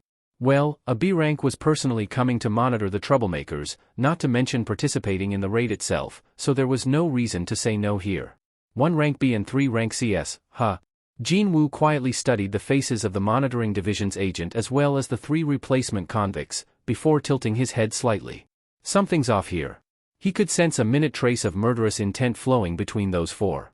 Was this also one of the facets of the enhanced perception stat? Or was he simply being overly cautious? In any case, he was overcome with this unexplainable anxiety all of a sudden. So, Jin-Woo whispered in Ju-Hui's ear. Miss Ju-Hui, please don't participate in this raid. Ju-Hui looked up at Jin-Woo's eyes and asked back. What about you, Mr. Jin-Woo? Rather than answering her, he too asked back. If I say I'll be going? Well, in that case, I'm going too. She looked like she'd follow him, no matter what. I'm sure she's only doing this because she's concerned about me. And, he learned through prior experience that, whenever Ju-Hui's face was forming that expression, she'd suddenly become a very stubborn young lady and she'd never change her mind, no matter what. There shouldn't be a problem with me around, right? After all, he had experience dealing with Hwang Dong-suk's gang, which contained 5 rank CS in their midst. Jin-Woo nodded his head. In that case, okay. The agent from the monitoring division finished signing on all of the documents, and then came to speak to the gathered hunters. My name is Kang Tae-sik from the monitoring division. I believe you've been informed of the situation. You'll keep a very close eye on those 3, so you can rest easy. Kang Tae-sik then beckoned the 3 convicts to come closer. They all trudged towards him and presented their hands. With a practiced hand of his own, Kang Tae-sik swiftly undid their cuffs. Wowzers. I thought I was going to die from the stuffiness just now. We aren't even slaves, so isn't it against our rights for you to drag us around here and there like this? The convicts massaged their freed wrists and continued to pile on their complaints. Kang Tae-sik roundly ignored them and returned his gaze back to the hunters. Who will be taking the lead today? Song Chi-yeol, having led raids before, raised his hand about halfway up. Kang Tae-sik nodded his head. Understood. With Song Chi-yeol in the lead, hunters entered the gate one by one. Let's get going as well.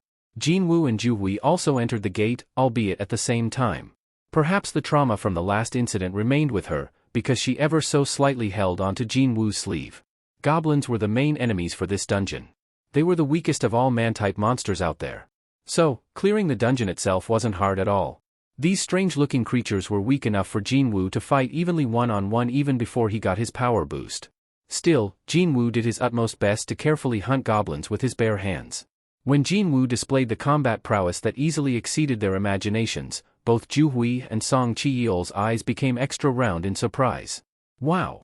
He was hiding most of his true power, yet the result of each fight was still remarkably different compared to the past. Ju-Hui approached him and carefully asked him, "Have you been working out lately?" "Well I've been jogging every day." "Jogging?" Ju-Hui tilted her head, but well, he wasn't technically lying here, so. But besides all that, I'm not earning any experience points here. The enemy's level is too low, and your experience points did not rise. Jin-Woo formed a disappointed expression. The message of goblins being too weak and him not getting any experience points kept repeating itself. This isn't going to work. On top of this, the magic crystals from the goblins were also the worst grade there could be. Jin-Woo took a look around him. The C-ranked convicts must have been really excited by the taste of freedom because they were wildly swinging their weapons and energetically ripped goblins to shreds. From that scene alone, it was difficult to tell apart just who were the monsters and who were the humans there. I guess there's no reason for me to break a sweat today. Well, he wasn't earning any experience points, nor was he making lots of money today, either. A certain thought popped up in his head next. If it's going to be like this from now on, wouldn't it be better to quit the association? Pretty much the majority of jobs coming to the association's way were clearing the gates ranked D and E. However, if his level wasn't going to increase from entering those types of gates, then there was no need to participate in association's raids anymore. I can easily earn mom's hospital fees by myself now, too. He could quit the association at any time he felt like it. This was why having money was always for the better. As soon as he had some, his selection had widened. While thinking of this and that, the raid team entered deeper into the dungeon. And soon, a forked road with 3 paths appeared before them. Kang Tae-sik made a suggestion to Song Chi-yeol. Since the difficulty of the dungeon is low, how about splitting up from here onwards? Yes, let's do that. Song Chi-yeol readily agreed to that idea. Jin-Woo closed his eyes and extended his perception to the max. Now, which path leads to the boss? He was hoping that maybe the boss would give him a few experience points, at the very least. Soon enough, he could pick up on the auras of all living creatures inside the dungeon. Jin-Woo opened his eyes and spoke to Song Chi-yeol. Ajusi, let's go left. Okay. Jin-Woo, Song Chi-yeol, and Ju-hui chose the left pathway, Kang Tae-sik and the three convicts the right one, and the remaining two went down the middle one. Jin-Woo's heart began beating a little bit faster. The boss is at the end of this passage. Although it couldn't be described as strong, a unique and different aura from that of a goblin was leaking out from the end of this cavern-like passageway. He wanted to quickly kill the boss. Out of the blue, screams reverberated throughout the dungeon from somewhere, one after the other. Those weren't from the goblins. No, they definitely belonged to humans. Jin-Woo, Song Chi-yeol, and Lee Ju-hui exchanged glances. They thought the things had calmed down, only for yet another desperate scream to enter their ears. Song Chi-yeol's expression hardened. Let's go take a look. The three of them quickly ran to where the screams came from. Jin-Woo could have run faster than his two companions, but for the sake of their safety, matched their speeds. Just how long did they have to run? Ju-hui cried out in alarm after finding a person. There's a person there. And it just so happened to be the hunter from the monitoring division, Kang Tae-sik. He was kneeling on the ground, covered completely in blood. Kang Tae-sik shouted out at them. Be careful. I don't know where they could be right now. Kang Tae-sik spat those words out with great difficulty before collapsing on the ground in pain. Ju-hui couldn't watch on anymore and hurriedly ran towards Kang Tae-sik. Hold on, I'll heal you right now. Ju-hui was thinking like this, regardless of where the enemies were hiding, she was still a healer ranked B, meaning the speed of her healing magic was very fast. So, she thought that before enemies attacked them, it'd be more advantageous for her to quickly heal Kang Tae-sik. Please hold on for a little while longer. Ju-hui stood in front of Kang Tae-sik and reached out with both of her hands. Gentle rays of light gathered near the ends of her hands. It happened then. Kang Tae-sik rapidly raised his upper body up and took aim at the center of Ju-hui's neck with his hand full of magical energy. Swish! Just before his fingertip could touch Ju-hui's Adam's apple, someone managed to grab Kang Tae-sik's wrist just in time. Snap! The stunned Ju-hui stumbled backwards before falling on her rear. Plop! Kang Tae-sik's expression became one of shocked amazement. He stopped my attack in that short space of time? It was not a hard job for a high-ranked hunter to deal with a handful of lower-ranked hunters. The only thorn in his side today happened to a female hunter ranked B, the same rank as he was. The silver lining about this thorn was that she was not a combat-related hunter. She didn't possess any abilities to protect herself, so as long as he succeeded in sneak attacking her, everything would end quite easily. However, to think, his sneak attack would end up missing. With things like this, there was no reward for all that great acting he had put on. Kang Tae-sik's gaze followed the hand grabbing his wrist and to its owner. And Jin-Woo's face was at the end. Jin-Woo's eyes were emitting a very strong light of murderous intent. Kang Tae-sik frowned deeply. How dare you, a fucking association bottom feeder. Swish! Kang Tae-sik's other fist flew towards Jin-Woo's face. However, Jin-Woo simply tilted his head out of the way and let the fist fly by. What?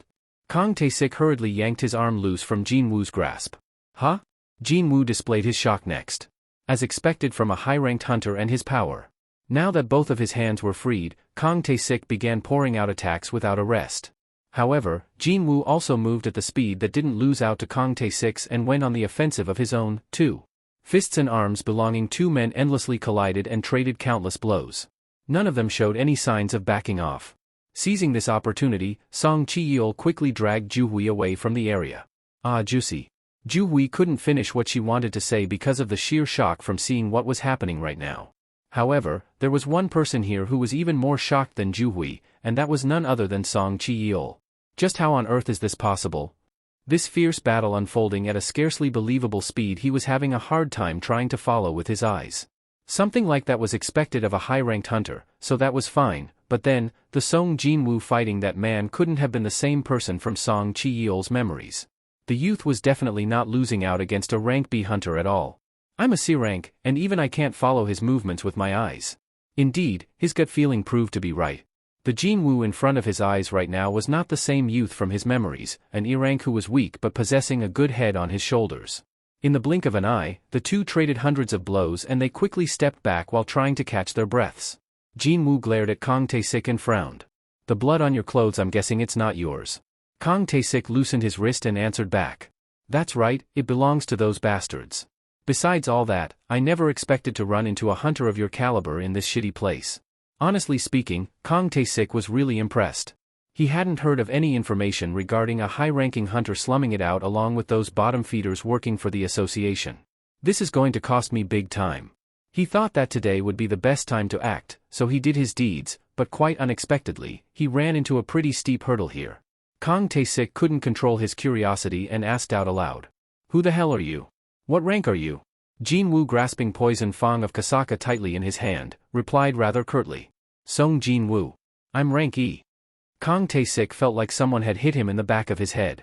A bastard that displayed the movement equal to his own speed, which was unmatched within the rank B, introduced himself as a measly rank E just now. Is he trying to make fun of me? Kang Tae-sik gnashed his teeth. No, hang on. Indeed, there was something odd here. If he's really a high-rank hunter, there is no reason for him to be here, isn't it? The jobs these bottom feeder association hunters did were quite obvious. Their main role was to clear those gates that guilds and freelancers gave up on because of their low monetary values. Their earnings were pathetically small compared to other hunters, and they were not widely acknowledged by other hunters either. In other words, there was a very good chance that this bastard really was an E rank. Only that, his abilities were anything but. Still, a fake registrant wouldn't brazenly work under the association like this, so Kang Tae-sik eventually arrived at the only logical conclusion. He is a reawakened. When he thought about it, he remembered the upper echelons of the association getting a bit noisier with a rumor of someone going through a reawakening somewhere nearby this location. And that person was supposedly a hunter affiliated with the association. He should have memorized that name back then. As that matter happened only a couple of weeks ago, if this bastard had been delaying getting a reassignment test for some reason until now, it was very much possible for him to remain as an E rank and assist the association with their work. Who could have guessed that such a guy would show up today?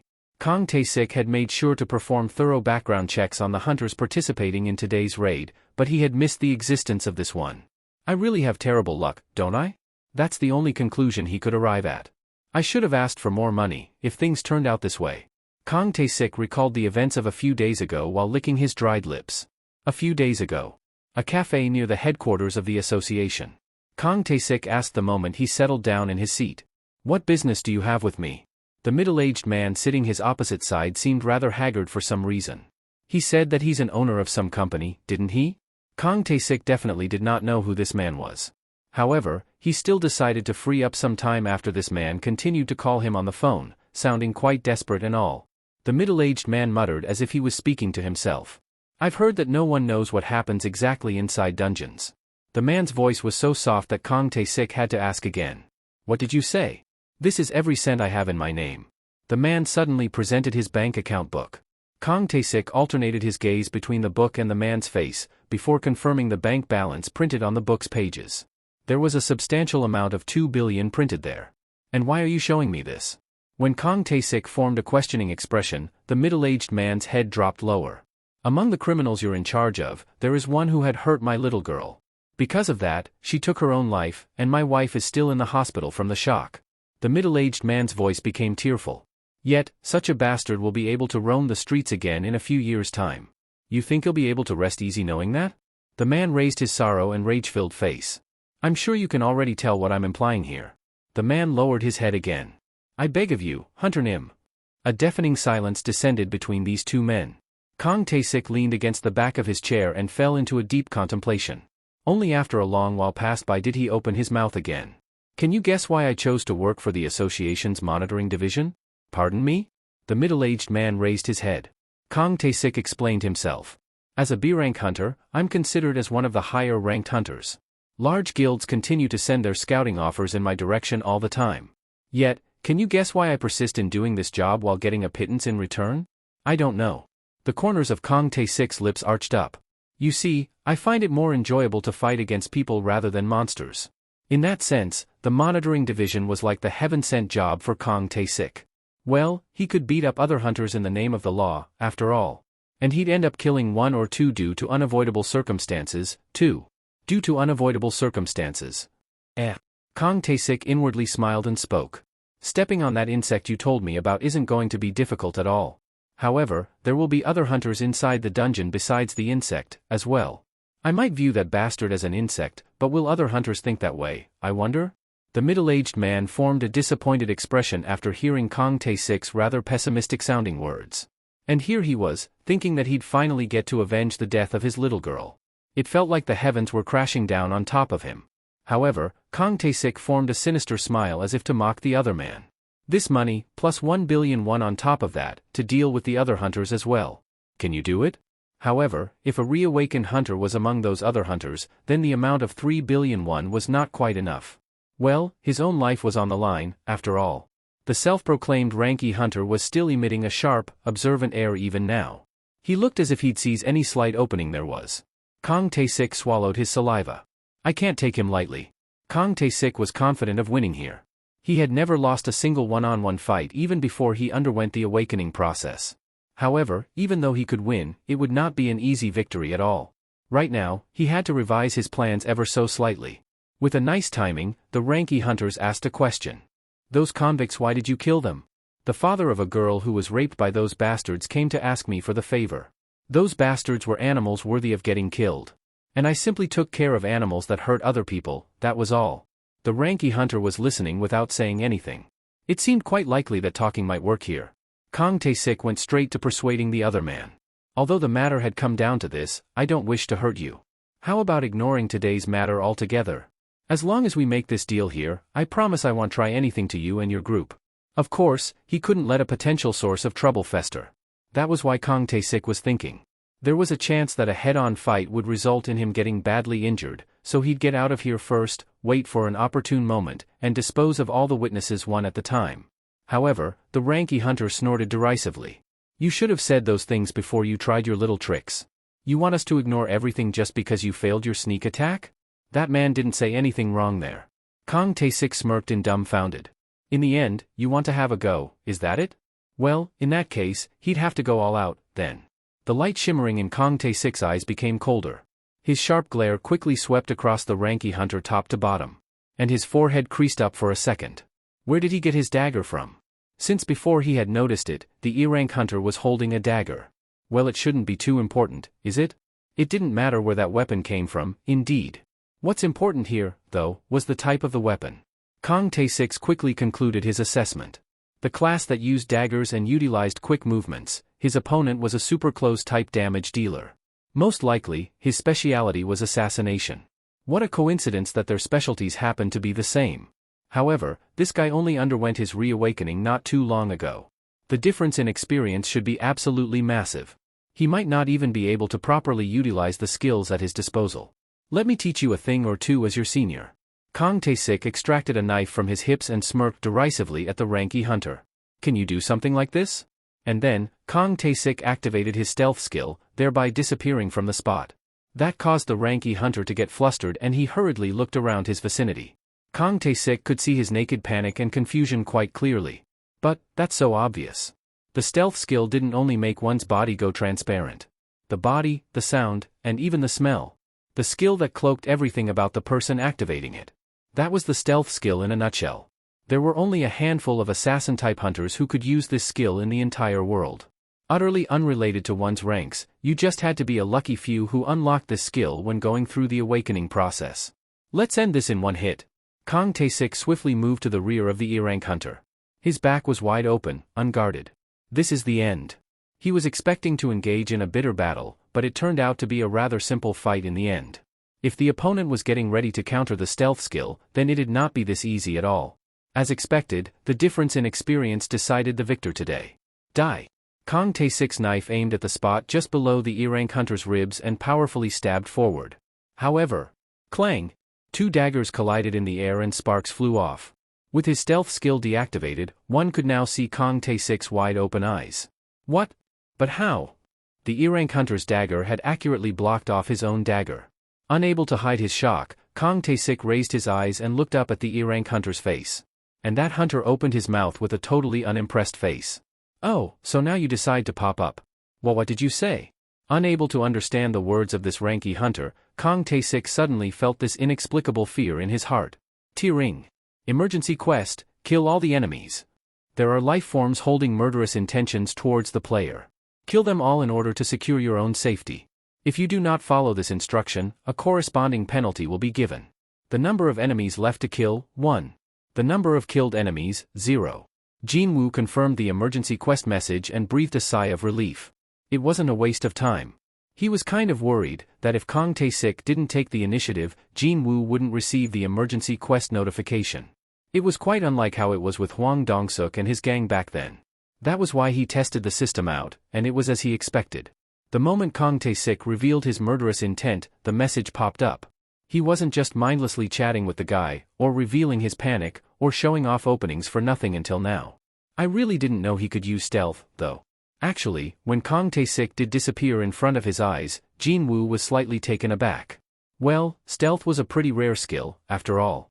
But, when he concentrated a bit harder, he easily and accurately sensed Kang Tae-sik's every movement. So much so that he could close his eyes and still find his target with no problem. This was the effect of his enhanced perception stat. He continued to invest on this stat just so he could tell whether he should fight or flight, but today, he learned of a new use for it. I got lucky. Thanks to that, Kang Tae-sik was getting shocked out of his mind as if he had seen the ghosts of his ancestors. But, how? And now, when Jin-Woo takes care of this murdering bastard, he'd be able to enjoy the quest's delicious rewards. If I'm going to fight anyway, then I might as well get everything I'm supposed to, no? It was his turn now. From now on, he'd start attacking for real. The two daggers locked in a deadly embrace continued to push against each other. It seemed that their strength was about the same. It was here when Jin-Woo's eyes gleamed dangerously. In that case, should I find an opening somewhere else?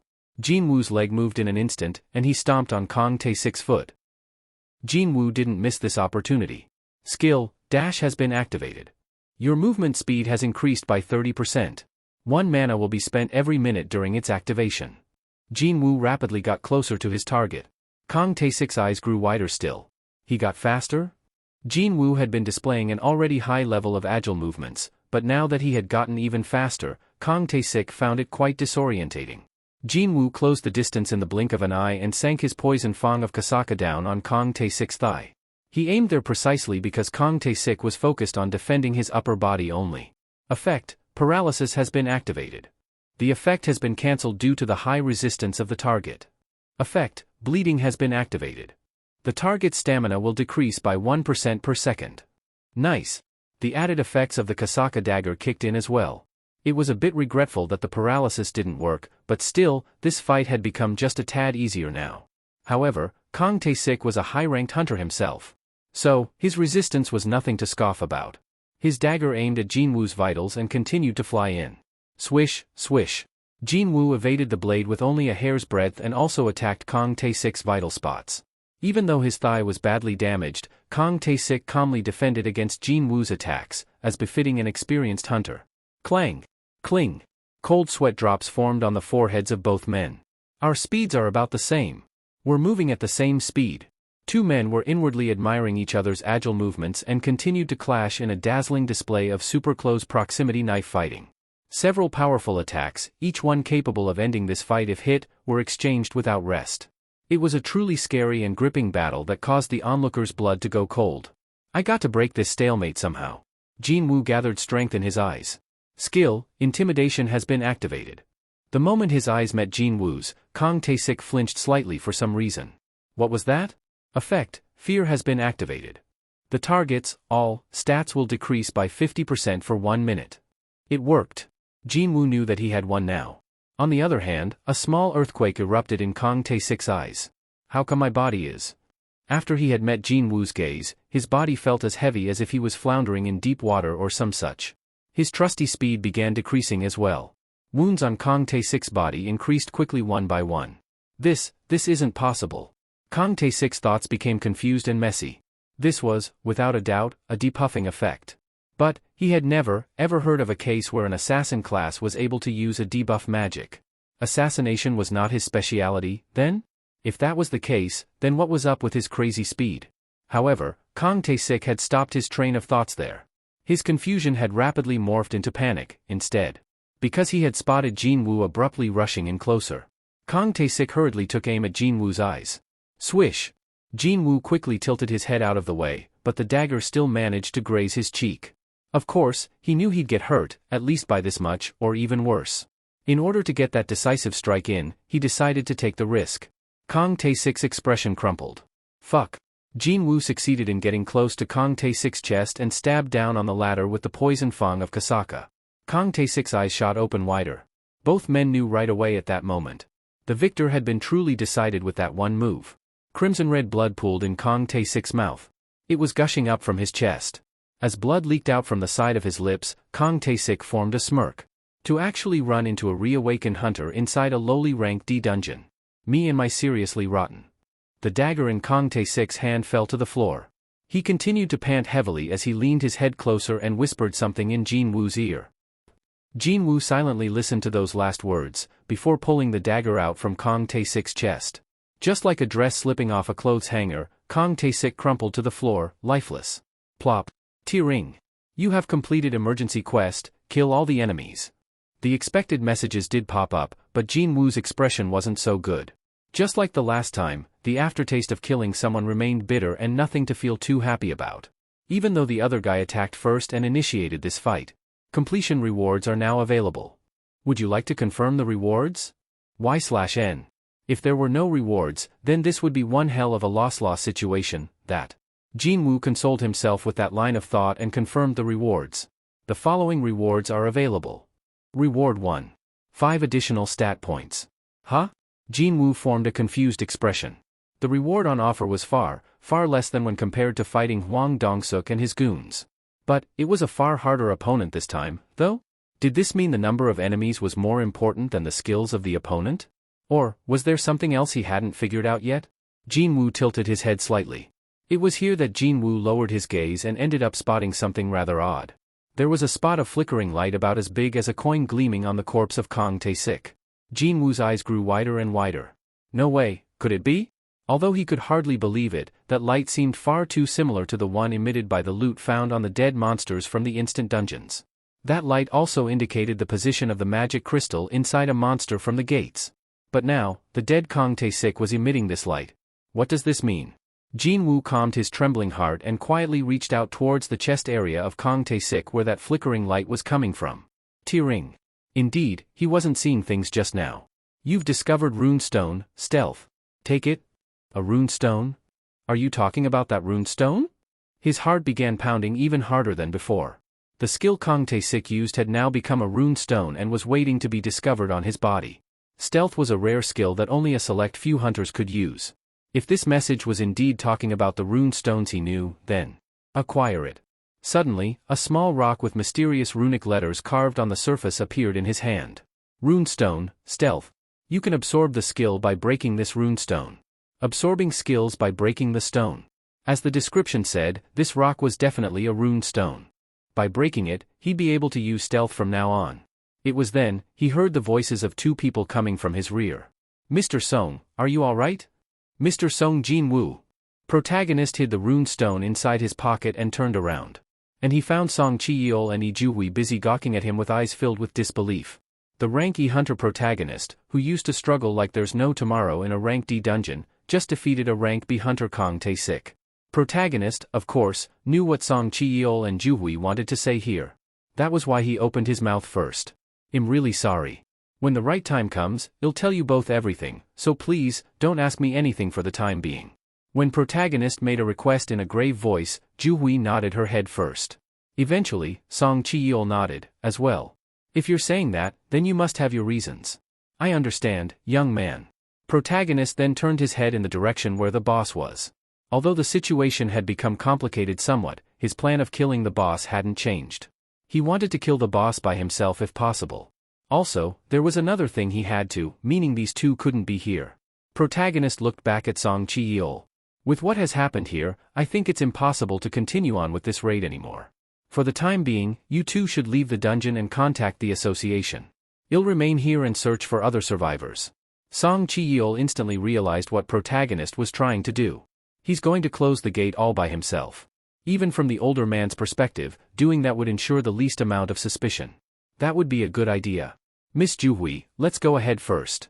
Ju-hui hesitated after hearing Song Chi-yeol's recommendation, but then, she took a step back without saying anything else. Even as she was escaping from the dungeon, she continued to look behind her several times.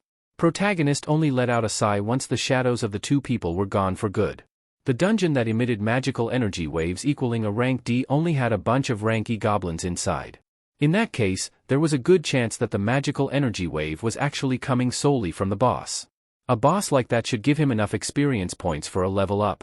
But before I do that, there was something else he had better confirm first. Protagonist pushed his perception to the limit and carefully combed over all auras present within the dungeon. Found you. Protagonist began waking to his new destination.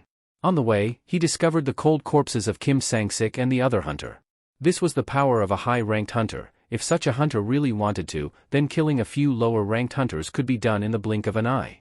Jin-Woo's expression hardened as he walked past them. A short while later, Jin-Woo discovered a lone convict struggling on the ground not too far from him. His arms and legs were all tied up with a rope, and there was a gag placed in his mouth. It was as Kang Tae-sik said, just before his final breath. "I've tied up the rapist not too far from here. I was thinking of disposing of him last, after the victim's father asked me to make him suffer for a bit." Kang Tae-sik stopped breathing after those words. The convict began to struggle even harder after seeing Jin-Woo. It was as if he was asking to be freed as soon as possible. Now that Jin-Woo took a closer look, it was none other than the same guy who threw a dirty wink at Ju-hui earlier on. As soon as Jin-Woo pulled the gag off the convict's mouth, he breathed in and out heavily and widened his eyes. That crazy bastard, Kang Tae-sik killed everyone. He killed everyone. What the fuck happened? Did he leave? There is blood on your clothes? Did you get done in by him, too? Jin-Woo didn't reply and simply raised his head to stare straight ahead, towards where the boss was. The convict's words poured out in great urgency. "Untie me first. Hurry. We gotta escape before Kang Tae-sik shows up. God damn it. There is some sort of magic energy flowing in the ropes and I can't tear them apart. You have some sort of a weapon with you, right? Why aren't you saying anything? Can't you hear me?" When Jin-Woo continued to ignore him, the convict forgot about the position he was in and began frowning in dissatisfaction. Remaining expressionless until then, Jin-Woo finally opened his mouth. The boss should be just up ahead. What? A confused, questioning expression floated up on the face of the convict. Feels like it's a bit stronger than a regular rank D dungeon boss, too. I'm getting really curious about its attack patterns, you see. The convict listened to those words and lost his cool, roaring out at the top of his voice. "What the fuck are you even talking about?" Jin-Woo calmly continued on with what he wanted to say. "Before all that, though, I got to ask you about something. You remember the girl you raped before?" "What? Which one are you talking about?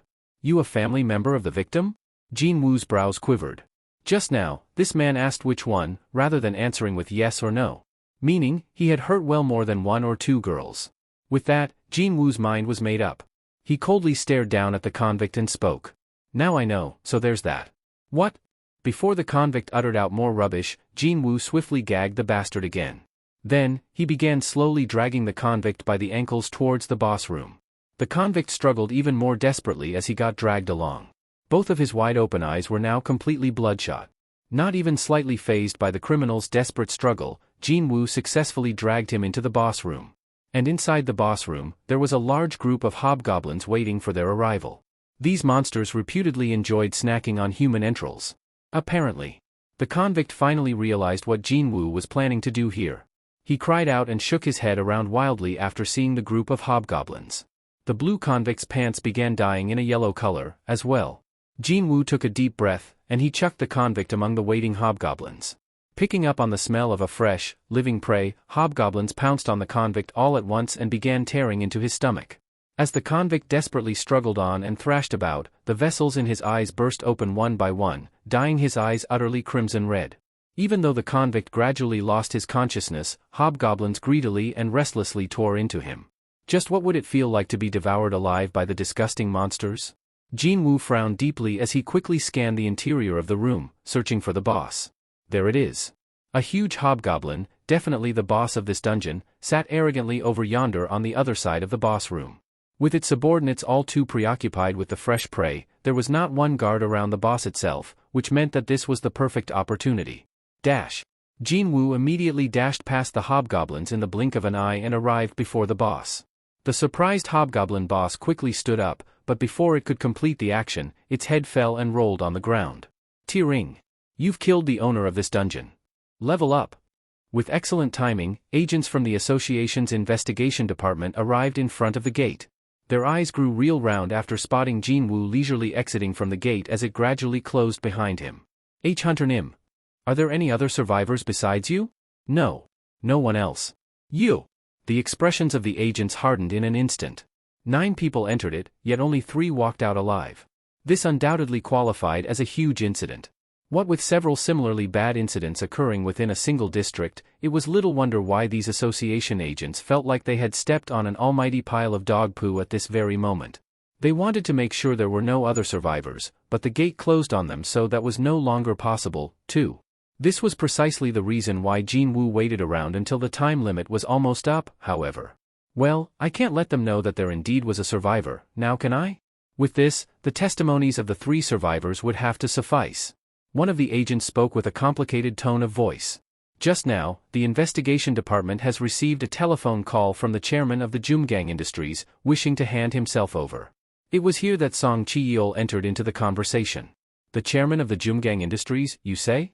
He's the father of the victim, and he allegedly has paid off the hunter Kang Tae-sik from the monitoring division to murder the convicts. Oh. The chairman had confessed to everything after he heard that Kang Tae-sik was indeed successful in killing the rapist. Although, it wasn't Kang Tae-sik but me. Cops headed there, and the association came here, it seemed. Jin-Woo listened quietly before asking a question. If that's the case, there is no problem on this side, isn't that right? At Jin-Woo's question, the agents formed troubled expressions. Yes, basically. There was a clear evidence of Kang Tae-sik's crimes, and these 3 people fought Kang Tae-sik in order to survive. Just as Jin-Woo asked, there was nothing here that could be seen as problematic. Except for one thing. One of the agents asked the part that felt the most suspicious to him. Just who delivered the final killing blow to Mr. Kang Tae-sik, who was a rank B hunter? The agents had only arrived at the scene not too long ago, and they were not briefed on the minute details of the situation yet. Oh, well. The distance from here to the association headquarters is really far, so it can't be helped, huh? It's already quite commendable that they had arrived here before the gate actually closed. They surely had to leave the HQ and drive super fast to get here in time as soon as receiving the call. Hints of fatigue were clearly visible on the faces of the agents. Just before Jin-Woo was about to speak the truth, he recalled the face of Eugene Ho. What a missed opportunity this is, but looks like I won't be helping that kid out with his raid quota after all. By making an excuse of him being a reawakened hunter, and going ahead with the reassignment test, he'd not be able to humor Eugene Ho's plan anymore. Jin-Woo thought as such and was about to open his mouth, but then. It was me. His head naturally swiveled towards the source of that voice. And he saw Lee Ju-hui, her wide-open eyes full of surprise, staring at Song Chi-yeol. But, Ajusi? Before Jin-Woo could ask what his intentions were, Song Chi-yeol took the initiative and walked closer to the agents. I'm the one who killed Kang Tae-sik. The questioning agent still didn't look convinced, however. Song Chi-yeol Hunternim, are you saying that you brought down Kang Tae-sik Hunternim? His suspicions had merit. Not only was Song Chi-yeol a rank C hunter, but he also had lost his left arm as well. On the other hand, wasn't Kang Tae-sik often referred to as a high-ranked hunter, someone who was ranked B? The power of high-ranked hunters easily exceeded one's imaginations. The accepted norm was that the difference in strength between a rank B and a rank C was far, far wider than that between a rank C and a rank D. It was here that Song Chi-yeol began chuckling amiably. Have you all forgotten just who is behind me? Just as the gazes of everyone focused on her, Lee Ju-hui's face reddened and she quickly lowered her head. Lee Ju-hui was a B-ranked hunter. She hadn't been mentioned until now because her class was not combat-related, but when looking only at her rank, then she was a high-ranked hunter, just like Kang Tae-sik had been. Why wouldn't a rank C hunter be able to defeat a rank B hunter, when a rank B healer was lending her aid from the side? The agents finally formed expressions of understanding. Taking the opportunity born from the momentary confusion, Jin-Woo stood real close to Song Chi-yeol and whispered to the older man. Why are you lying to them, Ajusi? Song Chi-yeol replied back in a whisper as well. I thought that there must be a good reason why you were trying to conceal your abilities. Did I overstep my boundaries? Of course, he didn't. Thanks to him, Jin-Woo would get to avoid dealing with many inconvenient matters. This was the reason why one could never discount wisdom formed from years of experience. No, you didn't. I've received a lot of your help until now, so I'm glad to hear that I was able to help out you now, even if it's just a small thing. Meanwhile, one of the agents walked closer to the 2 men. Mr. Song Chi-yeol, why don't you come with us? Help us for a minute or two with writing up the report. All right. Let's get going, then. Song Chi-yeol left for the association along with the agents, and before anyone knew it, only Jin-Woo and Lee Ju-hui remained on the scene. The sun had set a long time ago. Ju-hui must have found Jin-Woo and the somewhat altered aura he emitted a bit foreign, because she hesitated greatly before cautiously approaching him. Would you like to walk with me for a little while? Is she talking about that dinner date? He was starving after moving around for a bit today, so he found her suggestion to his liking. Jin-Woo agreed with a welcoming expression. Okay, let's.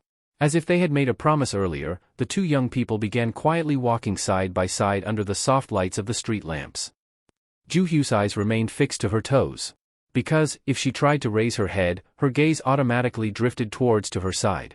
She tried very hard not to think about it, but it was of no use. In the past, she found him comfortable to talk to, but now, the current Jin-Woo was overflowing with this certain sense of power. She found it much harder to talk to him now as a result. Just what happened? He was strong enough to subdue a rank B hunter without too much trouble. He had changed so drastically. Since he requested her to keep it a secret, she wasn't planning to pry, but his amazing transformation kept tugging at the corner of her mind. I wish he'd at least talk to me. Ju-hui kind of felt that Jin-Woo was being rather cold-hearted here, not saying a single word until now. In the end, Ju-hui stopped walking first and with some difficulty, broke the ice. Actually, I think it'll be impossible for me to eat anything today. Let me return this to you in the meantime. Ju-hui handed over a magic crystal to Jin-Woo. It was none other than the same crystal he entrusted to her back in the underground temple. The tips of Ju-hu's fingers were trembling as she handed over the crystal. That incident had been only a few days ago. And she had to go through another one today. Ju-hui was the type of person to get scared quite easily. He could easily figure out what she meant by being unable to eat anything. But, today isn't the only day, you know? There's no need to return this to me now. Ju-hui shook her head slowly. I'm going back home next week. He heard that she was quitting the life of a hunter, but now, it seemed that she was leaving the city altogether. Jin-Woo formed a rueful expression. Is it because of that incident back then? Well, it's not simply because of that, but... Perhaps she ended up recalling the events of that day. Ju-hu's complexion darkened. Jin-Woo quickly changed the topic of their conversation. Where is your family home, exactly? It's in Busan. Actually, Mr. Jin-Woo? Suddenly, Ju-hu's expression became quite serious. Yes? Sensing that the mood had become somber, Jin-Woo quickly wiped the smile off his face and formed a serious expression as well. Ju-hui slowly, carefully combed over Jin-Woo's face. Back then, when everyone else was trembling from despair, only Jin-Woo's eyes burned fiercely with a strong resolve. Ju-hui was nearest to him, so she got to see those eyes. It was like, they were shouting out to the rest of the world so they can hear his will to survive. And the faint traces of hope those eyes captured managed to save not only her, but many others as well, from that place multiple times. No one could imitate what he pulled off back there. When she recalled the events of that day, her heart began beating faster and faster. No, I can't. She had no regrets over quitting the life of a hunter, since it didn't even suit her personality, to begin with. However, she couldn't help but feel really bad after realizing that it'd be tough to meet Jin-Woo ever again. Will he think of me as a weird person, if I ask him about meeting each other again? It was rather unfortunate, but there were some things in this world that she couldn't really do anything about. Having any regrets over such matters would only end up tormenting her. In the end, Ju-hui simply formed a disarming smile and lightly shook her head. Nah, it's nothing, really. If you come down to Busan one day, please give me a call. I'll buy you really good sushi. Sounds good. When Jin-Woo formed a smile, Ju-hui smiled back at him. And so, Ju-hui didn't get to say the words she truly wanted to say. She simply performed a short goodbye and turned around to leave. The east of the United States. Late at night. Hwang Dong-soo was the main hunter of the guild, Scavenger, one of the top guilds in the entire USA. Not only that, but he was also an S rank as well. And just before he went to sleep, he received a phone call informing him of a shocking matter. My older brother is dead? I want you to speak slowly, and tell me everything in detail. Got that? The name of his older brother was Hwang Dong-suk. Apparently, he entered a C-ranked gate and lost his life. My older brother and his 8 teammates all died, and only 2 others escaped unhurt? And the 2 who survived were only a rank D and a bloody E? Something smelled fishy here. The older brother Hwang Dong-soo knew would never sacrifice his own life for a far weaker teammate. Also, what if that said teammate happened to be a temp? There was no need to even mention it. However, only the ranks D and E walked away alive, while his older brother and other C-ranked hunters all perished in that dungeon. There's something going here. Hwang Dong-soo's eyes became incredibly sharp. Right now, he was in a far-off foreign nation after being scouted away by one of America's top guilds, but back when he was still in Korea, his brother did everything possible to look after him and be a good brother. He might not have been a good human being, but he was a great, precious brother. I was planning to invite him here once I've secured my foothold, but now. To think, he'd meet an accident before that happened. Hwang Dong-soo bit his lower lip. Fax me all the information on the 2 surviving members. My number is. TL, yup, it said fax in the raw. So, no emails in this world, then? Hwang Dong-soo ended the phone call and then called his manager next. The call got through pretty quickly. Mr. Hwang. You're calling me quite late. What's going on? Laura. What would happen if I were to kill some people in Korea? Do you really mean that? Yes. There was a bout of silence before the woman's voice continued on. The states have yet to sign an agreement to exchange hunter criminals with South Korea. Mr. Hwang, you are now an American citizen, so you'll get a hearing in a U.S. court instead. If we have a chat with the relevant government officials, then your overall sentence should be pretty light. Good to hear that.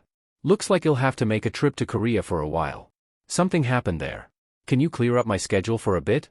However, Mr. Hwang, if you leave so suddenly like this, the operations in the guild will grind to a halt. Can you inform me of the nature of this something? It's a personal matter. Of course, I'm not going to harm the guild in any shape or form. Tell me just how far my schedule's been booked for. You're fully booked out for the next 2 months. 2 months, is it fine? After that, I will need some free time, so don't schedule anything. I don't need a long time, either. Just 2 weeks. You'll only need 2 weeks to pop in and out of Korea. Understood. What should I tell the upper management? Tell them, I'm going to my brother's funeral. Also, going on a trip to cheer myself up, as well. Okay. Will do. By the way, Mr. Hwang, if there is anything I can assist you with. Hwang Dong-soo abruptly ended the conversation. Didn't matter whether it was some cheering up or an advice.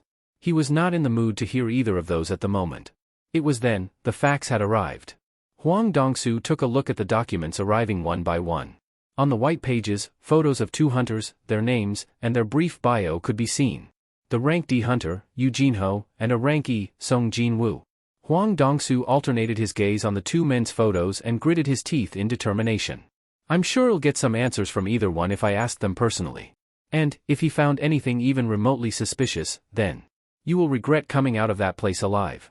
He'll make sure of it. The edges of Hwang Dong-soo's eyes reddened slightly.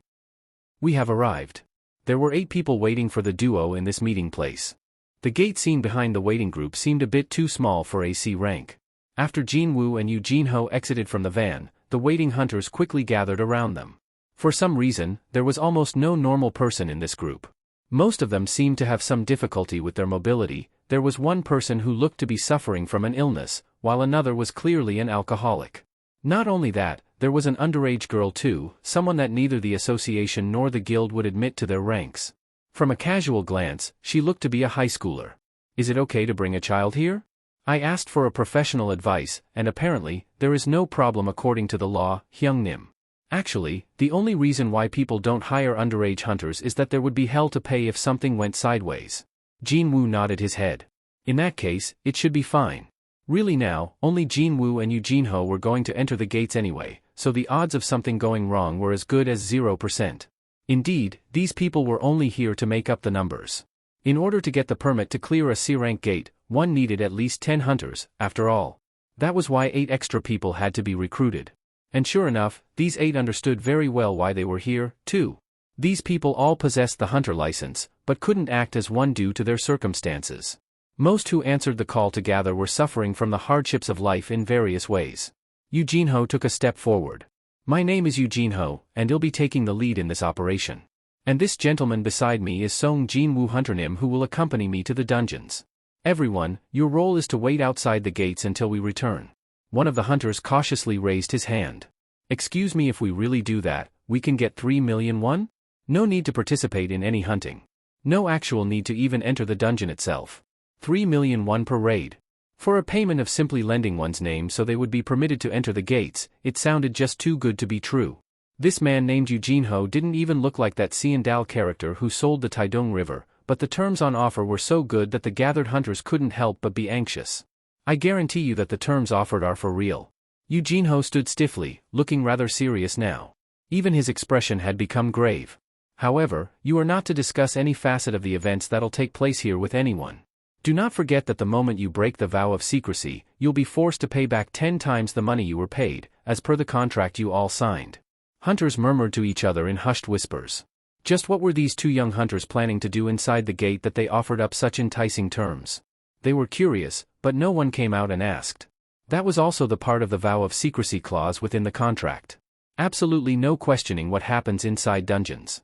Jin-Woo didn't want anyone to know of his special constitution, and Jin-Ho wanted to become the master of a guild, so there was a serious need to make sure that none of their teammates blabbered their mouth to someone else. Instead of asking questions, the hunters began whispering to each other now. Still, can those two survive a rank C dungeon all by themselves? But, they don't look that strong, don't they? If these two are capable enough to clear a rank C dungeon, wouldn't it be better to enter a large guild and get access to higher ranked dungeons? You're so right about that. They all spoke in a suspicious tone of voice, but not one person said they were quitting. That was par for the course, really the terms were too good to give up from their perspective. Even Jin-Woo got hooked by the promise of the 2 million won, after all. The reason for the extra 1 million won, compared to what Hwang Dong-suk had offered, was because of the clause on the participants maintaining their secrecy. While the explanations carried on, the time was being wasted somewhat. Jin-Woo confirmed with his watch and spoke to Jin-Ho. We should get started. Understood, Hyung-nim. Jin-Ho answered right away and clapped his hands in order to draw the attention to himself. Well, that will be all for the explanations. I won't force you to participate. So, is there anyone among you who'd like to quit now? Of course, no one raised their hands. Just before the duo tried to enter the gate. Hyung-nim, hold on for a moment. Recalling something he had completely forgotten about until now, Jin-Ho hurriedly ran back to the van. He then put several things on the entirety of his body and walked back to the gate in an unsteady and difficult fashion. What is that? It's a full set of reinforced armor, crafted by a famous guild of master craftsmen in Italy. Hyung-nim, don't you think we need at least this type of equipment if we were to clear a dungeon by ourselves? Jin-Woo slowly facepalmed.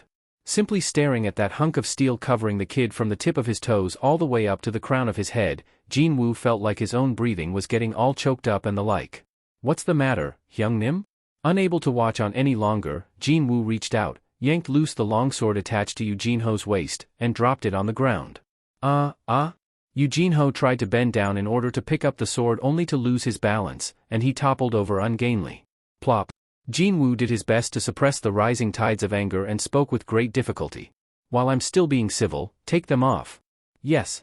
However, after struggling for a bit to stand back up, Jin-Ho called out to Jin-Woo. Hyung-nim. What now? Please help me. I can't stand up. Jin-Woo spat out a long sigh while looking at Jin-Ho reaching out to him. Will this be fine, Hyung-nim? Yeah. In the end, they agreed on the kid wearing a helmet, and nothing else. With a satisfied face, Jin-Ho jumped inside the gate. Jin-Woo followed in right after without saying anything else. As soon as the two men walked into the dungeon one by one, the remaining hunters all slowly shuffled towards the gate. One of them piped up with a worried voice. Judging from the way they acted, they looked like a couple of amateurs. Another agreed, while staring at the gate's surface. You're right. The two people's conversation opened the floodgate of words from the remaining hunters. Everyone began speaking their minds now. What will happen if those two get killed inside the dungeon? Well, we all got paid the contract signing fee already, so. Yeah, well. That's true, too. A male hunter sporting a smattering of white hair pulled a cigarette out and lit it up. The arrogance of youth tends to catch many young people unawares. The cigarette smoke slowly rose up. The hunters all fell silent. They couldn't help but feel awkward and bad, thinking that they were now a part of someone else's suicide attempt. Even if they were total strangers, no one liked seeing another person getting killed right in front of their eyes, or in this case, inside the gate right in front of them. Was that all? What about the rest of the money? They may have received the contract fee up front, but they would have made a lot more by following the two young men around for the next 18 raids. Regrettably, though, the odds of two young people coming back alive were simply too low. Shouldn't we report this to the association, even if it's now? I wonder. Yeah, what if we get blamed for this? Then, this happened. Buzz. Jin-Woo and Jin-Ho hurriedly emerged from the gate. Jin-Ho was panting laboriously. Steam slowly rose up from the bodies of two young men carrying tired expressions. They managed to escape unhurt. What a relief. Hunters welcomed the two with happy expressions. They were all thinking that these two only roamed around the entrance of the dungeon like a pair of lost kids, because the time between them entering and leaving was fairly short. However, what was going on here? The expressions of the hunters gradually changed. Because, they all heard someone crying out in alarm, that was why. The gate is closing. What? Everyone hurriedly shifted their gaze over to the gate. Oh my gosh. Look, look. They killed the B-boss? The gate is turning blurry and illusory, just as it would when the boss of the dungeon was killed. While the hunters couldn't hide their shocked disbelief, Jin-Woo utterly disregarded their gazes and quietly asked Jin-Ho. Where is the next one? It's about an hour's drive from here, Hyung-nim. Okay, let's go. Jin-Woo and Jin-Ho headed straight to the van. Meanwhile, the 8 hunters stared at the duo's backs with completely dumbfounded faces. Realizing that they weren't following him, Jin-Ho turned his head and called out to them. Let's hurry up, everyone. We barely have enough time to go to 2 more gates today. The jaws of the hunters all dropped to the floor from that declaration. Drop. The middle-aged hunter with the smattering of white hair, Gwi1, was so stunned that he failed to realize his cigarette slipping out from his lips and falling to the ground. Those 2 managed to clear a rank C dungeon, and they are going for another raid, too? It wasn't only Gwi1, though. Everyone present was thinking the exact same thing. Just who are these people? The first day. A group of monsters rushed at the duo. Hyung-Nim, they are coming. Okay. Jin-Woo smoothly glided among the rushing monsters. Whenever he brushed past one, the head of an undead creature fell and rolled on the ground. The number of monsters decreased quite rapidly. Soon, only one remained. Stab. When Jin-Woo stabbed his dagger deep into the last monster's chest, a familiar mechanical beep rang inside his head. Tearing. Level up. Jin-Ho, who had been standing at the far back, gasped in admiration and clapped his hands enthusiastically. Hyung-Nim, you're so cool. Magic crystals. Ah. Okay. Jin-Ho quickly pulled the bag out and began collecting the magic crystals. It was around at this point. The mechanical beeps didn't end with the level up message and continued on. You've acquired skill, high-grade dagger technique LVU1. You've acquired skill, vital points targeting LVU1. Skill, dash has leveled up. Jin-Woo's expression brightened in an instant. I've got new skills? Been a long time too, hasn't it? Feeling rather chuffed with himself, Jin-Woo quickly summoned his skill window. The dash skill had leveled up after he constantly used it. Also, in the passive and the active columns, high-grade dagger technique and vital points targeting had been added as well. Active skill. Skill, dash level 2. Mana required to activate, 5.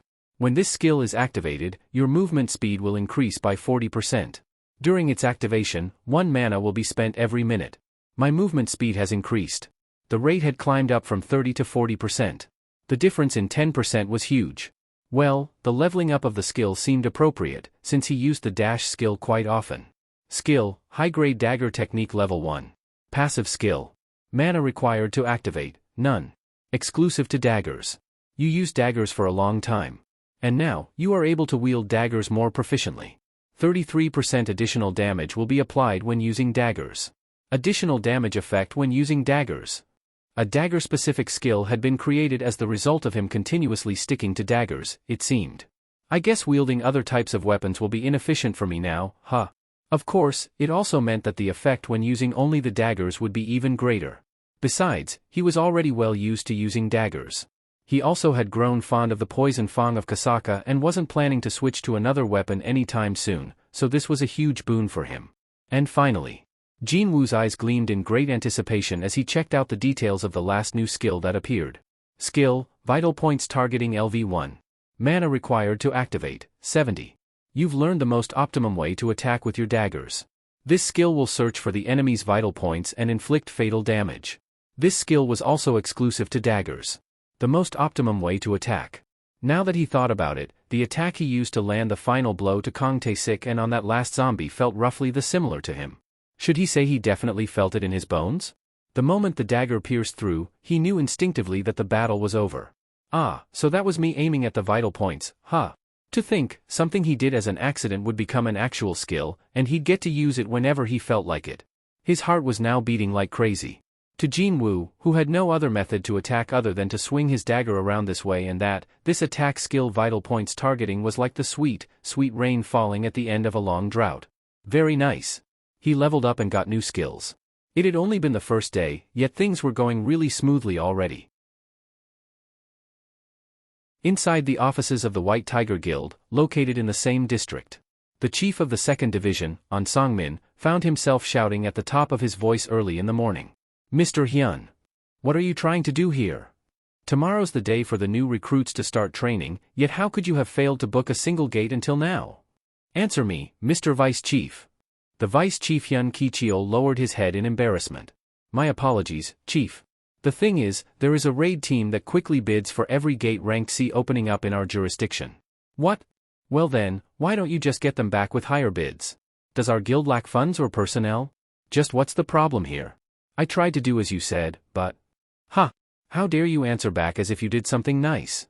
From the thunderous roar of An Sang-min, the entirety of the second division had fallen into silence. It sure had been a long time since An Sang-min blew his top to this extent. Just what kind of a place was the White Tiger Guild? It was called one of the top 5 guilds in South Korea. For that reason alone, every single employee working within its halls was, without exception, excellent individuals. The Vice Chief Hyun Ki-cheol too was a talented, sharp individual who performed his role well and admirably, having never committed a single error ever since he was hired by the guild. But to think, he failed to book a single gate when the new recruits were supposed to begin their training soon. This no doubt qualified as a big error. The second division that An Sang-min was in charge of did the roles of recruiting new hunters and training them, while the first division took care of managing the schedules of the guild's main hunters. Please, take a look at this first, Chief. The near-tearful Hyun Ki-cheol pushed forward a notebook PC to his superior officer. What the hell? An Sang-min was about to explode once more, only for his jaw to drop to the floor after checking out a certain number appearing on the notebook screen. 250 million won? There is a crazy bastard who spent 250 million won on a single rank C gate? An Sang-min became utterly speechless. The best anyone could hope for, in terms of financial return from a gate ranked C, was only around 200 million won. Paying 250 million won was, simply put, being a hopeless moron who paid way too much. Originally, the bidding price of this gate was only around 70 million. But, when I raised the bid to 100 million, these bastards suddenly upped it all the way to 250 million, Chief. The upper limit for a single C-rank gate set by the White Tiger Guild was 100 million won. One could now clearly see why Hyun Ki-cheol was feeling rather aggrieved at the moment. Who are these bastards? An Sang-min's hands typed on the keyboard quite rapidly. And soon, the search results filled up the computer screen. Just as Hyun Ki-cheol had said, one raid team was snapping up all the rank C gates appearing in this district with nonsensical speed while paying an equally gobsmacking amount of money. What the hell, who are these crazy bastards? This area was the White Tiger's backyard, their jurisdiction. At first, An Sang-min thought of the possibility that other guilds were possibly interfering with their work. No, hang on. That's not possible, is it? There was no large guild stupid enough to start something with White Tiger openly in this fashion. Even if it was one of the 5 top guilds in South Korea, it would have to risk getting destroyed in return by clashing against the White Tiger. So, it's not a guild, then. In that case, who and why?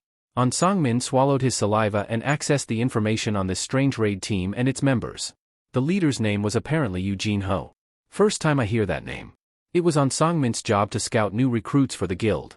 That was why he had remembered the names of freelancer hunters who had at least displayed a modicum of excellence in the past.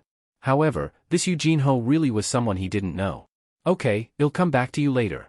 He then proceeded to slowly scroll down the list of the team's members, hoping to spot any familiar names on it. And then, there was one. One name kind of stood out. Sung Jin-Woo? Sung Jin-Woo. Where have I heard this name before?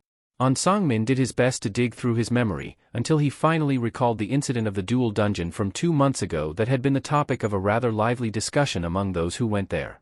Indeed, it was none other than the White Tiger Guild that went to assist the association during that event. Hey, Ki-cheol, do you remember that dual dungeon incident 2 months ago? The one where our hunters had to go and take a look? Yes, Chief. I remember. It's Sung Jin-Woo, a ranky hunter. I knew it.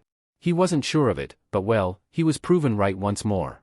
An Sang-min instinctively realized it, there was something fishy going on here.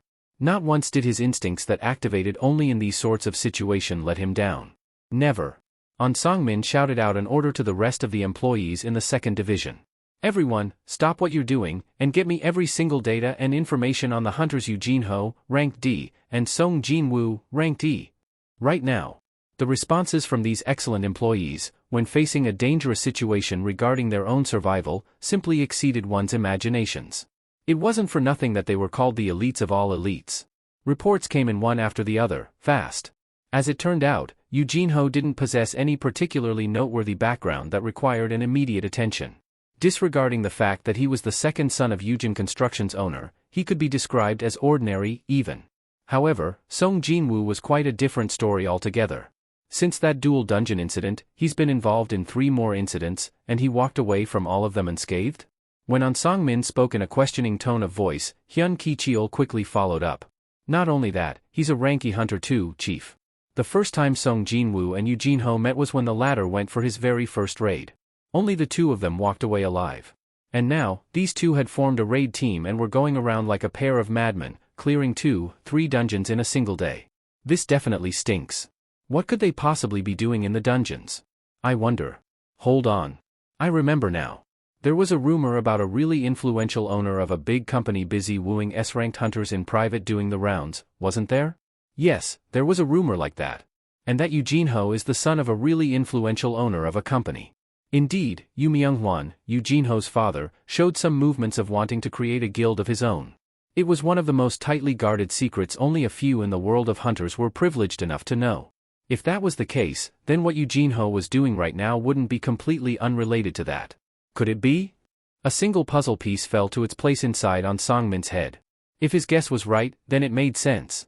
Seeing that rapid change in his superior officer's expression, Hyun Ki-cheol nervously swallowed his saliva. An Sang-min spoke with more than enough confidence in his voice. This guy. He's definitely a reawakened hunter. A reawakened hunter, you say? Hyun Ki-cheol's eyes became round dots resembling a rabbit's eyes. But, An Sang-min was sure of it. That's right. A ranky hunter was no different from a regular person. If there was an incident, then such hunters were as good as dead. However, this Sung Jin-Woo kept surviving, totally unhurt to boot, from several large-scale incidents that killed most of the participating hunters. Of course, he could be lucky. Sure. However, the third and last incident. The situation with this particular incident caused by the agent of the monitoring division, Kang Tae-sik, was rather different from the rest. The record said that a rank C mage combined strength with a rank B healer to defeat Kang Tae-sik. Bullshit. Hunters in the monitoring division all specialize in combat. If Kang Tae-sik was a moron, he'd try to dispose of the highest ranked hunter with the low combat potential, the rank B healer first. You telling me that a rank C mage type hunter managed to stop him by himself? The thing was, the mage type hunters were weak against close combat type hunters, even more so against the assassin types. Unless Kang Tae-sik underestimated his opponents and ignored the presence of the rank B healer, it might be possible, but the hunter with 3 years of experience in the monitoring division wouldn't make such a blunder, thought An Sang-min. The one who stopped Kang Tae-sik wasn't this rank C Song Chi-yeol, but someone else accompanying them. There was no physical evidence, but he was getting more and more sure of his guesses being right. Sung Jin-Woo now possessed abilities matching that of a high-ranking hunter after going through a reawakening process. Jin-Woo coincidentally took part in the raid and saw the abilities of Sung Jin-Woo. And now, Jin-Woo was testing out this and that in preparation to scout Sung Jin-Woo to his father's new guild. When he thought like that, everything seemed to click. This is a huge piece of news. If Sung Jin-Woo was indeed a reawakened hunter, then there would only be a few people, including Jin-Woo, who knew his true worth. Just who was Myung-hwan? He wouldn't want to accept any wannabes and idiots. Definitely not. Not only that, as one of the founding members of the guild, too. This could be an excellent chance to snatch away a wonderful individual marked by none other than Myung-hwan. If he fought and defeated rank B Kang Tae-sik, then his abilities should be at least B, no?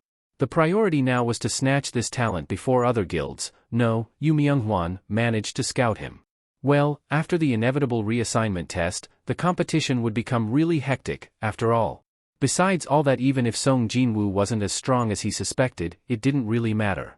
There were only a few reawakened hunters in the entire world, so the media's attention would no doubt be directed to this guy. And that would precisely be the kind of public exposure that no amount of money could buy. Whatever the case may be, An Sang-min couldn't afford to let this guy slip through his fingers. I wouldn't be able to do anything if he already signed a contract with Myung-hwan, though. However, the odds of that was low. The proof was all those tests taking place in the C-rank dungeons. There is a good chance that they haven't decided on anything yet. Which meant, the White Tiger Guild had a real shot here as well. I shouldn't be wasting time here. An Sang-min picked up his coat hanging on the back of his chair and quickly put it on. Ki-cheol, let's go. He also didn't forget to mobilize his right-hand man, of course. Sung Min was strict with Hyun Ki-cheol all the time simply because the former believed that no one was more suitable to take over from him than his current deputy. Meanwhile, Hyun Ki-cheol's eyes opened wider. Pardon me? Where are we going, Chief? What do you mean, where? We're going to scout a new talent, that's what. And you have to personally go to scout this new guy? Why not? Is there a law against doing that? Sung Min retorted and hurriedly left the office, causing Hyun Ki-cheol to tilt his head this way and that, but still, he chased after the senior officer. Now this is so strange. It had been over 2 years since he became the vice chief, yet it was his first time seeing Sung Min personally go out on a job. 8. From a distance, 2 well-dressed men approached the location with a sense of purpose.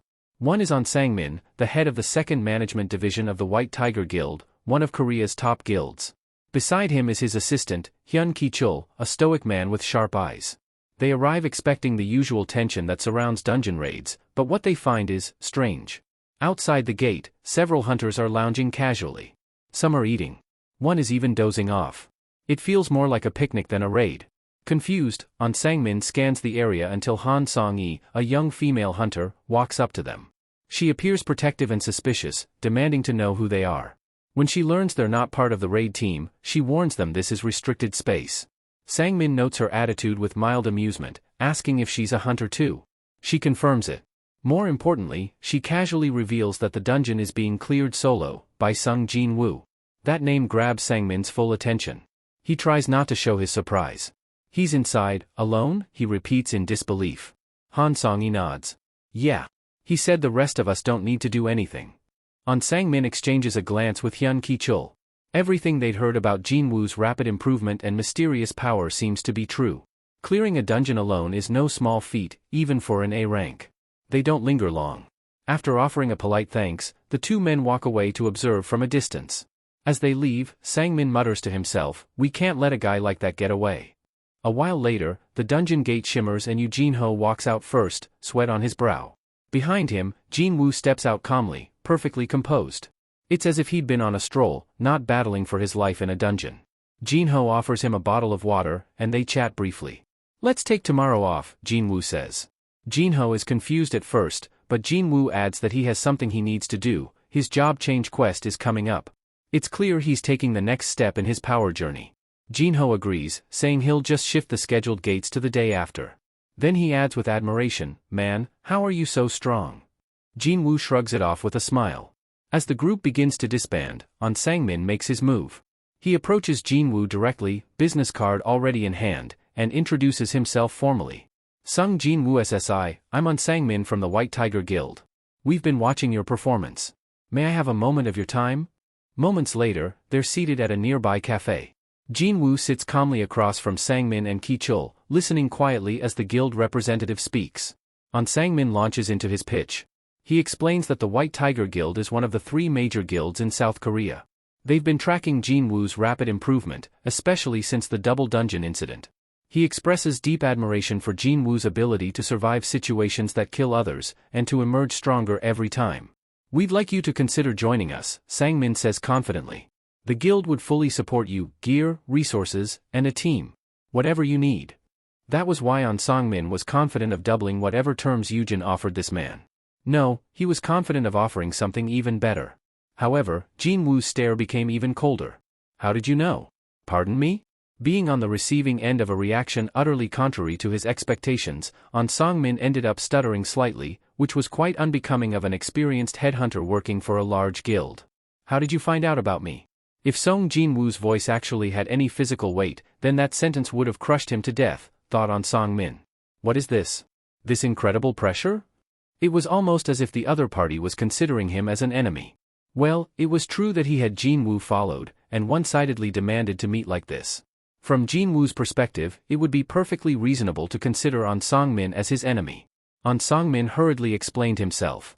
It wasn't our original intention to pry into your private affairs. We received information that someone was clearing rank C dungeons in our district at an alarming rate, so we were investigating that. And that led us to find out about you, Sung Jin-Woo Hunter Nim. Jin-Woo retracted his gaze. So, that's what happened. Contrary to his thoughts, the other side didn't seem to have begun their investigation while knowing that something didn't add up about him. Simply by clearing dungeons far too quickly, he ended up being noticed instead. And he doesn't seem to be carrying any hostile intentions either. Jin-Woo's expression softened slightly. And as a result, the taut tension between the two men eased a little. Sung-min patted his chest down. Their conversation still hadn't advanced forward, though. From here onwards, he had to get on Sung Jin-Woo's good books. And nothing's better than the sharing of privileged information to get on someone's good books. Sung-min was the specialist when it came to scouting after all. He quickly wiped the flustered expression off his face and formed a smile instead. Although it is a top secret, we know that the chairman Yu Myung-hwan is planning to establish a guild of his own. Jin-Woo neither denied it or confirmed it. So, Sung-min continued on. And that's how we were able to figure it out when that person's son, Mr. Yu Jin-ho, made contact with you, Sung Jin-Woo Hunter Nim. And that is, they wish to bring you, a reawakened hunter, into their new guild. Indeed, Sung-min thought that Jin-Woo was a reawakened. Well, I'm relieved that you think that way. Jin-Woo wouldn't need to cook up another story here, in other words. Sung-min quickly carried on. I thought that we need to talk to you before you signed up with Yujin, and that's the only reason for my one-sided attempt to get in touch with you. Allow me to apologize once more if you've been greatly inconvenienced. It's fine. Unless the other party approached him with evil intentions, there was no reason for Jin-Woo to get angry, especially when Sung-min was apologizing this earnestly. Besides, what's more important here is that. Indeed, how should he go about dealing with this now? While Jin-Woo pondered on what he should do here, Sung-min took the initiative and asked him a question. Have you finished negotiating with Yujin Construction already? He must have thought like this, because Jin-Woo was hesitating slightly with his replies. Jin-Woo shook his head. Sung-min's expression immediately reverted from one that displayed a hint of anxiety, to a blooming smile. Yes. That means he's still a free agent. This was the perfect chance to catch the talented hunter who could solo a rank C dungeon in 30 minutes. To be more specific, a rank D hunter also accompanied him, but to someone who possessed abilities exceeding a rank B, such a person would no longer provide any help but would only serve as a luggage carrier, instead. If Sung Jin-Woo enters the White Tiger, and is ranked A after his reassignment test, then. An even bigger smile threatened to break out of his face, so Sung-min was having a hard time trying to regulate his expressions. Meanwhile, Jin-Woo was slowly scratching his chin. This guy, why does it feel like he's counting his chickens way before they hatch? Well, truthfully speaking, a guild like White Tiger was not a bad choice. Not only was it one of the top 5, but it also possessed enough potential to aim for the number 1 spot. However, Jin-Woo wasn't planning to enter a guild anytime soon. Because, the higher my level is, the better the treatment I'd get. Also, even though it might be a story in the distant future, or maybe even something completely improbable, but just like how I've been clearing the rank C dungeons, what if I can clear rank B and a dungeon solo? The profit earned from high-rank dungeons exceeded one's imaginations. They were the sole reason why large guilds could grow powerful enough to rival many large corporations now. Expensive magic crystals, corpses of the monsters, rare materials from the dungeons themselves, and even things like rune stones and other artifacts, too. An astronomical amount of money changed hands every day. He could potentially hog them all for himself, so was there a reason for him to share them with a guild? As long as this level up thing doesn't stop, it's not an impossible dream. So, at this point in time, entering a guild was way too premature. The corners of Jin-Woo's lips slowly arched up. Sung-min thought that was a sign of an incoming positive answer, and smiled along as well. Have you made up your mind? You promised to double the amount offered, yes? Yes, that's correct.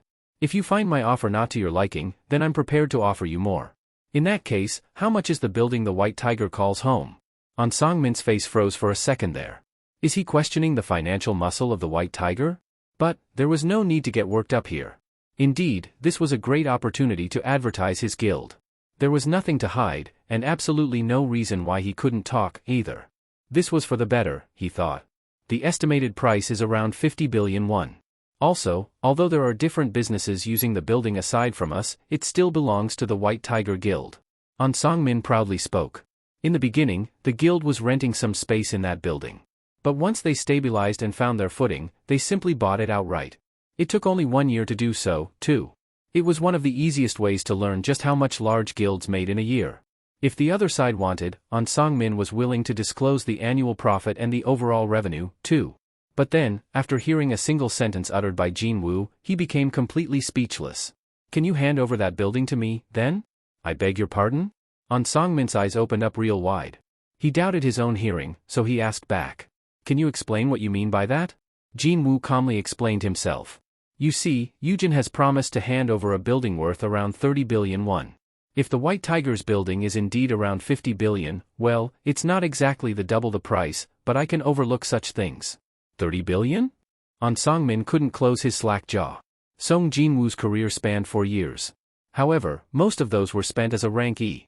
And it hadn't been long since he got noticed by someone. In other words, he must have gone through his reawakening process not too long ago. Yet, just how incredible was his ability that someone like Yu Myung-hwan, famous for his wily business smarts, promised the huge amount of 30 billion won? Not only that, even before Sung Jin-Woo had gone through with the reassignment test, too. Wait. Could he be lying here, because I won't be able to confirm if this is true or not? An Sang-min narrowed his eyes, feeling suspicious. As if he had read An Sang-min's thoughts, Jin-Woo pulled out his phone and quickly dialed a number. Ring. Ring. Click. Yes, Hyung-nim? Hey, Jin-ho. I wanted to ask you about something. Please ask anything, Hyung-nim. That building you wanted to give to me, how much did you say it was? Well, the appraised value is around 30 billion won.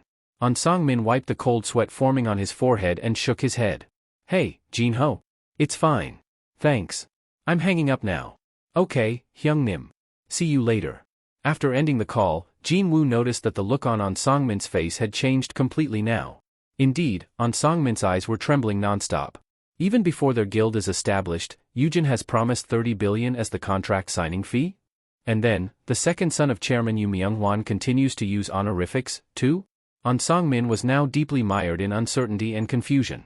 That is, I should say that, such a big amount is, well beyond my ability to. If you just give me some time, I can speak to the higher-ups in the guild and then. Jin-Woo abruptly cut him off.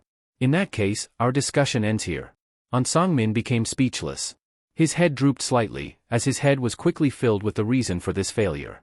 In the end, we simply didn't have enough information. Being too hasty brought about this failure. After he picked up on the scent of this huge jackpot, he got too excited and forgot to move in a more cautious and prepared manner.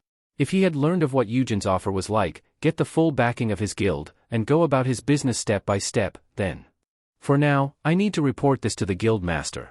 If he was a hunter that Chairman Yu Myung-hwan was willing to put forward 30 billion, then perhaps his value could be over 50 billion, no, 100 billion, instead. It was not too late. If I get the promise of the guild's full backing, dig out all the information on Sung Jin-Woo, and come out swinging even harder, then. It was at this point that Jin-Woo's voice could be heard. I want to ask you about something. An Sang-min raised his head. Jin-Woo was no longer smiling. The weather had warmed up nicely with the hint of spring nowadays, yet for some reason, the surrounding air felt chillier than usual. Gulp. Just as An Sang-min swallowed some dry saliva, Jin-Woo asked him a question with a low, heavy voice. How many people know about me?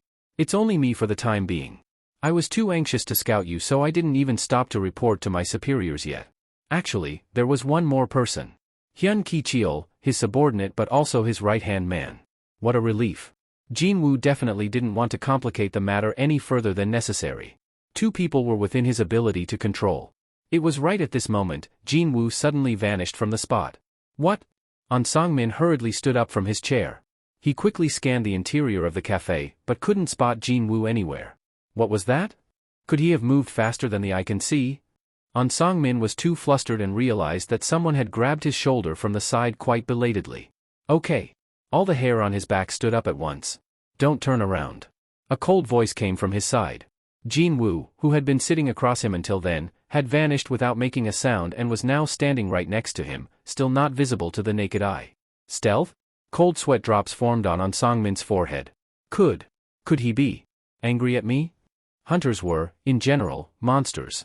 He knew this well, because he got to observe them from a close vantage point every single day. That was why he was always super respectful towards them. Did me spying on him and following him around cause an issue here? Should I have requested protection from the guild before coming here? No, hang on, no one knows what his ranking is, so how can I request protection, then? His thoughts became messy and his heart pounded relentlessly. Even the sound of him swallowing his saliva echoed around too loudly in his ears. Jin-Woo spoke, almost in a hushed whisper. Sit down slowly. I don't want to scare you. An Sang-min slowly nodded his head. But, you're plenty scary enough already. He then slowly sat back down on his chair. Jin-Woo revealed himself and settled down right next to him. Right. Jin-Woo's words of not wanting to scare An Sang-min sounded about right. His eyes when he said he wanted to ask something, were cold enough to chill the surrounding air. If An Sang-min had to stare into those eyes while listening to Jin-Woo's words, then he might have experienced what his heart falling to the pit of his stomach felt like. You're being considerate towards me, is that it? Of course, he couldn't get the thoughts of Jin-Woo being a very scary guy out of his head. In the meantime, Jin-Woo opened his mouth. The reason why I refused Eugen's offers is simple. I'm not planning to join any guilds at the moment. Two men conversed while staring forward, never locking their eyes once. So that's how it was. Also, Jin-Woo took a second before continuing on. I don't want to see the number of people who know about me increase. What he wanted here was rather simple. He didn't want to join a guild, and he didn't want anyone talking about him. An Sang-min quickly understood those points. However, there was one thing he was still curious about. Then, why are you still being accompanied by Mr. Eugene Ho? He's helping me out on some personal matters. He's the only one who knows about my reawakening. Also, I believe he's a friend that I can trust. That's why I asked him for a favor. And so, Jin-Woo's voice became heavier still. So, if I start hearing things about me, can I assume that it came from you, Chief An Sang-min, or your subordinate? An Sang-min was so sure of the fact that Jin-Woo was fully capable of harming him. My gut instinct when evaluating people is almost always right. Jin-Woo survived several devastating, horrifying incidents.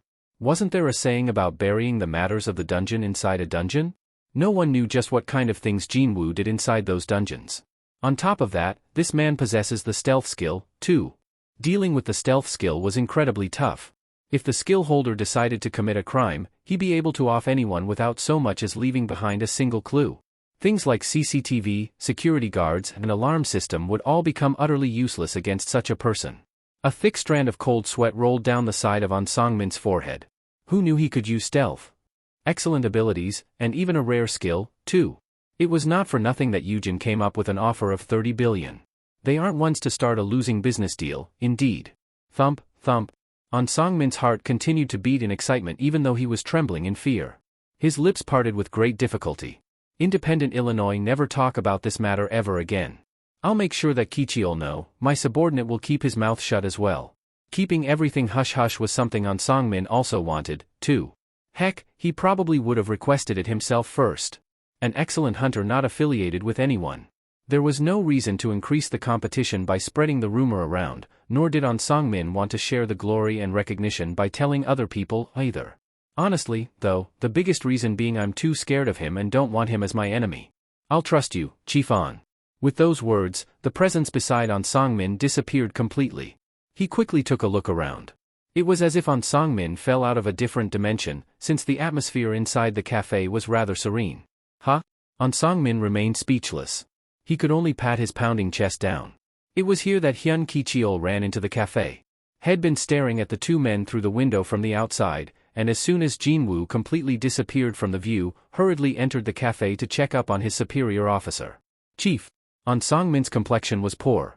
Hyun Ki-cheol asked, his voice full of worry. What happened? Did it not work out with Sung Jin-Woo? We will finish this chapter here.